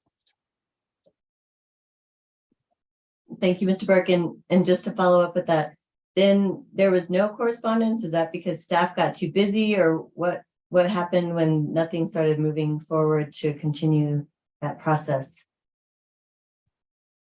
Mayor, councilors, Councilor Villarreal, that is, I wouldn't say that it was staff got too busy. I wouldn't say that staff was too overwhelmed. I think that there was capacity within our department to continue the process, but the process has to be wanted by 2 parties, right? So if one party doesn't want to just keep pushing this, can't just make them want to do it. So at that point, staff had asked them to provide feedback so that we could move forward, and they had not returned to provide us with feedback. And I think there was even maybe one other email after that by staff asking if they had had time to review the revisions and meet with their core group, and didn't. Good. Okay, thanks so much for that insight perspective, since you were on the lead for that. I think. Councilwoman, you're at about 20 plus minutes. If you want to ask maybe I'm going to one. go 20 more. Just kidding. I'm actually done with those questions, and I'll yield the floor for now and hear from my colleagues. Okay, we'll come back around. Thank you, Noah. Thank you for the questions. Councilor Lindell, you have the floor. Oh, thank you, Mayor. Well, I wish that my notes were as organized as everyone else's, but they're not. I'm going off from, yeah, Councilor Romero Worth's giving me a run on this. Questions from our things that I heard said at the last meeting. And also, I think that the slide deck and the history that was presented tonight was really, really helpful to me. The one thing that I keep hearing is that this is the last unspoiled entry into the city. Who can tell me what unspoiled means?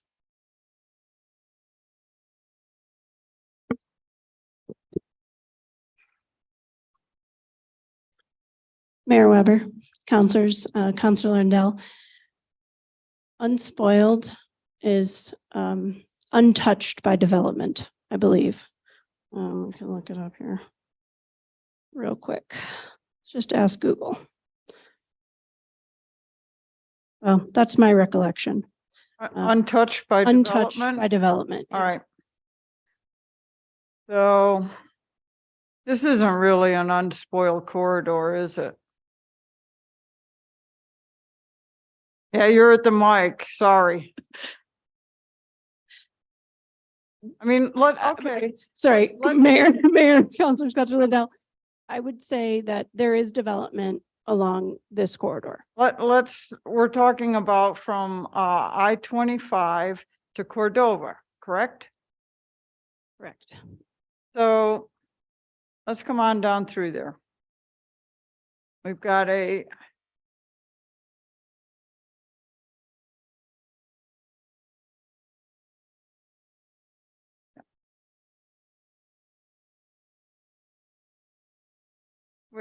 we've got a project built by HomeWise. Do you know what the zoning on that is? I believe that is R3. I think. And it's I think you're right. 100% affordable. Yeah. Okay. Coming on into town, we have Quail Run then, which is I think it's R4. R4. And it was phased in over many, many years. Yeah, there's maybe like 9 phases of Quail Run. With 2-story buildings. Correct. And a golf course. Correct. Do we know how many units are there?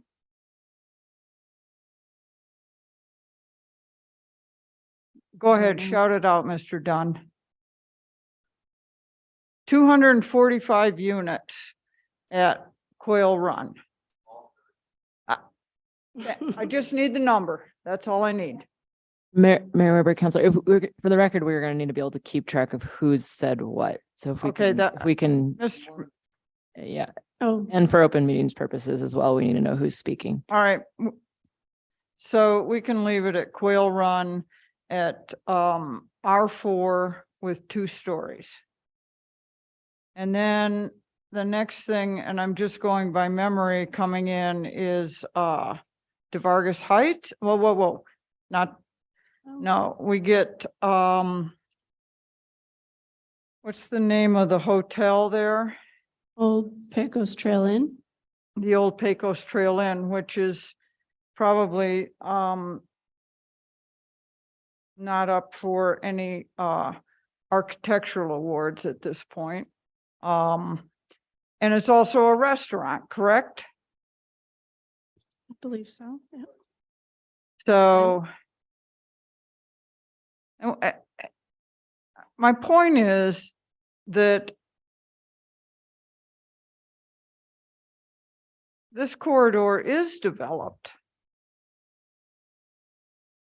I don't know why we continue to say it's the last unspoiled corridor entering the city. That's not correct.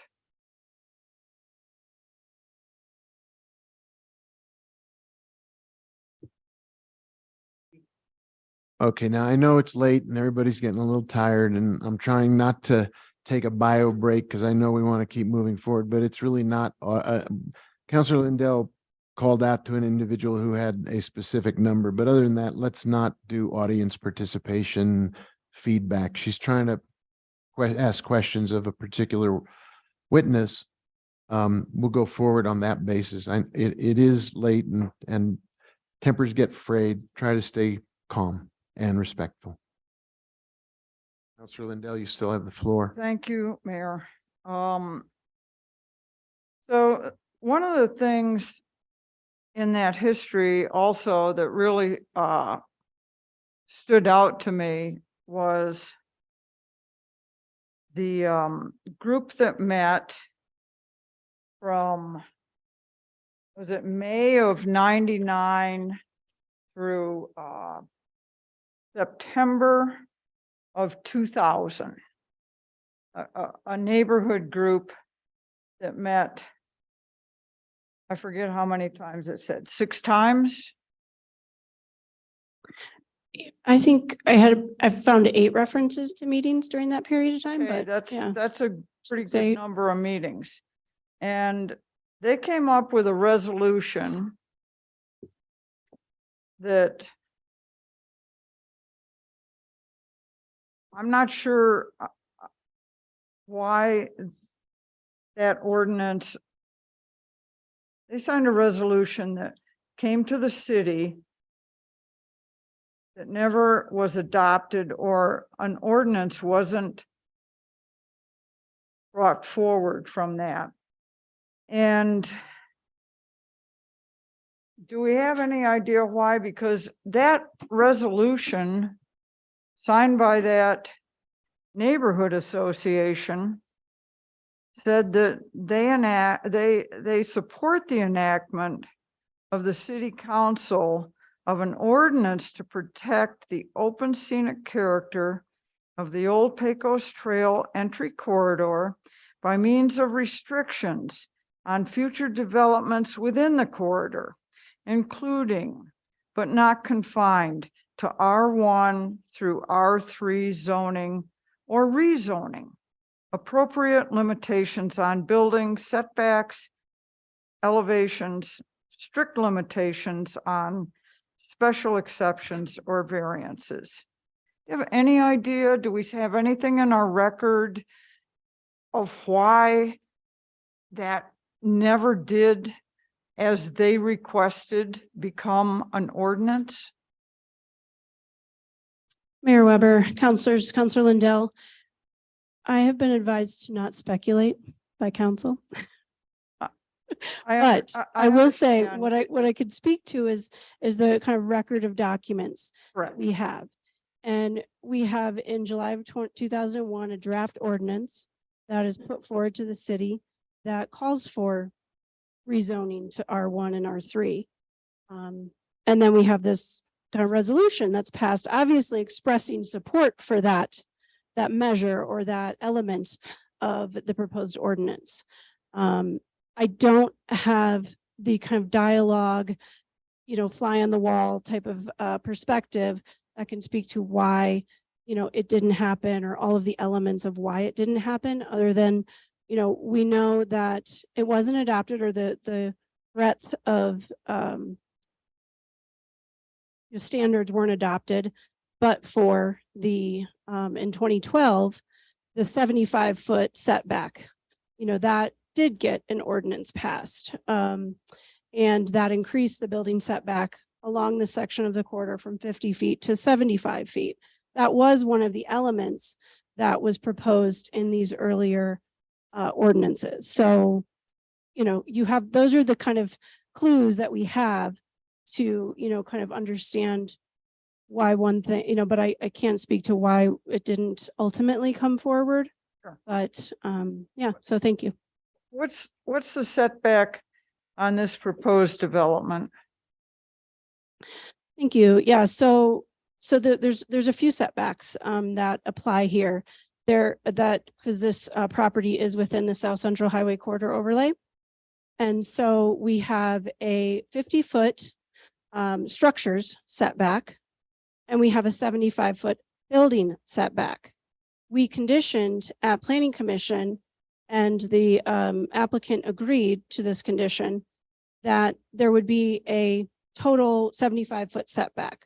So the proposal actually exceeds the standards of the South Central Highway Corridor, and that this basically will limit the construction of any fences or any walls within 75 feet from Old Pecos Trail right of way, where there is actually allowed within 50 feet.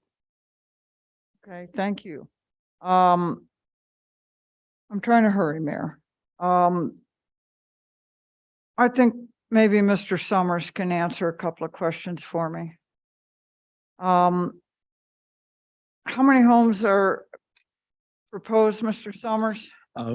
Mr. Mayor, Councilor Lindell, there will be 25 total homes, 5 of which are meet the affordable category, 20 of which would be market rate. Okay, so if it's stated R1, it would be 9, correct? There would be 9 homes, yes, and no affordable homes. Right. So one of the things I did hear at the last hearing was someone proposed that the whole thing be designated as open space. Which would mean that this family that owns this, they own this, they're entitled to not be requested to donate this property as open space. I don't think anybody thinks that's reasonable. So that would probably be I think you're representing, you're not representing the family, you're representing the developer. I represent the person who has a contract with the family. Yes, I do not represent the family, to be clear. Okay. So I probably need to ask someone from the family. Just one quick question. There are, just so you all had requested, I think Councilor Villarreal requested that she may have said Rhonda Payne, but Rhonda is she was here last time. She's on the Zoom as well. And the other members of the family are here. Okay, it's just one quick question. I'm sorry, were you sworn in last time? Yeah. On Zoom last. Okay, great. Thank you. My name is Josie Wilson and I was sworn in last time over the Zoom. Thank you. Thank you for being here, Ms. Wilson. It's been a contentious process and I'm sure it's been extremely stressful. It's been extremely stressful for everyone in this room. Were you approached by the homeowners association or neighborhood association for them to purchase the property and turn it into open space? Yes, Mayor Weber and Councilor Linnell. No, I've been the trustee for the land for about 15 years now. And no, we had not been approached by the homeowners association. We did have interest from the Annie Campbell and her husband who purchased our family home, that if ever we were to sell the property that we would inform them. And we did so well in advance of when we put the property up for sale. Okay, that's all I needed to ask you. Thank you very much. So, and there was one other thing that I heard in the hearing that we had a couple of weeks ago, was that these homes were going to be, I just don't understand this. These homes were going to be way too expensive if we change the zoning to R3. I think that if we keep the zoning at R1 on homes on 1 acre lots, that I think those are going to be incredibly expensive homes, that those are going to be homes way over $1 million. And I don't see how R3 makes these homes more expensive. My concern would be R1 would be extremely expensive homes. And my fear with that would be that they would be second homes and that they wouldn't be your neighbors. No, that's a comment, Mayor. Thank you. You want to know if there's a question? There wasn't a question there. It's a comment. I just was bothered by that. So someone saying that R3 was going to make for more expensive homes. That's counterintuitive to me, having lived in neighborhoods and also having been a realtor. I don't think that that's the case at all. So I do have another question though, and I see Mr. Gomez here. He's the traffic engineer. One more. I got one more. This better be good.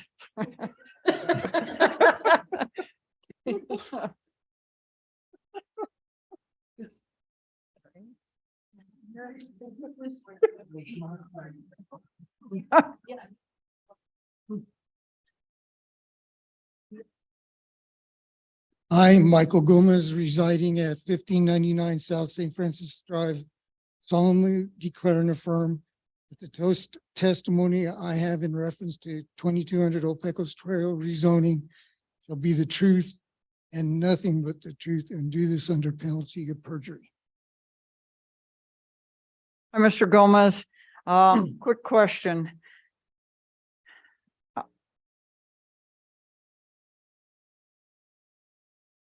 R1 is compared to R9 on this property. I mean R3, so 9 homes is compared to 25 homes. Can you speak to the significance of traffic difference on that roadway? Mr. Mayor, councilors, the difference between those two numbers that you're talking about is basically insignificant as in terms of the traffic that's going on out there.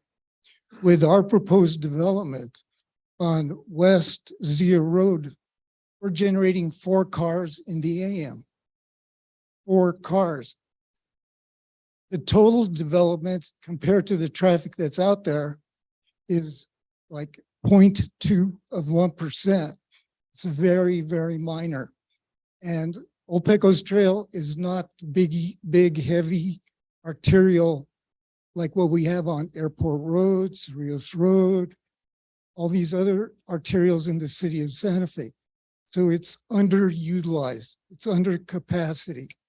Our capacity calculations at West Zia Road showed levels of service A through C. With the development, we had 1/10 of a second of delay to the intersection. It's imperceptible. Okay, that's all. That was what I wanted to ask you, and thank you, Mayor. Thank you, Counselor. Counselor Mayor, you have the floor. Oh my God, so many questions. Could you stay at the podium, please, sir? Mr. Gomez. Mr. Gomez, remind me your name, and you're with who? My name is Michael Gomez. I'm an engineer with Santa Fe Engineering, and I'm a professional traffic operations engineer. All right, so you don't work for the city, you work for the developer. We work for developers, neighborhood associations, governments, Okay. and tribes. So your testimony is that the change in zoning in terms of traffic is insignificant. You think the road is underutilized, and yet what is the impact of commuters along coming off of I-25, going on this scenic corridor up Old Pecos Trail into the city? Well, in general, traffic has been decreasing over the years commuting into the downtown Santa Fe. And that's because government business has been moving away from the downtown. So more of the office type work is being distributed, like on Cerritos Road. There's a big part of the state government over there. Did you measure? I'm sorry to interrupt you. Did you and I understand your point. We did traffic counts of the commuter traffic. Well, we did traffic counts of all the traffic. We couldn't identify commuter versus local traffic. I'm sorry, I'm going to have to ask you not to do that. I know again, when it gets later, it's harder to stay quiet, but please do. We can certainly take a 10-minute break, but that will only push the hour later. So please control your outbursts. It's really not helpful. It's really, I know you're frustrated, but take a quick walk or something, but we got to keep the conversation between members of the governing body and the witness at the podium. Councilor Romero-Worth. Okay, so commuter traffic being, morning and evening seems to me anecdotally to be significant. That's the peak hour traffic, and that's the traffic that we measured. And that's what we used in our comparisons of the impact on the roadway system. Those are the critical hours, the AM peak and the PM peak. During many times of the day, there is no traffic out there. Okay, and your measurements were taken when? They were taken in November a year ago. And November 2021, 2020, 2020, because we're in 2023, so yeah, 2021. November 2021. Right, and at that time, the state had gone back to work and we're essentially still in COVID right now. And that was the same condition we were at that time.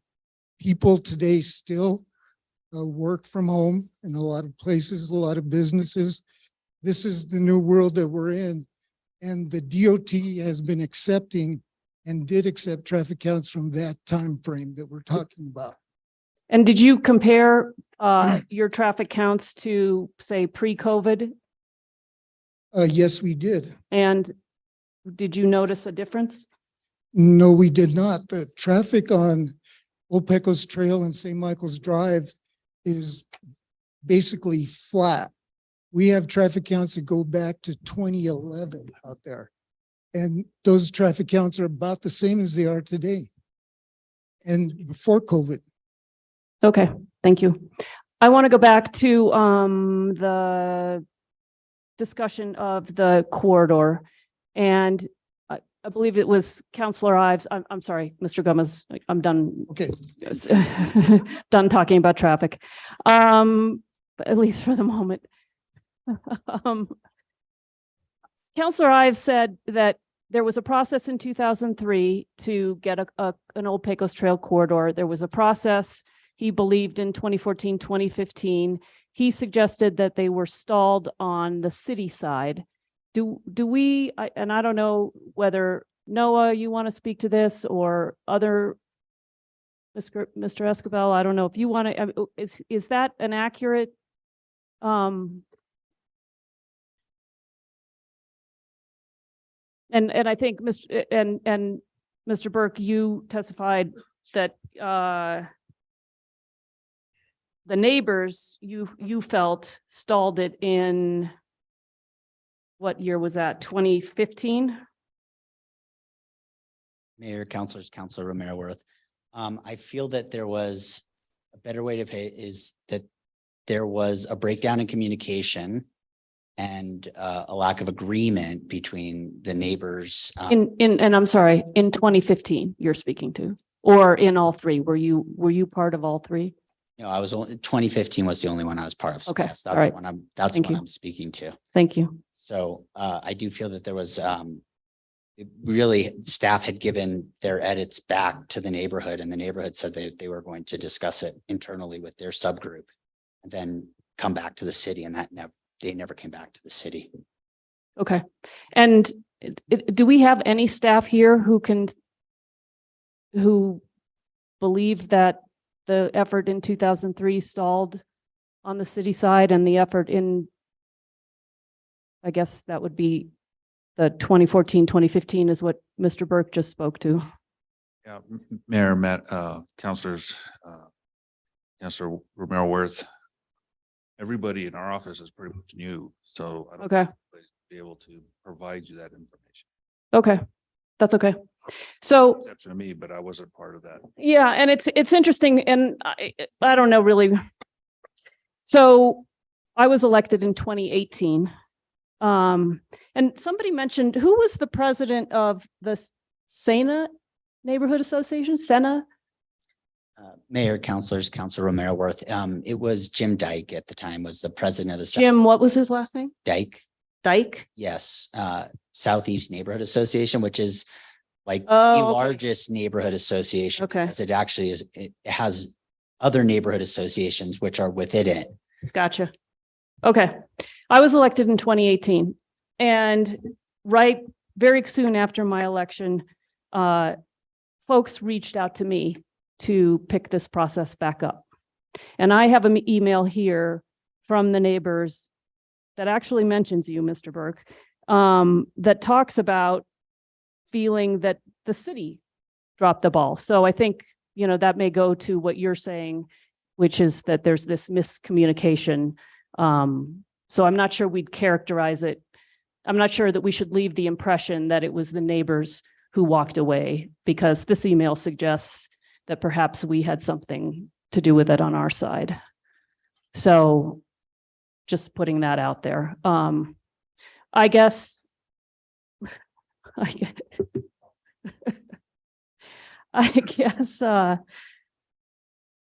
other thing I would say is that I approached then Land Use Director Carol Johnson with the documents that I had been given. And I had said I wanted to pick this process back up. And this isn't necessarily a question for you, sorry. And I was told by her that, and it was her first year. Mayor Counselor, I'm concerned about bringing in matters that are not from sworn witnesses. Okay. Well, so I have emails that she said that land use couldn't take it up. So Mayor Counselor, if we think that the history is relevant, and I do. And you have emails about that relevant history. I do. So I asked to pick this process up. She told me because of capacity issues, they could not. Mayor Counselor, I don't think whether staff had capacity is relevant to whether any of the rezoning criteria have been met. Yeah, well, I'm going to get to that. Okay. Maybe, I wonder whether this would be something. I don't like the fact that what we've heard so far is that there were these processes and they stall, and and I don't really like the idea that, we've got one witness who says, oh, it's stalled on the city side. And then we've got another witness who said, oh, no, it's stalled on the neighborhood side. I mean, the fact of the matter is they never got done. Mayor Counselor, I'm not sure. I think that there were questions based on testimony that came in previously. Whether any of that is relevant, I think is highly questionable. Yep. If it is relevant and the council has emails on it, then that creates some other issues. Okay. Well, I'll just say, I don't like the impression that's been left here. And what I would like to do, and I'm going to draw the attention of the city attorney again, is make a motion that would say that we postpone a decision on this matter until a public process could be initiated and to create an Old Pecos Trail corridor as was provided for in the resolution in 2015 and as the general plan calls for. Now, I have had this conversation with the city attorney, and my understanding is that that would be an improper motion because we have to have a final decision on this matter, up or down, so that the parties can appeal if they don't like what the decision is. Am I correct in that understanding? I could not make a motion to postpone until we created a Old Pecos Trail corridor. I think the second part is the primary problem. That type of an action is not on the agenda tonight. Creating any sort of staff initiative of any sort, that would be addressed through a resolution. A postponement could be appropriate if you needed additional information to address one of the criteria. Yeah. A proposed future possible ordinance is not one of the criteria for rezoning. So right, but a motion, I'm sorry, but a motion to postpone. So we did a motion to postpone to a date certain, which was today, to continue this. But I couldn't do a motion to postpone for to have this corridor created before we considered this? Mayor, Counselor, no. Right. Clarification. Counselor Garcia. Because the 2015 resolution already directs staff to take action, Councilor Romero Worth can make a postponement to fulfill the actions requested in the 2015 resolution, because it's already been decided upon by the governing body. Am I correct? Mayor Weber, Counselor Garcia, I don't understand the logic behind that statement. So we're postponing to a date certain. Your argument was that we couldn't include directing staff to take any action because that's not on the agenda. Understand that, but we could direct staff to continue the action that's already been performed through the 2015 resolution that's already been approved. Is that correct? Mayor Weber, Counselor Garcia, that was one of two reasons. There needs to be, if you're going to postpone anything, it needs to be because you don't have enough information or someone hasn't been able to answer a question related to the criteria. The resolution from 2015 has nothing to do with the criteria.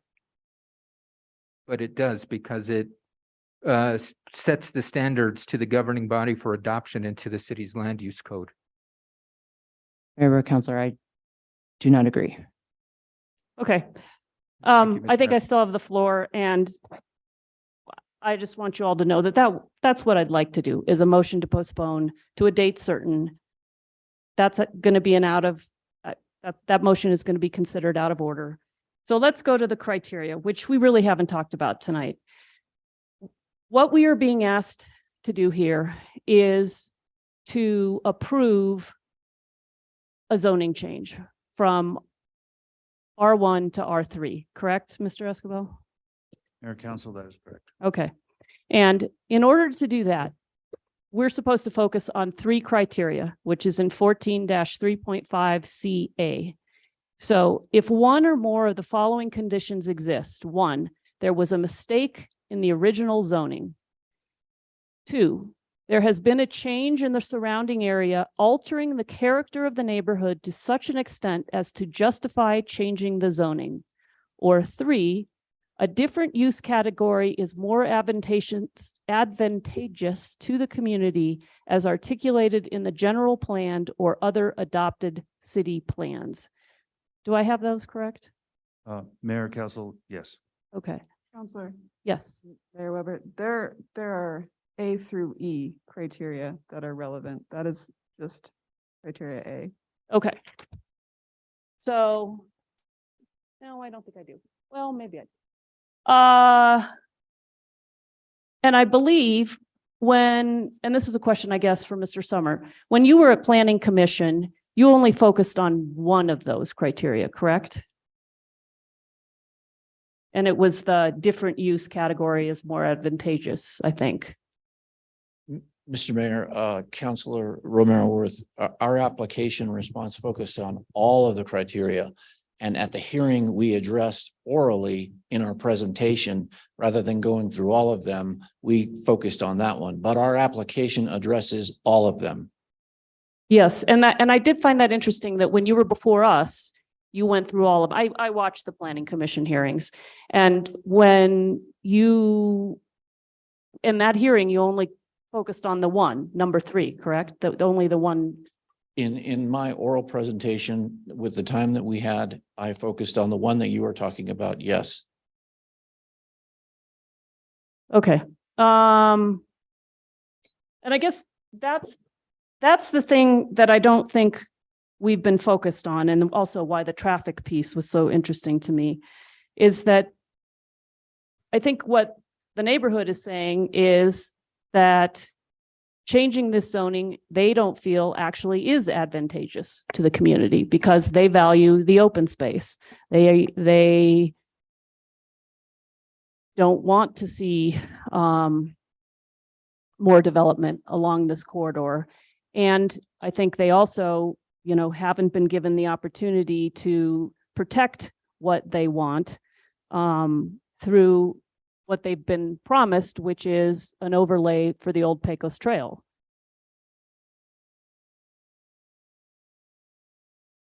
So I guess you're going to ask me, is there a question in there?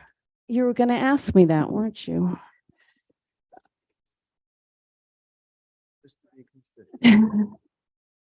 Yeah, so I guess. Because I don't like. Yeah, I know. All right. So I guess I just bring us back to where we should be focusing on. We don't get to decide, where the entrance goes, correct? Mayor, Council, that was decided by the Planning Commission. Right. And yeah, and apparently the motion I want to make is not in order. And so really what we should be talking about is why this development would be more advantageous. There was conversation about why planned unit development wasn't presented. And I think there was a question about, it was just, and I think it might have been you, Mr. Summer, I'm sorry, I can't remember, that you said that wasn't what was requested. Was that you? Councilor Romero-Worth, I think that what you're referring to is that the testimony by Mr. Esquivel saying that that's not what the applicant requested was a PUD. I think that's what you were. Right. Okay. Somebody said, one of you two main players said that. And so because they didn't request that, you can't suggest it.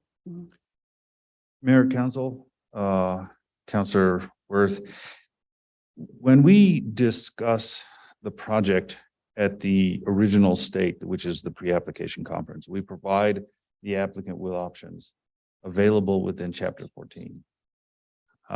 Whether this was originally another case planners, whether or not that option was offered and the applicant chose to accept it or not, I don't know. What I do know when I took over this case is the applicant just advised me that they just wanted to follow the general plan as it was written and move forward with an application as the general plan suggested for the rezoning, which was to meet what the governing body had adopted within the general plan, which was a low density or a low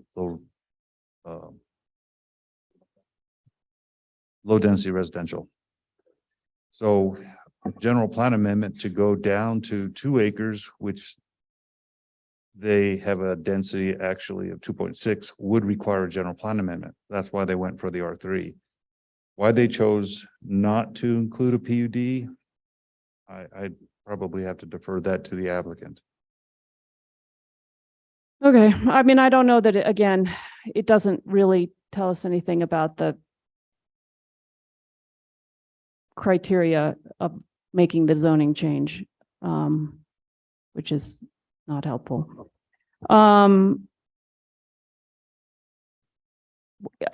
Councilor Chavez asked this at the beginning of the night. Why was there no general plan amendment?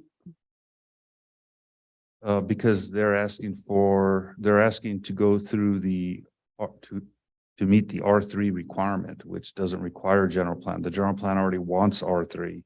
Between R3 and R7 is what the general plan wants for this area. So when they were annexed in at R1 in the early 60s, that wasn't available to them because the general plan wasn't adopted until 1999.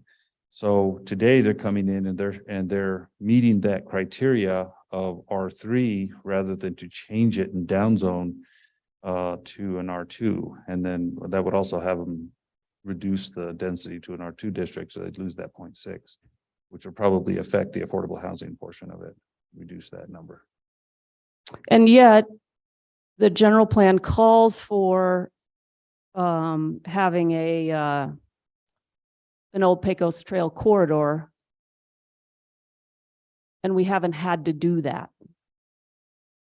I'm not sure. I can't really speak to why it didn't happen. I wasn't part of that task force to get that done.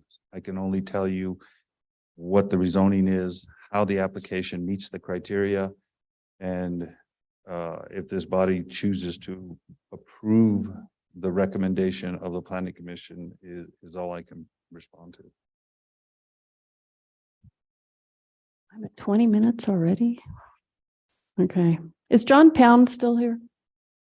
He was in the back of the room. What? Oh, he is. John, you had some testimony. I'll let you come up. I don't know. I bet you haven't been sworn either. Oh, have you? Okay. I'm John Pound. I was sworn in at the last session.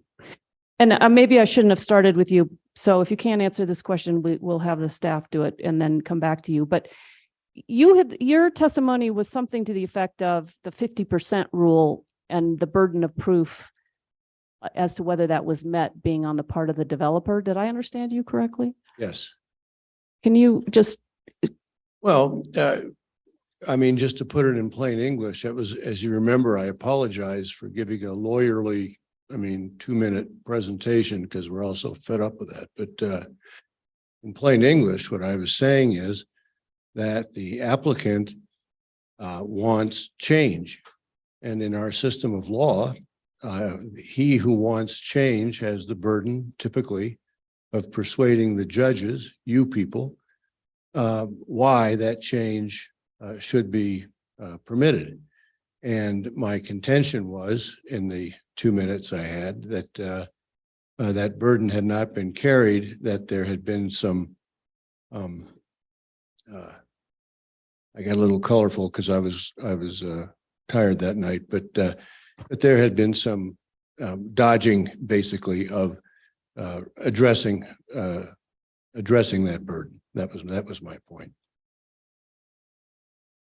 But you were talking about the 50% rule too. How did that fit into your analysis? Do you remember? Listen, I'm not an authority on this sort of thing. I'm not a land planning person, but the way I read the relevant documents and ordinances and rules, the applicant in this situation is required to persuade you with evidence, not just with talk, that on this particular piece of real estate, that 50% requirement can be complied with.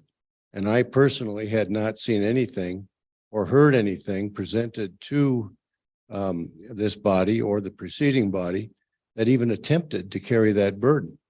That was the point I was trying to make that night. Okay, thank you. Also, I would point out, if I can, I'm being a little flippant and I'm sorry, but in a court of law, a judge has the power to postpone his trial anytime he likes for any practical purpose that he, in his discretion, he thinks makes sense. I was surprised to hear the city attorney give the opinion that you don't have that power. That's just my thought. I don't think, first of all, that's what she said. And secondly, I don't think you were asked that question, sir. That's correct. That's why I apologized in advance, but okay. And I think the city And Mayor Weber, counselors, I do disagree. Then I went That's ahead what I and said. said it. You certainly could postpone if there is any reason related to the criteria where you need more information in order to make your decision. Right. But if the general plan calls for something that should be in place along this corridor to protect what it is or what it isn't, and it hasn't been done for a variety of reasons. Mayor Weber, counselors, there were additional protections adopted for this area after the general plan. The setbacks were new protections to this area that were adopted by the governing body and are applicable to this development and have restricted this development. Maybe one more question. Okay, can you, last question, Mr. Escobar, help me understand this 50% rule that Mr. Pound was. Mayor, counselors, Counselor Worth, 50% rule is a requirement for the South Central Highway Corridor. Okay. During my review, that 50% came up numerous times, brought up by Mr. Throne. As a direct result of his request to wanting to see how that was going to work out, along with the way the lots were configured, how the houses were going to fit on there, and where that open spaces were going to come and be, when you start putting accessory dwelling units on there or accessory structures, that's a garage or a shed.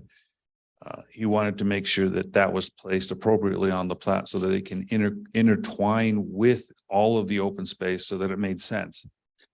So as a direct result of that request, which I thought was a really good request, we conditioned the applicant, we spoke with the applicant, we conditioned that particular aspect because it wasn't on the preliminary plat, that it would be put on the final plat for the planning commission to review and approve, because that is part of the subdivision portion of the project. And they agreed to that condition. They did, then they accepted that condition at the planning commission. So at the final plat, that will be addressed on the plat to show where all of that 50% open space is going to lay on the ground and how it's going to interact with the buildable areas for each one of those lots. So it was addressed. Okay, my time is over, so I'll give up the mic for a bit. And as I said, we can come back around again. Councillor Cassett, you have the floor. Thank you so much, Mayor. I do want to follow up on this conversation of really taking us back to the approval criteria and looking at how this case does or does not meet the approval criteria. We'll get to number one in a second, but Mr. Esquivel, I believe, just confirming with you, looking at B, all the rezoning requirements of Chapter 14 have been met. Have they been met with this case? Based on our review, they have been. Based on staff review, thank you.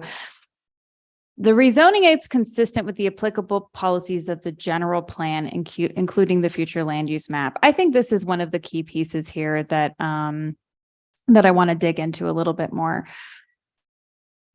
Correct me if I'm wrong, this piece of property, future land use map in the general plan, has been designated R3 through 7. Then the future, okay, excuse me. Come on, people. In the future land use map, Quiet. now it's current zoning, but with the future land use map, this has been dictated R3 through 7. Is that correct? That is correct. Okay. This is also, if I am not mistaken, has been designated as part of a part of the infill area. Am I understanding that correctly? Mayor, councilors, Councilor Cassett, that is correct. And I am losing which part of the general plan. I believe it's somewhere in Chapter 4 that there is this recommendation that infill is recommended at least R5. Is that correct? Mayor, Councilor Cassett, that is correct. Okay, thank you. The amount of land proposed for rezoning is consistent with city policies, not less than 2 acres. And the existing proposed infrastructure, street, sewer, water lines, and public facilities, we've had that discussion. So my understanding is all these pieces have been met, and really, I want to jump back to approval criteria number 1. Mr. Esquivel, maybe you can help we have all of these different documents. We have the general plan, we have our current zoning, we have our future land use map, we have Chapter 14. Can you please talk about how all these documents relate to each other and the hierarchy and how we utilize them in cases such as this? Mayor, Councilor Cassett, the general plan is the will of the council. I look at it and how I explain it to others is it's sort of the puzzle that we use to put Santa Fe together. All ordinances and all the development standards then lay on top of that so that we can enforce those standards based on the general plan's idea of how the city is to be developed. The overlay zones are those ordinances that supersede the underlying zoning in favor of its new matrix. So for instance, in the Old Pecos Trail, the South Central Highway Corridor, there is a 50-foot setback, a 75-foot setback in this area. Typically in an R1, R3, R6, a setback along a road is 7 feet. So the overlays will have a much stricter regulation in most cases than that of the underlying zoning, which is just your basic minimum standards for health, safety, and welfare. So in that lie, we have a lot of overlay districts, so it does make the development community a little crazy. But that's sort of the hierarchy of how things play a part. So when an application comes in, we look, depending on what it is, if it's a rezoning or a general plan amendment, we're going to look at the ordinance criteria first, and then how it plays a part with that general plan, because the ordinance standards will then point us to the general plan so we can look at those policies and themes to make sure that they're in line with those policies and themes. Then we start looking at standards and overlay districts to make sure that any further restrictions that may be required are implemented so that this particular project can move forward. During the review process, it goes through a rigorous review. And as I showed on my slideshow, it goes through a series of team member reviews from your traffic analysis, your sewer requirements, your water analysis, terrain management, which includes your flood zone, the topology, your landscaping, and then other departments that will review for their own philosophy of review, given the ordinances that they're charged to review for. And then we push it through to the planning commission once it's approved by upper management and legal, and it's presented to the planning commission either for a final decision or a recommendation to this body. Thank you so much. I appreciate that. You know, what I keep seeing here when I'm looking at this approval criteria is that articulated in the general plan that is basically, you know, applicable with the policies of the general plan. So I think I want to get back to this approval criteria number one and really looking at was there a mistake in the original zoning? We've had this conversation. There wasn't really a mistake. It just has to do with how our zoning process happens. It's really developer driven. So the discrepancy has to do not necessarily with a mistake, but that even though the future land use map dictated it 3 to 7, there was just never a reason to take a look at rezoning at R1, correct? From R1 to a different zone, correct? Mayor, Councilor Cassett, the city hasn't really engaged in zoning properties in a while, with the exception of perhaps the Midtown. It's usually something that is developer driven. So the developer would have to change that to correct that process. And a good example is every once in a while, we will find a zoning boundary line, which is required to follow the boundary lines of the property.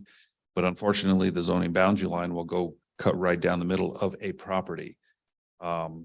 They won't be able to do anything until they have to move that actual line so that it's one or the other. But we won't do that, even though we place the zoning line there. It's up to the applicant or the property owner to actually fix that issue, because the city doesn't really engage in that kind of process. Okay. At least we haven't. Okay, thank you. So let's talk about a different use category is more advantageous to the community as articulated in the general plan or other adopted city plans. Is there a definition for community? Mayor, Council, there is not in chapter 14 or that I have found in the general plan. So we do not know if the community necessarily is the neighborhood, the entire city. We've had County, discussions the of region. this in the office, and you know, when we produce an ordinance that applies to the city of Santa Fe, so it's the community of the city of Santa Fe at large. In this case, the general plan wants it to be our low density, so the advantage is meeting the criteria of the general plan and the will of the council. Okay, thank you. I'm going to read a couple pieces of the general plan that I think are applicable here and really speak to some of the issues that we're really grappling with here in terms of what is a more advantageous use. If I'm looking at chapter 1.7 of the general plan themes, 1.7.1, do we say dot or point? That doesn't think it matters. Affordable housing, and it's actively participate in the creation of affordable housing. Opportunities are provided for housing for all income segments of the population. So I think that this is important in terms of when we're talking about affordable housing, we are not just talking about affordable housing in the definition of affordable, but in terms across the income spectrum of the population in all areas of the city, while restricting the supply of large lot housing. What is large lot housing? I would consider 1 acre lots as large lot housing. Is that an official definition or your consideration of a definition? It's my professional opinion. Do we have it defined anywhere? Interesting. Okay. Which belongs in rural areas outside of the city and not inside of it. I think we're talking about here about the urban boundary. Is this property within the urban boundary? The urban boundary was actually defined as my colleague addressed, was sort of surrounding the area of the city, because we were intertwined with the extraterritorial zoning ordinance or the county. And their lot sizes range from 2.5 to 50 acres, depending on what you were doing. Okay. Housing affordability will also be aided by not artificially limiting the supply of land or the rate of growth. These aren't quite relevant to our case right here. The other area that I want to take a look at real fast is we look at increased densities in both infill, and we have established that this is in the infill area, and future growth areas. The city must encourage higher densities of residential and commercial development than existing zoning often allows. This approach does not necessarily require greater building height, but rather greater massing on specifically identified infill sites within the urban area. Again, this is within the infill site. Smaller subdivided lots and smaller homes help create efficient use of already existing roads and utilities, help ensure cost-efficient public transit, and provide the type of housing that will be in demand as the general population ages during the upcoming decades. So I read this to really talk about this conversation about the need for housing in our community. We know that this is a huge need. I represent District 4. District 4 has, along with District 3, really taken the brunt of helping to increase that supply of housing. Alexandra Ladd, you might be the one to answer this question. Do we have an estimate right now of how many housing units we are short at the moment? Or Jason, Director Klug, if you're around. Director Ladd knows everything.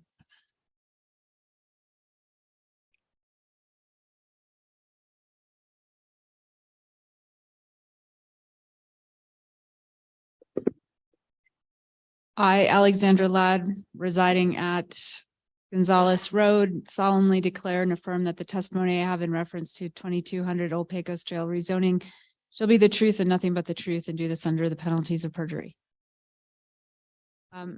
Mr. Mayor, Councilor Cassett, are you referring to the number of units that are needed to serve a certain income range, or just the entire? More the entire. You know, because this again, as Councilor Lindell mentioned, there will be market rate housing, which we'll have a conversation about that in just a second. But really, you know, to serve the growth in our city. Mr. Mayor, Councilor Cassett, we haven't had a huge amount of growth in our city. But what we also haven't had is a huge amount of development in our city. So for almost a decade, we did not add any market rate rental units to our inventory in the city. So we're certainly at a deficit. The estimates range from 5,000 to 7,000 to 8,000 units. So take your pick. But there is a gap, there is a deficit, and it's largely because for many, many years, we had a very slow rate of building. Ms. Moore, I believe do you have the housing pipeline available by district? Yeah, Mayor Weber, Councilor Cassett, thank you. Yeah, we been working to update the housing pipeline map that was first started, I believe, in around like 2016, 2017, when we started to, or the city started to see a lot of new residential projects coming in. And so they developed this concept of a residential pipeline, really a planning tool to try to talk about how projects are moving through and at what stages. So we track housing that is kind of proposed. So it's come in maybe for a pre-app, or it's held in ENN. We're going to throw that in the pipeline. That may never be built, you know, but it's going to go in there. And then we track when it's been approved. So it's been approved at Planning Commission, or it's been approved at governing body, and they're ready to go. And then we track when they've received permits. And then we try to track when it's constructed. It's a little bit of sausage making for sure, because things go in the pipeline and come out very differently. So I'll just preface this with that. So, like for example, District 1 right now, total 780 projects in the pipeline. So that includes things that are pending all the way to constructed. Is that projects or units? That would be units. Thank you. Yes. And it's because obviously we know, and we don't track, one house that comes in on a single lot. We track only, I think our threshold is like 4 or more. So we just had a recent subdivision on Paseo de Conquistadora, right on the Santa Fe River. And that was a subdivision of 4 lots, that one in the pipeline. But something less than that we wouldn't put in. So District 1, 780 units. Of those 780, 75 are affordable. And the total number of developments is 23. For District 2, we have 906 projects in the pipeline. Units. Units, thank you. 906 units. And of that 906 units, 170 units are affordable. And that encompasses 12 total developments. In District 3, we have 4,034 total units.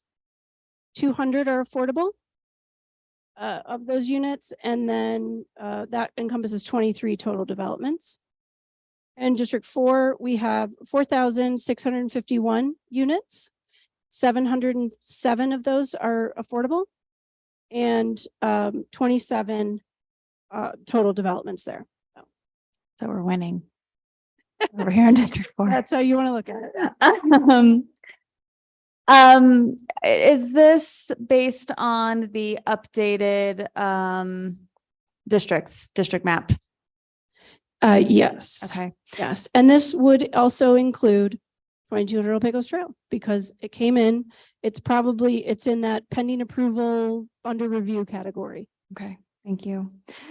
And then just for reference, I'm not sure who can answer this question, but this only tells half the story, because the way that we're districted is not based on geography. It's based on population. District 4, which currently has the greatest number of units in the pipeline, is also the smallest geographic district. So again, when I really talk about some of the brunt that is coming onto District 4 with really absorbing some of the new housing that we're needing and some of the traffic that we are experiencing in my district, it only tells half the story. If you really start to look at those district maps, it's a much smaller area where all of these units are coming into. And this is why I asked that question about the community. And I apologize, because I do not have a question at the end of this. And now I am just making statements.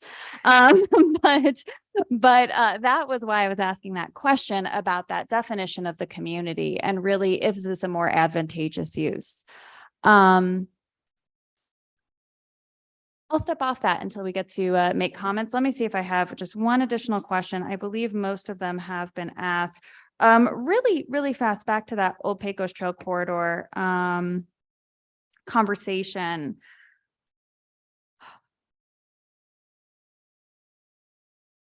So there's almost these 2 segments of this, but the whole corridor is I-25 to Cordova.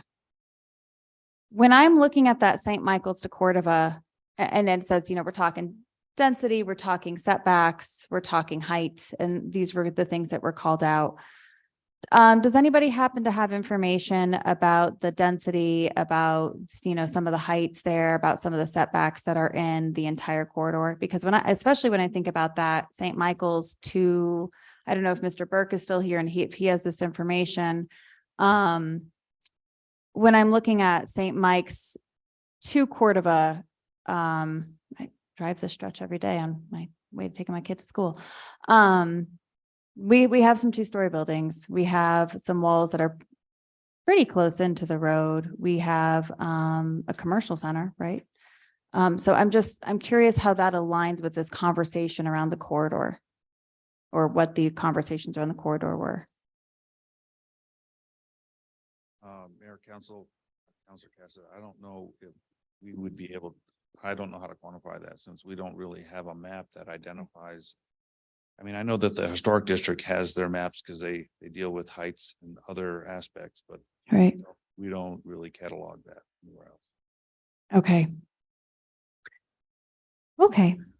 I will yield the floor for the time being. Thank you so much, Mr. Mayor. Thank you, Counselor. I will, it's 11:15.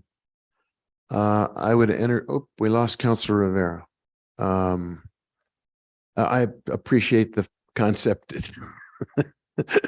I want to wait for him to get back before we take up the issue of extending our deadline past 11:30. It's 11:15 now, and we will need a motion to go past 11:30 to continue our work tonight. I won't wait for Councilor Rivera to entertain such a motion, but I'll wait for his vote. I would welcome first a motion and then discussion. Move to suspend the rules and go past 11:30. Second. There is a second. I do want to have serious discussion about it, because I know everybody's eager to get a resolution to this issue. I also know that we recognized last time we took this up, we don't, as a governing body, do our best work at 1:30 in the morning. We still have more questions. Councilor Garcia is teed up to go next, and he is fully entitled to his full time. I anticipate asking a few clarifying questions. I've offered further time if people feel the need for additional review, because I think the people who are here want us to achieve the best decision we can achieve.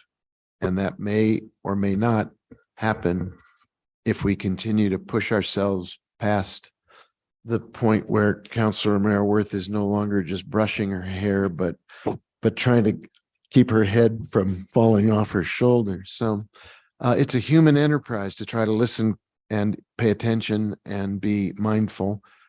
I would entertain thoughts about stopping at 11:30. We have the motion so we can vote on it. We can certainly if we wanted to schedule a special meeting to take this up, rather than waiting until our next governing body meeting where we've been delaying things too. We could get on the calendar a meeting where there is nothing but the resolution, the final question and answer. And then as Councilor Garcia pointed out, we haven't even begun to discuss a motion and take up the points of further identification of a position by each of us and why we feel that way, which is really what I think is essential to achieve a good decision.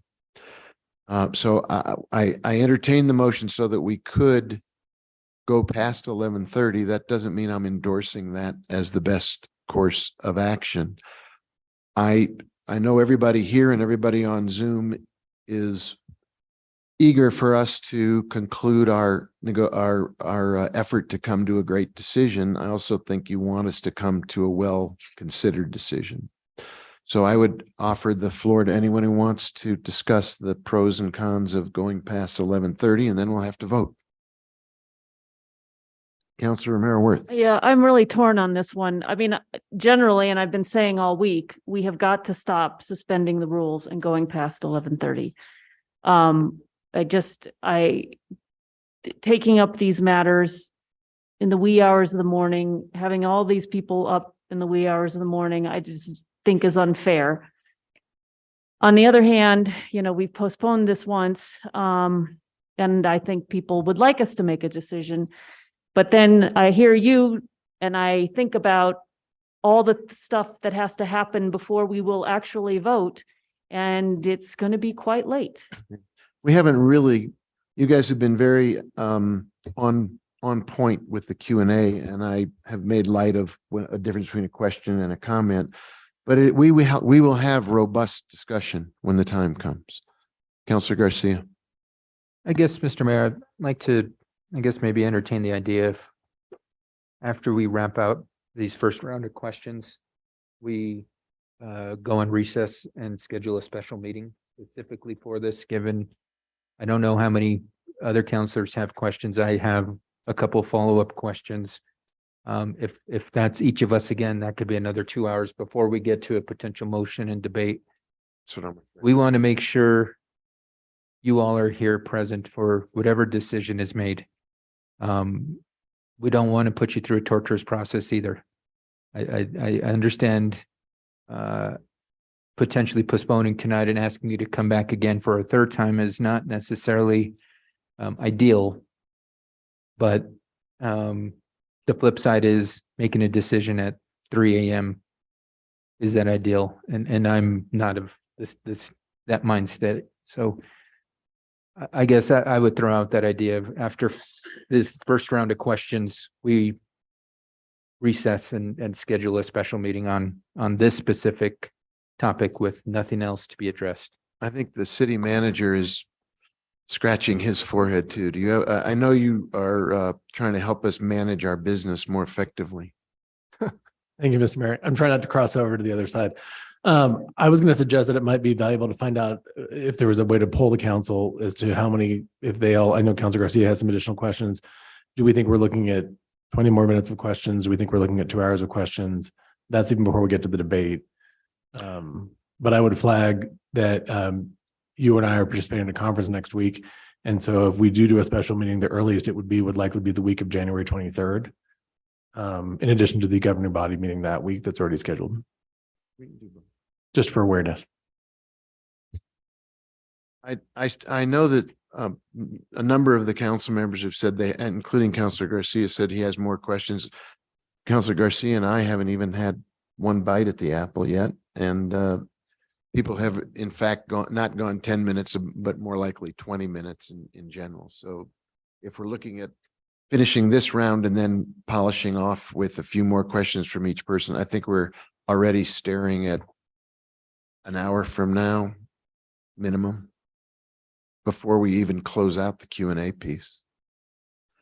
I do think we ought to, I think Councilor Garcia's idea of trying to get at least this round of questions in the hopper is a good idea. And then I do think I would endorse a special meeting after next week. I will be at a U.S. Conference of Mayors Summit, so I'm out of the picture. But as soon as I get back, we could schedule a meeting.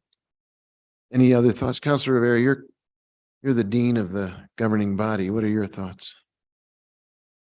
I think City Manager Blair's idea about who has additional follow-up questions is probably a good way to proceed. I don't have any more questions, so. Okay, so you're good. You're okay. Councilor Garcia, you said you have a few more. On this side of the one or two more, a few more follow-ups from Councilor Romero Worth. Councilor Lindell, yes or no? A few more. Okay, so we're not talking about 2 hours, but we're talking about an hour plus minimum. Well, I do want to get a vote on going past 11:30 because it's already 20 after. So I'm happy to suspend the rules and then get Councilor Garcia have a chance at his questions and then see where we are at that point. So if there's no further conversation about the motion, Madam Clerk, can you please call the roll? Yes. Sir Lindell. This is to suspend 11:30. Yes, ma'am. Yes. Councilor Rivera. Councilor Romero Worth. Yes. Councilwoman Villarreal. No. Councilor Cassett. Yes. Councilor Chavez. Yes. Councilor Lee Garcia. Yes. Councilor Michael Garcia. Yes. Mayor Weber. Yes. Motion Okay, well, let's. Okay, I have another motion. Oh, okay. Councilor Romero Worth, you have the floor. I would move that we finish this first round of questions and that we postpone to the week of January 23rd. Mr. Mayor. We have two. Well, wait, I need a second, I think. Oh. If we can I could be that- request, rather than boxing us into a specific date, Okay, we do need a specific date. the week of January 23rd. March. Well, we don't need we just need a week, right? The week of January 23rd, or we? Mayor, councilors, we need a specific date. Okay. Ideally time as well. So if I may ask, Mr. Mayor, councilors, how about you continue questioning and you let the staff here look at what existing meetings are already on the calendar that week, what we'd have to look at, what we'd have to consider, and we might have a proposal here in a few minutes. That's a great solution. Okay. Mr. Mayor, Yes. just want to note that on the 24th, Council Rivera and I have a task force meeting at 5:30. Thanks for calling that out. And Counselor Chavez. That week specifically, I can't guarantee my presence in any evening open that week. Mr. Mayor, Councilor Chavez, I appreciate that. We might have to look at all options, including meeting during the workday. Okay, thank you. Okay, so we're trying to get our work done, but we're also, I believe, struggling with being as responsible and dutiful as we can be. Yes, Madam Clerk. Mayor, I just maybe would like to entertain, we could also look at the week after January 30th. I think we were trying to schedule it before the next governing body meeting, but I'll look at dates times during the day. Take a look at options and I think Counselor Garcia will take the floor to ask some questions. Okay, perfect. You have the floor, Counselor Garcia. Wow, thank you. It's actually nice to somewhat go last now because a lot of the questions that I had have been answered, but I've been focusing on the criterion. And my first question is to staff in regards to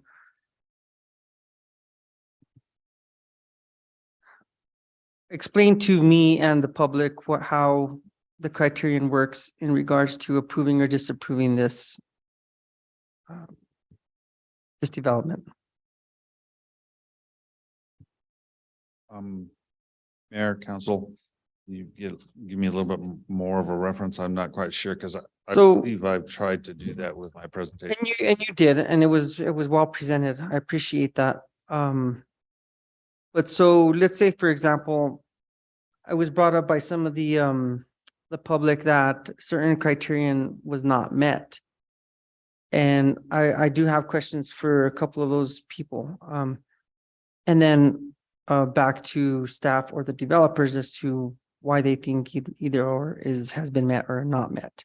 And so in order for a project to be approved, it must meet all of the 5. How many criterion are there for this development? 6 criteria. And it has to meet all the criterion. Is that correct? That's correct. Okay. That was what I was looking for. So going back to, I believe it was either Randall Bell. Is Randall here still? Would you please come up, please? Thank you.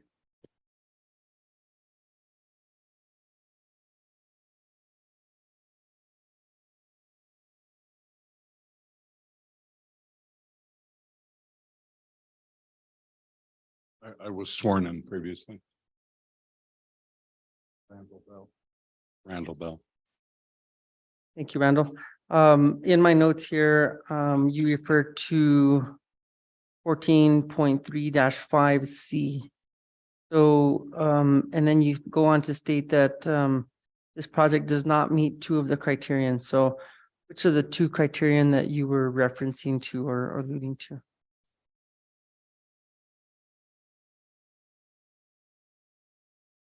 Well, the one that the applicant has really emphasized is that this is more advantageous to the community. And it's my belief, our organization, the Old Santa Fe Association's belief, that it has not shown that.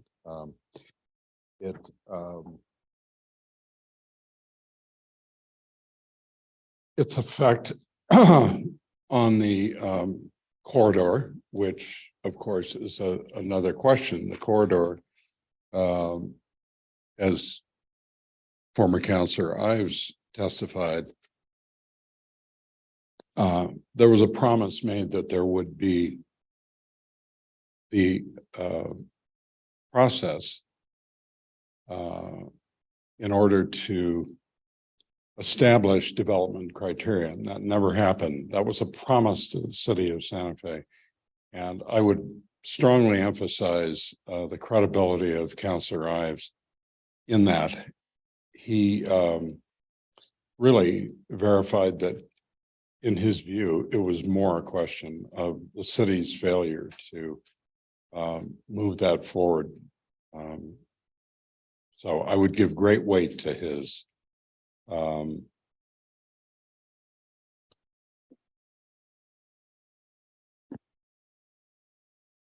my focus was really, and excuse me, it's very late and I'm very tired. This is not an ideal opportunity to testify. So let me continue there. So criterion 1, 14-3.5C says that one or more of the following conditions exist. And there's 3 conditions. There was a mistake in the original zoning, which I don't believe nobody's contesting that. There has been a change in the surrounding area, altering the character of the neighborhood, such an extent as to justify changing the zoning. And I don't know if anybody has challenged that one. I don't believe that the applicant has offered really any evidence to that effect. Okay, and then the last one that you mentioned was a different use category is more advantageous to the community. Okay, and so that you believe was criterion that was not met for this development. And I believe that there was someone else that spoke to this as well. So there was that's only one criterion. I think it was John, I don't know if it was Hand or was John. Maybe he spoke earlier. Pound, maybe. Also alluded to the same criterion. Is that correct? John, are you there? You're going to have to come to the microphone, sir. You can't testify from back there. Yes, please come to the mic. Thank you.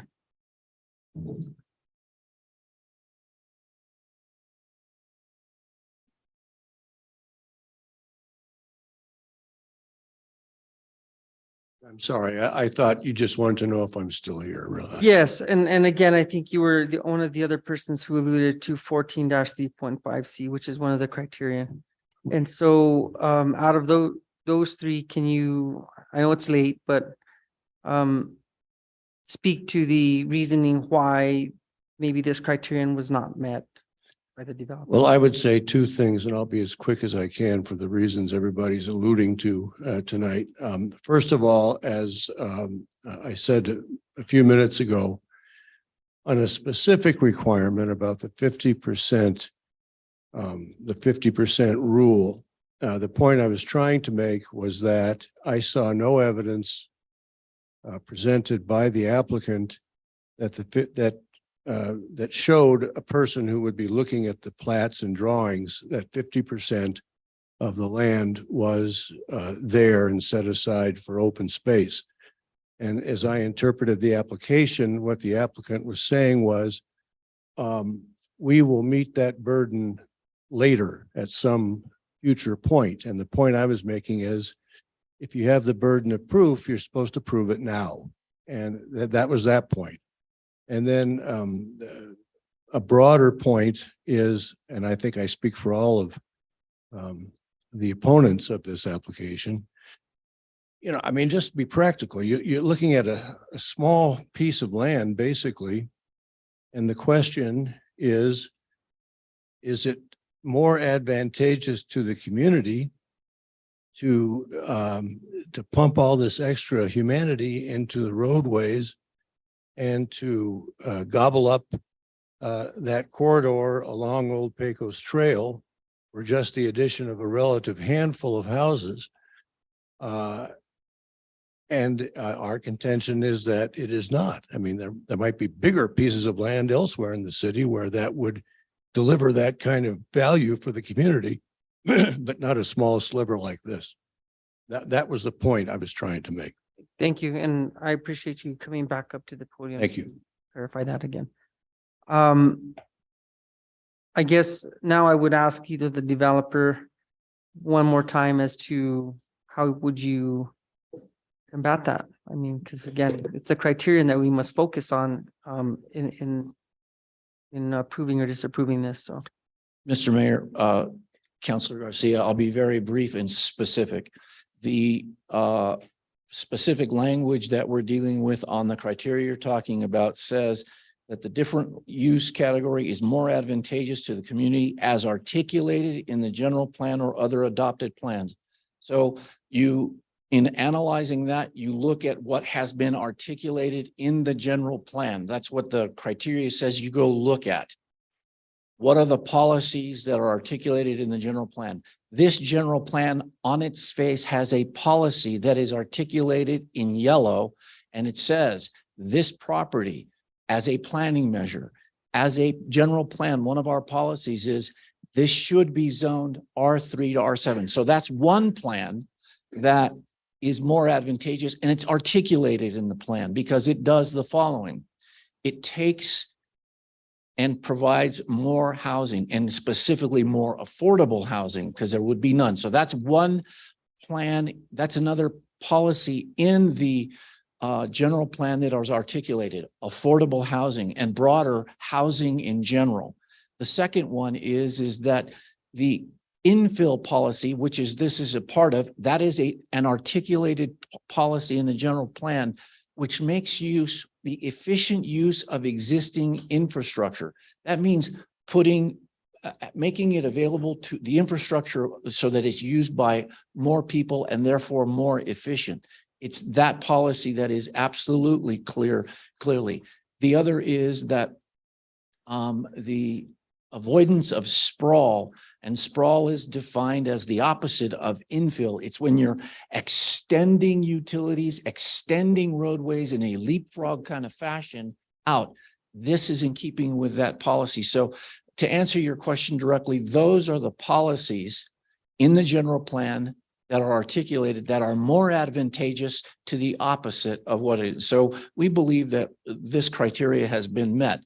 The things that were spoken to about the 50% rule, that's a subdivision rule. And that subdivision rule isn't met at this stage in the zoning. So that's not the policy issue that we're talking about. Have I answered your question, Counselor? I believe so. And again, I wanted to hear it one more time. It is actually in the documents that we have here. Thank you. So I thank you for explaining that one more time. Counselor, if I could respond to that, because he's talking about. Actually, it doesn't work that way. Well, He can ask you to respond, but you can't. Go ahead. If you can make it brief, please, because I know it's getting late and people are getting. The pretense that it is embedded in the city's law and ordinance is wrong. There has to be implemented standards. That was the direction of the resolution. And then it gets adopted into the plan. That had never happened. The stated proposal that it be up to 3 per acre was never made a part of the city's official plan. That is clear, and there is just abundant evidence in the submissions from the neighborhood and Mr. Throne. And I would ask you to show where that is, but I don't know if we have the time for that right now. Well, there is tons of discussion, and read Mr. Throne's analysis of it. It's notable to me that the person who knows most about this, all of this, has not been asked a question. He's present. So, Counselor Garcia, you still have the floor. Thank you. One other thing, I just. Wait, I'm sorry, sir. It's okay. It All right. doesn't work that way. He can ask you a question and you can stand there and wait for a question, but you don't get to take the microphone and volunteer information. Oh, I that's just wanna- okay. I want to pose a legal objection, and that is we were told that this hearing was going to be to pose questions to people who had previously spoken at the prior hearing, Right. not to take new evidence. So the Can calling. you get closer to the mic, please? The Counselor Villarreal can't. the calling of Mr. Burke, for example, who was not present at the previous hearing, who is not a staff member, although he previously was, but who is now, I understand, working in the private development industry, is not in accord with the process that was outlined for this follow-up hearing. So basically, I believe his testimony should be disregarded. Thank you. Counselor Garcia, you still have the floor. Thank you. I have no more further questions. I believe that once again, we're trying to balance out the I guess you could maybe allude to subjectiveness of my opinion, one opinion versus another, and how it does relate to the general plan, whether it was the general plan before versus the future land use code. And this is complicated, and I do appreciate all of the information that has been brought forth and all the testimony from the public, and including the developers. So I don't have any more questions. I think that was the biggest one, alluding to the criterion, and I do appreciate that you've answered my questions. Thank you. Thank you. I would ask the city attorney for a comment about what we just heard that made me quite puzzled by Mr. Bell, that the proposal that the general plan suggests that this area be R3 to R7 is not really in an adopted part of our general plan. That I'm not quite sure what that meant. Do you have any insight? Mayor, member councilors, I did not understand that statement. Staff might be able to better answer that. My understanding is the general plan does say that this area should be low density, which is 3 to 7, rather than very low density, which is 1 to 3 or under 3. No. But if staff would I'm like not to jump in, taking- I'm not sure if they understood the I did not follow that statement at all. And maybe it's Pat or anyone, what does the general plan say ought to be the zoning in this area? Mayor, councilors, the general plan feature land use map designates this area as low density. Whereas the area with Soli Lomas is very low density. The difference is 1 to 3, Soli Lomas portion. The property is 3 to 7. That is the plat, that is what's platted as far as what we use for our future land use map, what was included as part of the general plan. And that's what the applicant has applied for. And that was voted upon when the general plan was adopted? That's correct. Okay, thank you. While you're up there, I have a couple questions of my own. So we've heard about well, let me preface it by saying I'm very grateful to everybody who's still here. It is, as Mr. Bell said, it's late and we're all very tired, and it's a complicated issue. We've talked about history, we've talked about promises.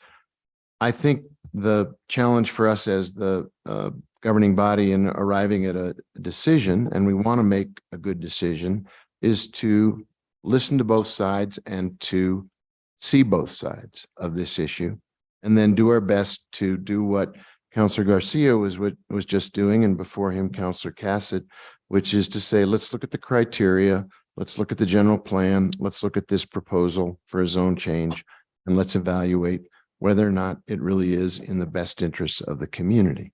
So we have to look at the benefits and we have to look at the costs. What are the protections that are currently in place for the South Central Highway corridor? Mayor, councilors, give me just a moment to start up my computer here. Off the top of my head, going over it several times, you have a 75-foot setback along this corridor. In other areas, it's reduced to 50 feet. You have a limitation in density it limits it to R21. You have a requirement of 50% open space per lot. You have height restrictions for buildings of 25 feet to the roof deck.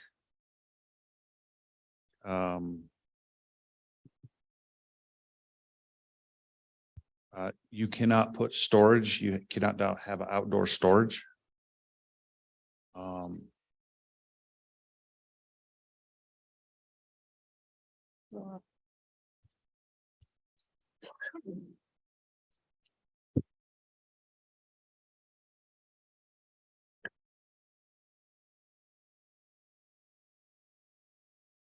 Just you have okay, landscaping to the greatest extent possible. Existing natural landscaping shall not be disturbed within 25 feet of the property. So you, in this the subdivision does have a 25-foot landscape buffer and a 75-foot structure setback, not building setback. So they exceeded the standard there.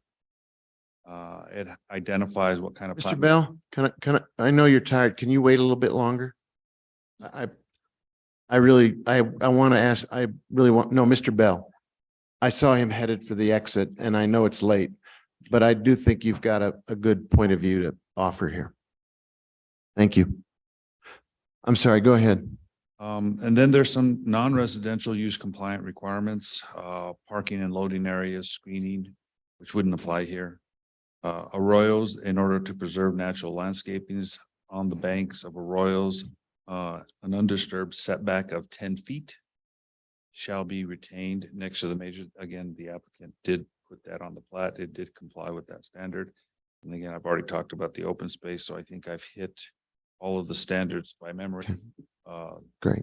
So would it be fair to say that compared to many other parts of the city, there are special protections applied to this corridor? And we just heard from Councillor Cassett when she was asking questions about the housing pipeline and where there will be more development. Those probably don't have the same degree of protection that applies in this corridor. Is that fair to say? Our councilors, yes. And that's because this is a special corridor. It's in the South Central Highway Corridor, yes. And I think we all agree, including every member of the governing body, that this corridor deserves special care. And I think the city planning team would agree with that. Mayor, yes. Okay. Mr. Summer, can I ask you a question or two, please? Mayor. Do you agree that this corridor deserves special attention, Mr. Summer? Yes. And why is that? Because the policies behind the South Central Highway Corridor explicitly talk about the effect of building on that arterial. And the policies behind that South Central Corridor District, as articulated very clearly there, talk about this being worthy of protection and buffered from development. So yes, I do believe that. And how far is the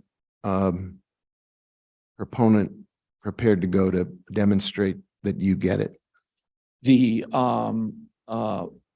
proponent of this development has agreed to, obviously not agreed to, but is going to comply with all the South Central Corridor District, but they've gone over and above in that he's limited heights. He's added additional buffers on the neighborhood side of 25 feet, not required to do that.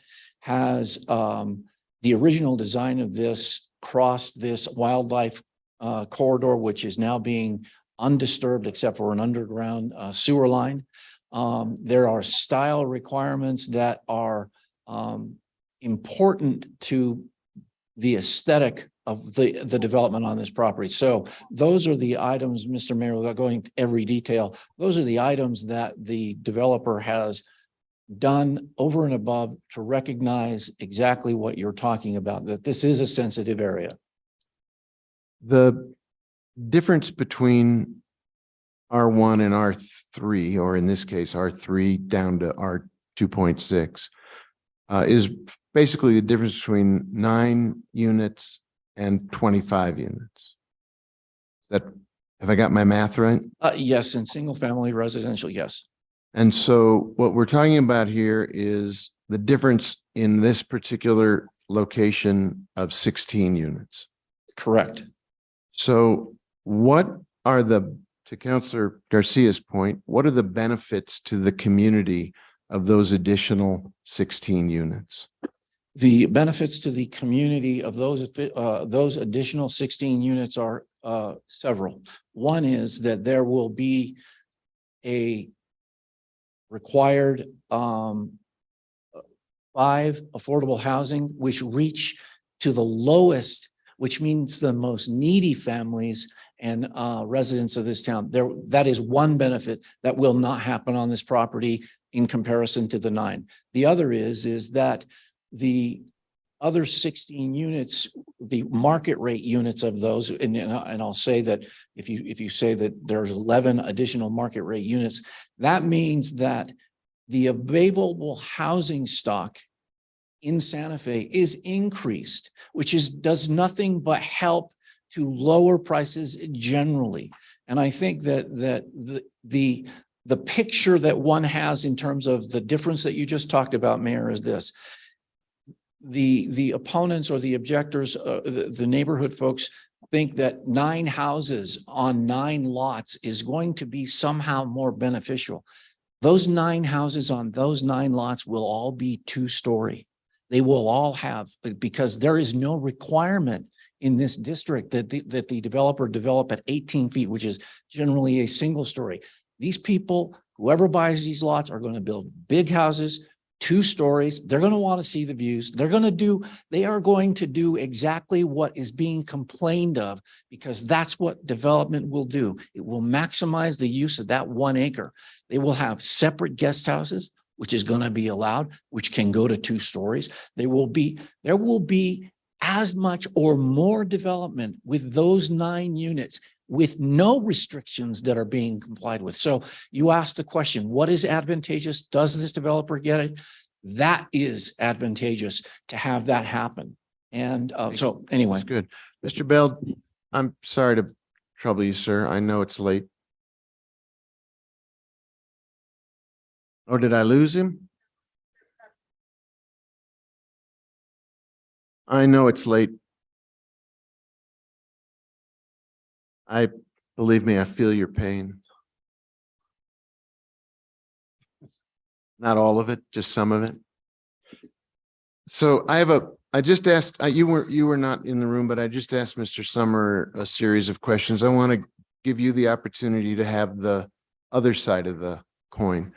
But I first asked him, did the developer agree that this corridor is very, very important and worth taking special measures to protect? And he absolutely agreed with that, as did our staff. Do you agree with the proposition that the city has a severe housing shortage? I couldn't answer that. I think the city has a severe shortage of affordable housing. Can you please get closer to the mic? I'm sorry, Councilwoman Villarreal can't hear you unless you're really close to the mic. I can say that there is definitely a shortage of truly affordable housing for local people who work in service industries, first responders, et cetera, et cetera.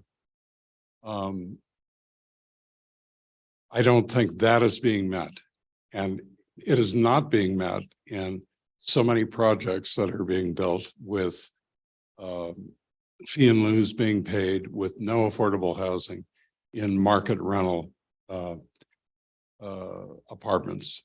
So I don't know the statistics to tell you whether or not these questions of that we need thousands more market rentals. I would question that. Really? Okay. That's interesting, because I think when I became mayor, I was handed a study that said at that time, and that was 5 years ago now, that we were in the neighborhood of 5,000 units short because between 2008 and 2018, we permitted very few houses. But you are not able to say that you think we have a I'm not housing able to. crisis. My understanding is that there are thousands that are already approved that have not been built out. Okay, let me ask you this, and Councilor Garcia asked it, I'm going to ask it again. We're talking here about the benefits of keeping it R1 versus the benefits of rezoning it to R3, which is then going to be about a 2.6 unit per acre. What are the benefits of keeping it R1? Benefits of keeping it at R1 at this time and why this should be denied at this time is that there was a requirement. Councillor Moore in the city council minutes of April 14th, 1999, added an amendment to the old Pecos, that the old Pecos Trail be designated as a scenic corridor from Cordova Road south. And additionally, there was this requirement that the city establish standards. Councillor Ives was very eloquent in saying that this needs to be put on hold, meaning at this stage denied. But what's the benefit of keeping it R1? You're revisiting history about what you would like to have seen with a planning exercise. We're voting on a zone change. Yeah. It's either going to pass or it's going to fail. If it goes down, we will have R1 zoning on that piece of land. What is the benefit to the community of keeping it R1? The benefit of the community is that there is an extensive 1,000 or more year history of that being a trail out to Pecos from Santa Fe. It has always had a rural character, still has a semi-rural character. Yes, there is some development. And the language is in the designation establishing that it is a rare, unusual, of great benefit to the city. And I would point out that all this question of NIMBYism, in the original hearing in December, people from throughout the city, not just that area. I happen to live towards the south end of town at this point. Many people find that to be valuable, and the density and the visuals we provided, a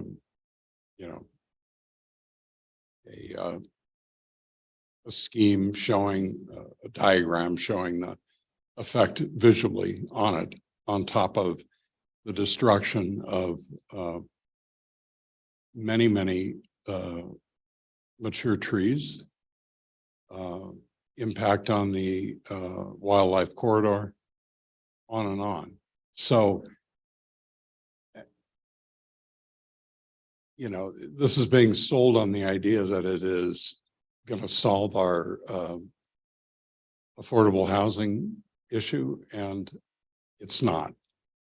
Well, I don't think anybody thinks one project anywhere in the city is going to solve our affordable housing needs, but I think Councillor Cassett was asking questions about the infill qualities and the opportunity to do infill. That may be a benefit. The downside you're saying is that it would, I don't want to put words in your mouth. The negative consequence is at R1, the benefit of keeping it R1 is. It's not a dialogue between you and me on that. It is supposed to be established. Design, developmental standards are supposed to be developed in a process that then goes to the council to be adopted as part of the general plan. It has not been adopted by So, by the city council okay. at this stage. What is, I get your argument. I'm asking you a different question, but it seems like No. that's the answer you want to give me. So I'm No, not, because that's fine. because Let me ask you a different question. without the proper process, you Well, know, let me ask you a different question. yeah. And I asked the same question of Mr. Summers. So we have a piece of land that's currently zoned R1. It would support 9 units of housing. We are seeing a proposal for 25 units of housing. So the difference is 16. Isn't it? I'm looking at Mr. Blair and I think he's questioning my math here. I got that one right. Okay. In your mind, what is the difference in impact of 16 units? How significant of an impact would that have on this criterion that Councilor Garcia was asking about? That's the difference. That's the delta that you're telling us is that's where we lose community benefit in that 16 units, because they're allowed to do 9. There's a request to do 16 more. And in that delta, in order to see that the criteria are not being met, we have to see what that impact difference amounts to. So as you look at it, 9 houses versus 25, the 16 unit delta, what is the impact that changes the benefit ratio as you see it? Well, first of all, it's going to establish a precedent that will affect all the other undeveloped property along there. Once that happens, it's going to dramatically begin to change. So it's not just this one development. You're setting a precedent that is not based upon required developmental standards. Now, I'm not sure what the resistance is. It's just spot zoning is what is being proposed. Hold it right there. It's spot zoning. Hold that thought. Madam City Attorney, what is the definition of spot zoning?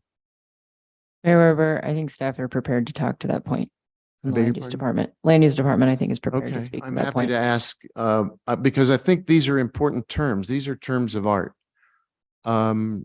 Escabel, or who can tell us what spot zoning is, how that is defined? Mayor Weber, counselors. So I think we were just talking, we might tag team this one a little bit. Sorry, we're getting tired too. I know we don't allow spot zoning per our code. Dan, do you want to chime in and I can try to pull it up? Mayor, council. So the general plan dictates exactly what requires us to be able to rezone, and it requires a minimum of 2 acres or greater.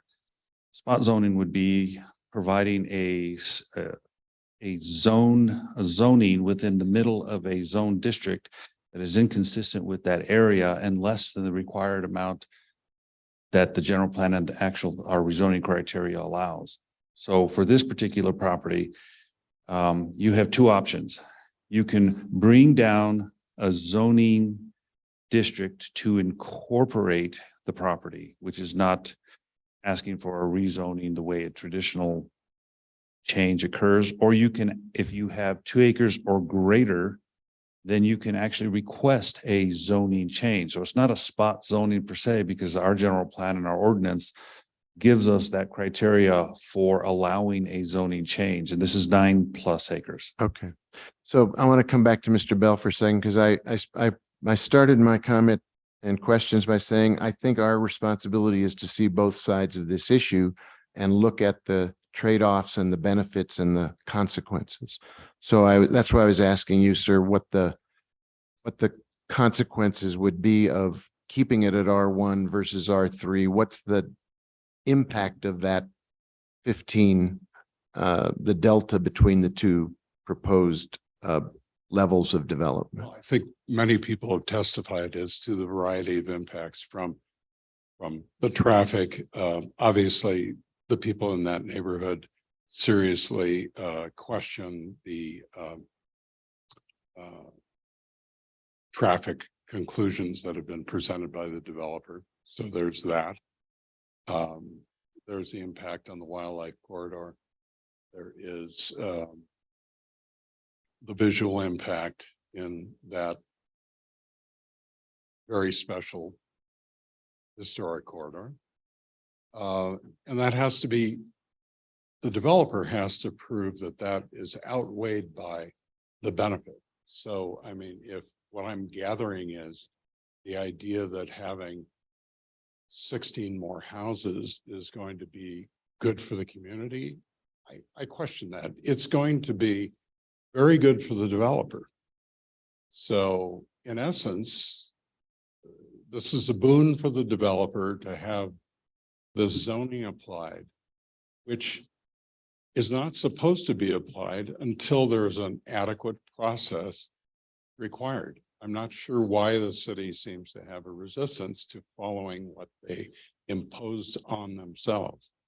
And I refer back to Councillor Ives. I thought he was very eloquent in his statement and his recounting of the fact that he really saw it more on the city's side. This whole trope that's been put forward is it's the community's fault because they didn't make it happen. I think that is offensive, frankly. Clearly, the community actively participated, and from Councillor Ives' testimony, it was the city that really dropped the ball on it. So it's time to reinstitute that. I think the comments made by Councillor Romero Worth verify that in fact there was a continuing discussion within the city and with staff and with Carol Johnson to re-up that process, and that's what needs to happen in my view and the view of many other people. Great, thank you. I have violated my own time limit. Mayor Weber, I think Ms. Figali had a little bit to add to what Dan had mentioned earlier on the. And while you're at it, if you're going to respond to one other point, I'm interested in the question of what constitutes a precedent and what doesn't. Mr. Mayor, councilors, that question might be better addressed by our city attorney, but in regards to spot zoning, our city code actually does not define it. We do have those parameters that Dan, that Mr. Escabel mentioned that say that you can't change the zoning of under 2 acres if it is not aligned with adjacent properties, or that you have to have more than 2 acres. And generally, in other jurisdictions and in the legal dictionary, that is what spot zoning is defined as, but we do not have a definition in our city code. Thank you. And Mayor Weber, with regard to precedent, these cases, so it would be very difficult for this case to be precedential in another case. I think certainly future applicants could look at what was done in this case and make arguments as to whether a future decision was arbitrary or capricious in comparison to that. But you very much need to look at the circumstances of the particular proposal at hand and apply the same criteria in each matter. Thank you. Did you have anything else? I didn't mean to cut you off. I'm sorry.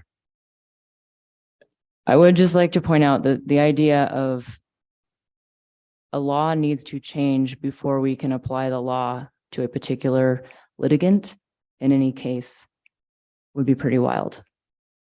If you were a criminal defendant awaiting trial and the judge said, I actually would prefer different criteria to apply to you in your future trial, no one would let that stand. So I violated my own time rule and I apologize, but I did offer a second bite at the apple for anyone who wanted it. And that starts with Councillor Chop. We'll just go down the line. Even if they say no, Councillor Garcia, no, you're going to pass. Councillor Rivera, you passing? He passes. Councillor Garcia, you have the floor. Wait, I'd like to make a motion. Well, I thought we were going to try to wrap up the Q&A at this point. No, I thought we were going to finish the first round and then Well, how And many then- people have more That's questions? I have correct. more questions and I'm done. Can I ask the city attorney one clarifying question? And then happy to. let you Yeah, go. yes, Counselor, of course you may. Madam City Attorney, on what grounds can we make a motion to postpone? Mayor Weber, councilors, if you need more time and you're not able to capably hear more evidence or discuss further, I think that's all the grounds you would need. Are there other types of grounds you're curious about in particular? Right. Like, there might be many types of grounds. I'm not sure I can cover them all without a specific example. Well, the reason I ask is because earlier Councilor Romero Worth had asked to postpone until we finish the study, or I don't want to put words in your mouth, Councilor Romero Worth, but you had mentioned that that wasn't allowable. So, and you had mentioned needing additional evidence, et cetera. What would those grounds? Can you clarify for me? So Mayor Weber, councilors, I understand that any sort of delay right now would be to continue this proceeding. The earlier option was about stopping the proceeding for something else to happen that was not the proceeding. So any reason, and if you need more time to finish this proceeding, that's what I understand is being discussed right now, is when to schedule more time for this proceeding, not scheduling more time for something that is not this proceeding. I'm reverting back to the original question, not postponement to a special meeting in 2 weeks. You had gave clarification earlier regarding postponement if additional evidence is needed, correct? Mayor Weber, councilors, I understood the proposal to be additional time so that potential new laws could be discussed. Okay. And that is not appropriate. Okay, understandable. Thank you for the clarification. Is that what you needed? Okay, I turn the floor over to you, Councilor Merworth. Point of order, Mr. Mayor. I don't know. Yes. Hi, councilors. Mr. Mayor, so the city clerk and the city attorney and I looked at the agenda of the coming few weeks. The first available weeknight where there is not any existing city meeting being held is Tuesday, January 31st. That is the next open weeknight. That is option one. Option two would be you could choose to schedule it in another night and we can just tell the other meetings you either have to postpone or move and this takes priority. Option three would be to schedule a meeting the week of the 23rd or the week of the 30th during the work day. Option four would be to schedule on a Friday evening or on a weekend.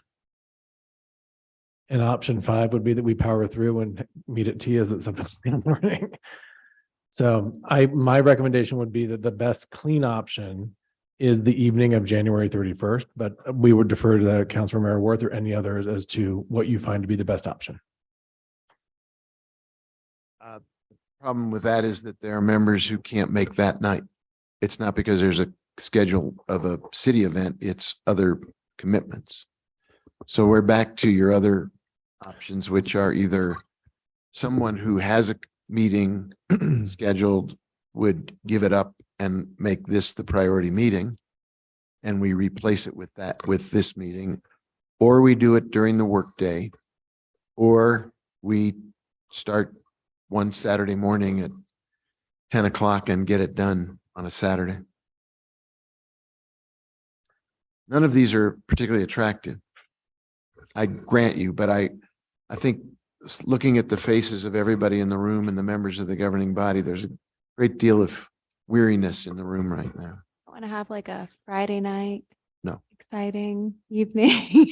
We could. I'm open to anything. Councilor Garcia. And I know this might interfere with other legislation, but what if we were to postpone this to the next governing body meeting and everything else unfortunately gets pushed to the next meeting? It's the cleanest way where we all know we're going to be in the room. We've just passed a bunch of measures to move everything to the next governing body meeting. We'd have to kill all that and start over again from scratch. So I think we're talking about a special meeting. The question is how soon and when we could make that work with the schedules of the people who want to ask some more questions. The 20th or the 21st? which is a Friday or a Saturday. Friday night or Saturday.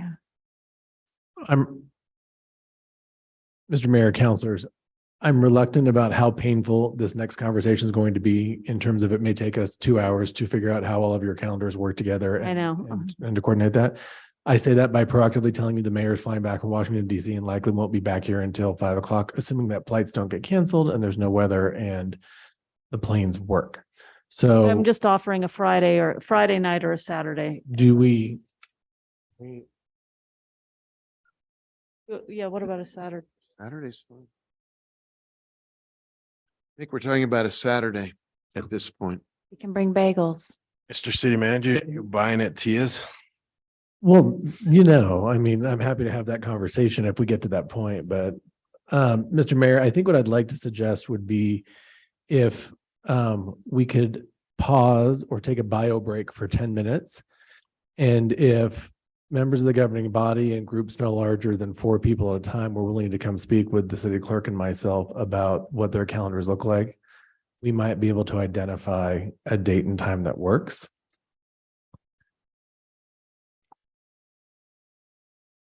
And that way, everybody who's in the room could get up, stretch their legs for a minute. We can open the door and get some fresh air. And then ideally, we'll have some sort of a better option for you all in 10 to 15 minutes. Let's reconvene at 12:30.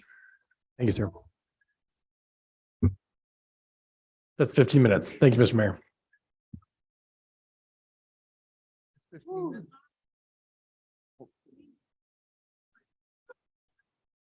It's reality therapy. Friday, Yeah.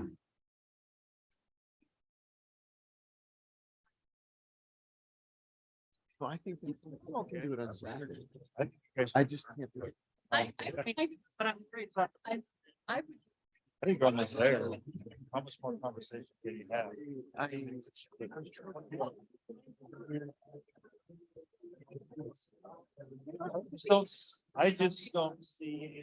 just don't see how you can beat it up. It is. But it's. What's your calendar like, Counselor Cassett?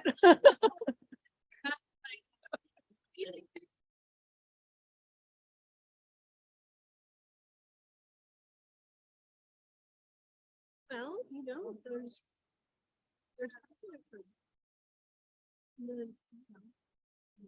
I saw there was just a recent, I don't know where he was from, but it was like a new US representative. And he brought his little. Yeah. Yeah. I don't know.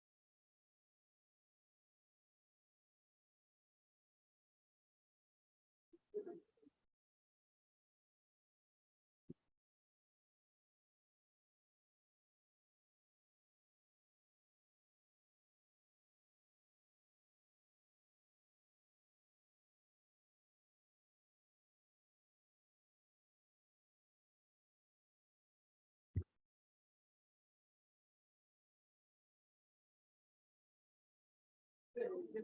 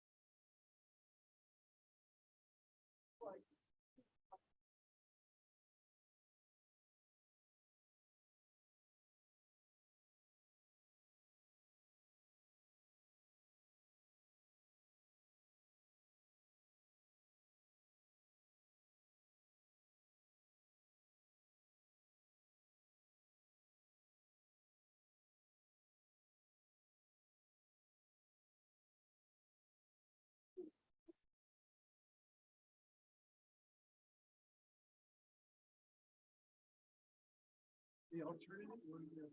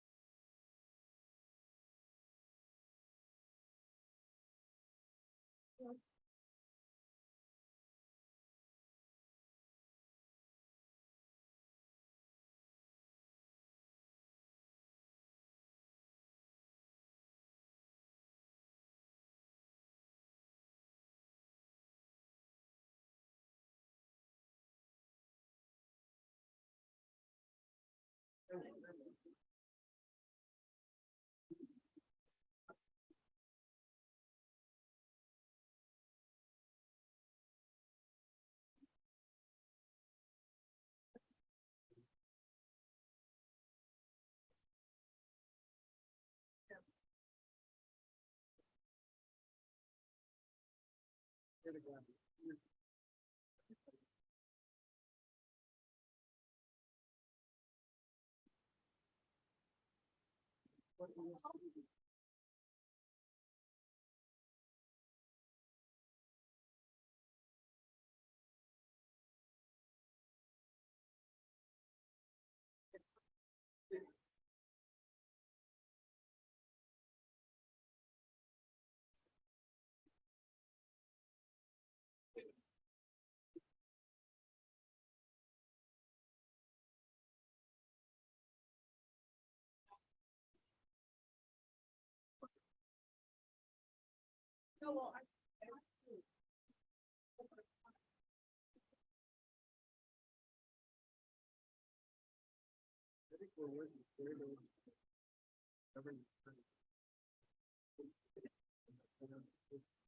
changed our mind. Okay, motion.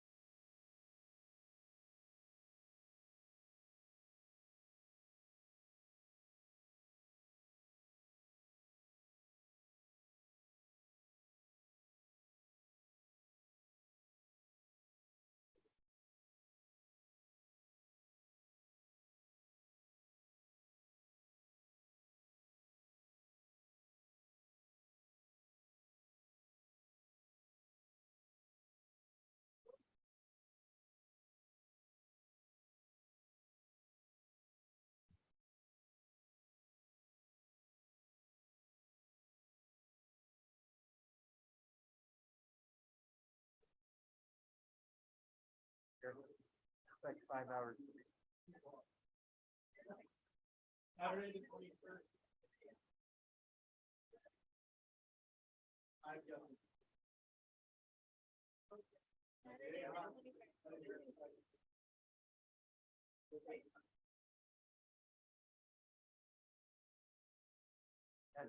That one will, the next Saturday I've got a different committee meeting. So yes, that one would work for me.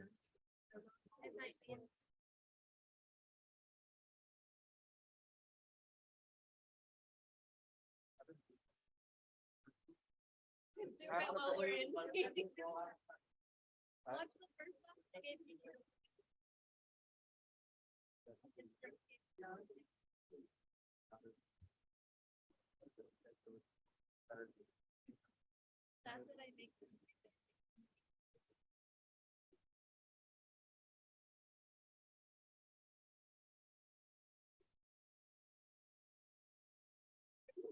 You don't know when You he's didn't make good. the shot. You don't know it.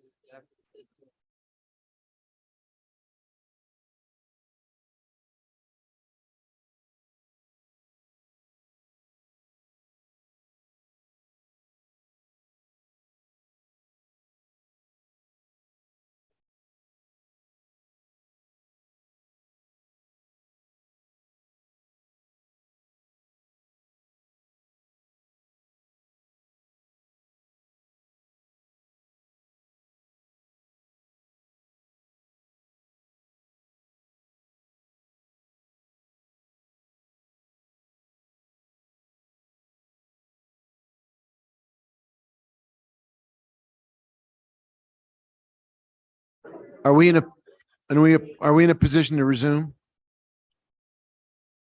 I'm ready. I said 15 minutes. It's 12:30. It's close. Mr. Blair, have you got a proposal for us? Okay.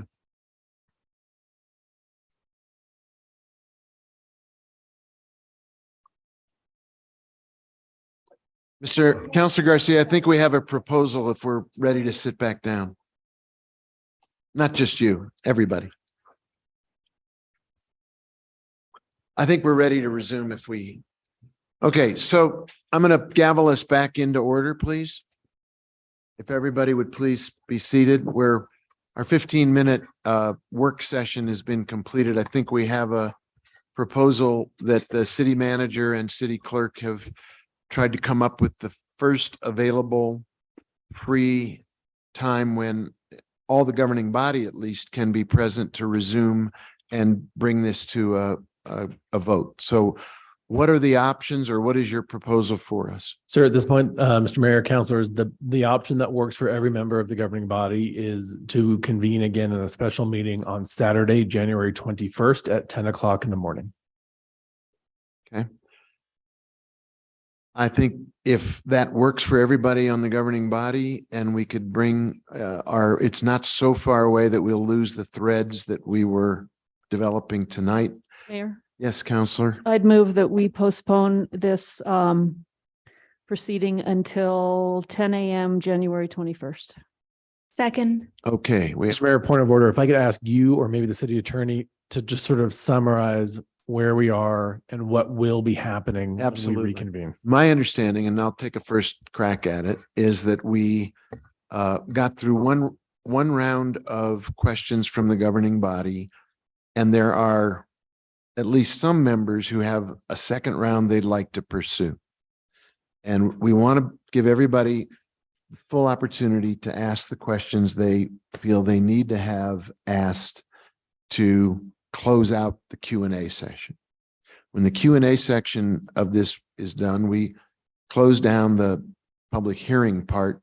Then we entertain a motion among the members of the governing body, which is then debated for as long as it takes the members of the governing body to make their points, make their arguments, explain why they think the way they think about whatever the motion is, and then we move to a vote. So we are, as soon as we finish the question and answer period, I think we are then ready to get toward the decision-making point where there would be a motion and then debate.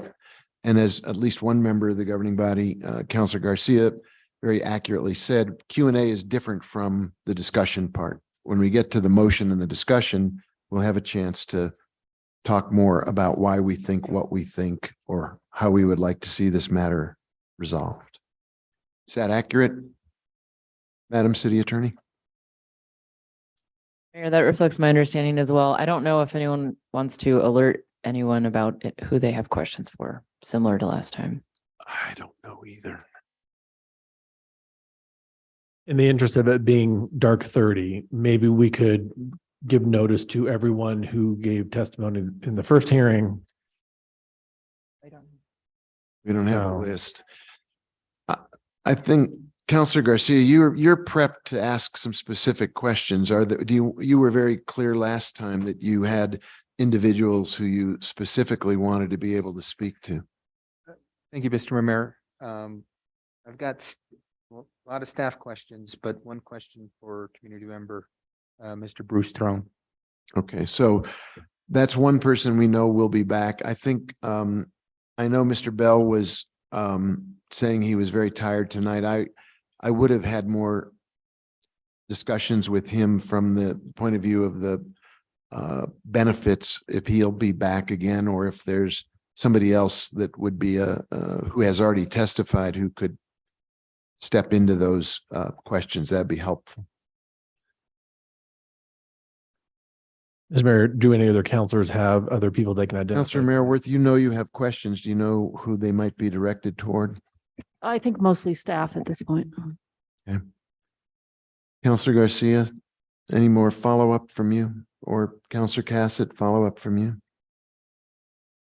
Okay, and Councilor Rendell, you indicated you had some more questions. Are they staff? All right, so I think predominantly we'll be asking staff questions, but there are some folks, obviously the applicant needs to be here and we have questions for you, but from the community, I think people who have been some of the leading voices tonight and in the first hearing, if you have the bandwidth to come back one more time, getting more input is very helpful. All right, so we will resume this on the 21st. I think we need to vote, sir. Yeah, no, I'm clarifying what we're voting on. The proposition is the 21st at 10 a.m., Mr. Mayor. 10 a.m. Okay, we have a motion. We have a second. Is there any I discussion? have a question, Mr. Mayor. Yes, Just to Councilwoman. clarify, there was a comment saying that we can't ask people questions that we didn't say that invited to come back, and that's not the case. We can ask questions of anyone that is in the room, from my understanding. Mayor Councilor, I think there's two different things. One is just asking folks who might have answers to the questions to be present, just to give them notice. And then the other question was, I think, who is eligible for questions? And it should be people who had something on the record. Okay. Something on the record? What do you mean? So the record is built upon the testimony from the prior hearing, the Planning Commission, the staff report, which included, I think, various of the witnesses we heard today from the city that hadn't spoken before. So like traffic engineering was part of the record and Planning Commission, that kind of thing. So anyone who could answer a question about the record from their personal knowledge or from any documents they have reviewed personally. Okay. Any other comments before we vote on the motion? So, Madam Clerk, would you call the roll, please? Yes. Mayor, councilors, can we specify that it's going to be here? I'm guessing that's the intent. That is very much the intent. I think my house would be good. I think we're committed to doing it here where we have the audio and the Zoom capability and the recording capability. I mean, I could set up a laptop at Councilor Merworth's. Yeah, I'll make breakfast burritos. It'll be fun. I'm going to focus. Okay. Councilor Rivera. Yes. Councilor Merworth. Yes. Councilwoman Villarreal. Yes. Councilor Cassett. Yes. Councilor Chavez. Yes. Councilor Lee Garcia. Yes. Councilor Michael Garcia. Yes. Councilor Lindell. Mayor Weber. Yes. Motion has been approved. All right. Thank you all for your attendance and your good spirits through hard times. We appreciate it. We're adjourned.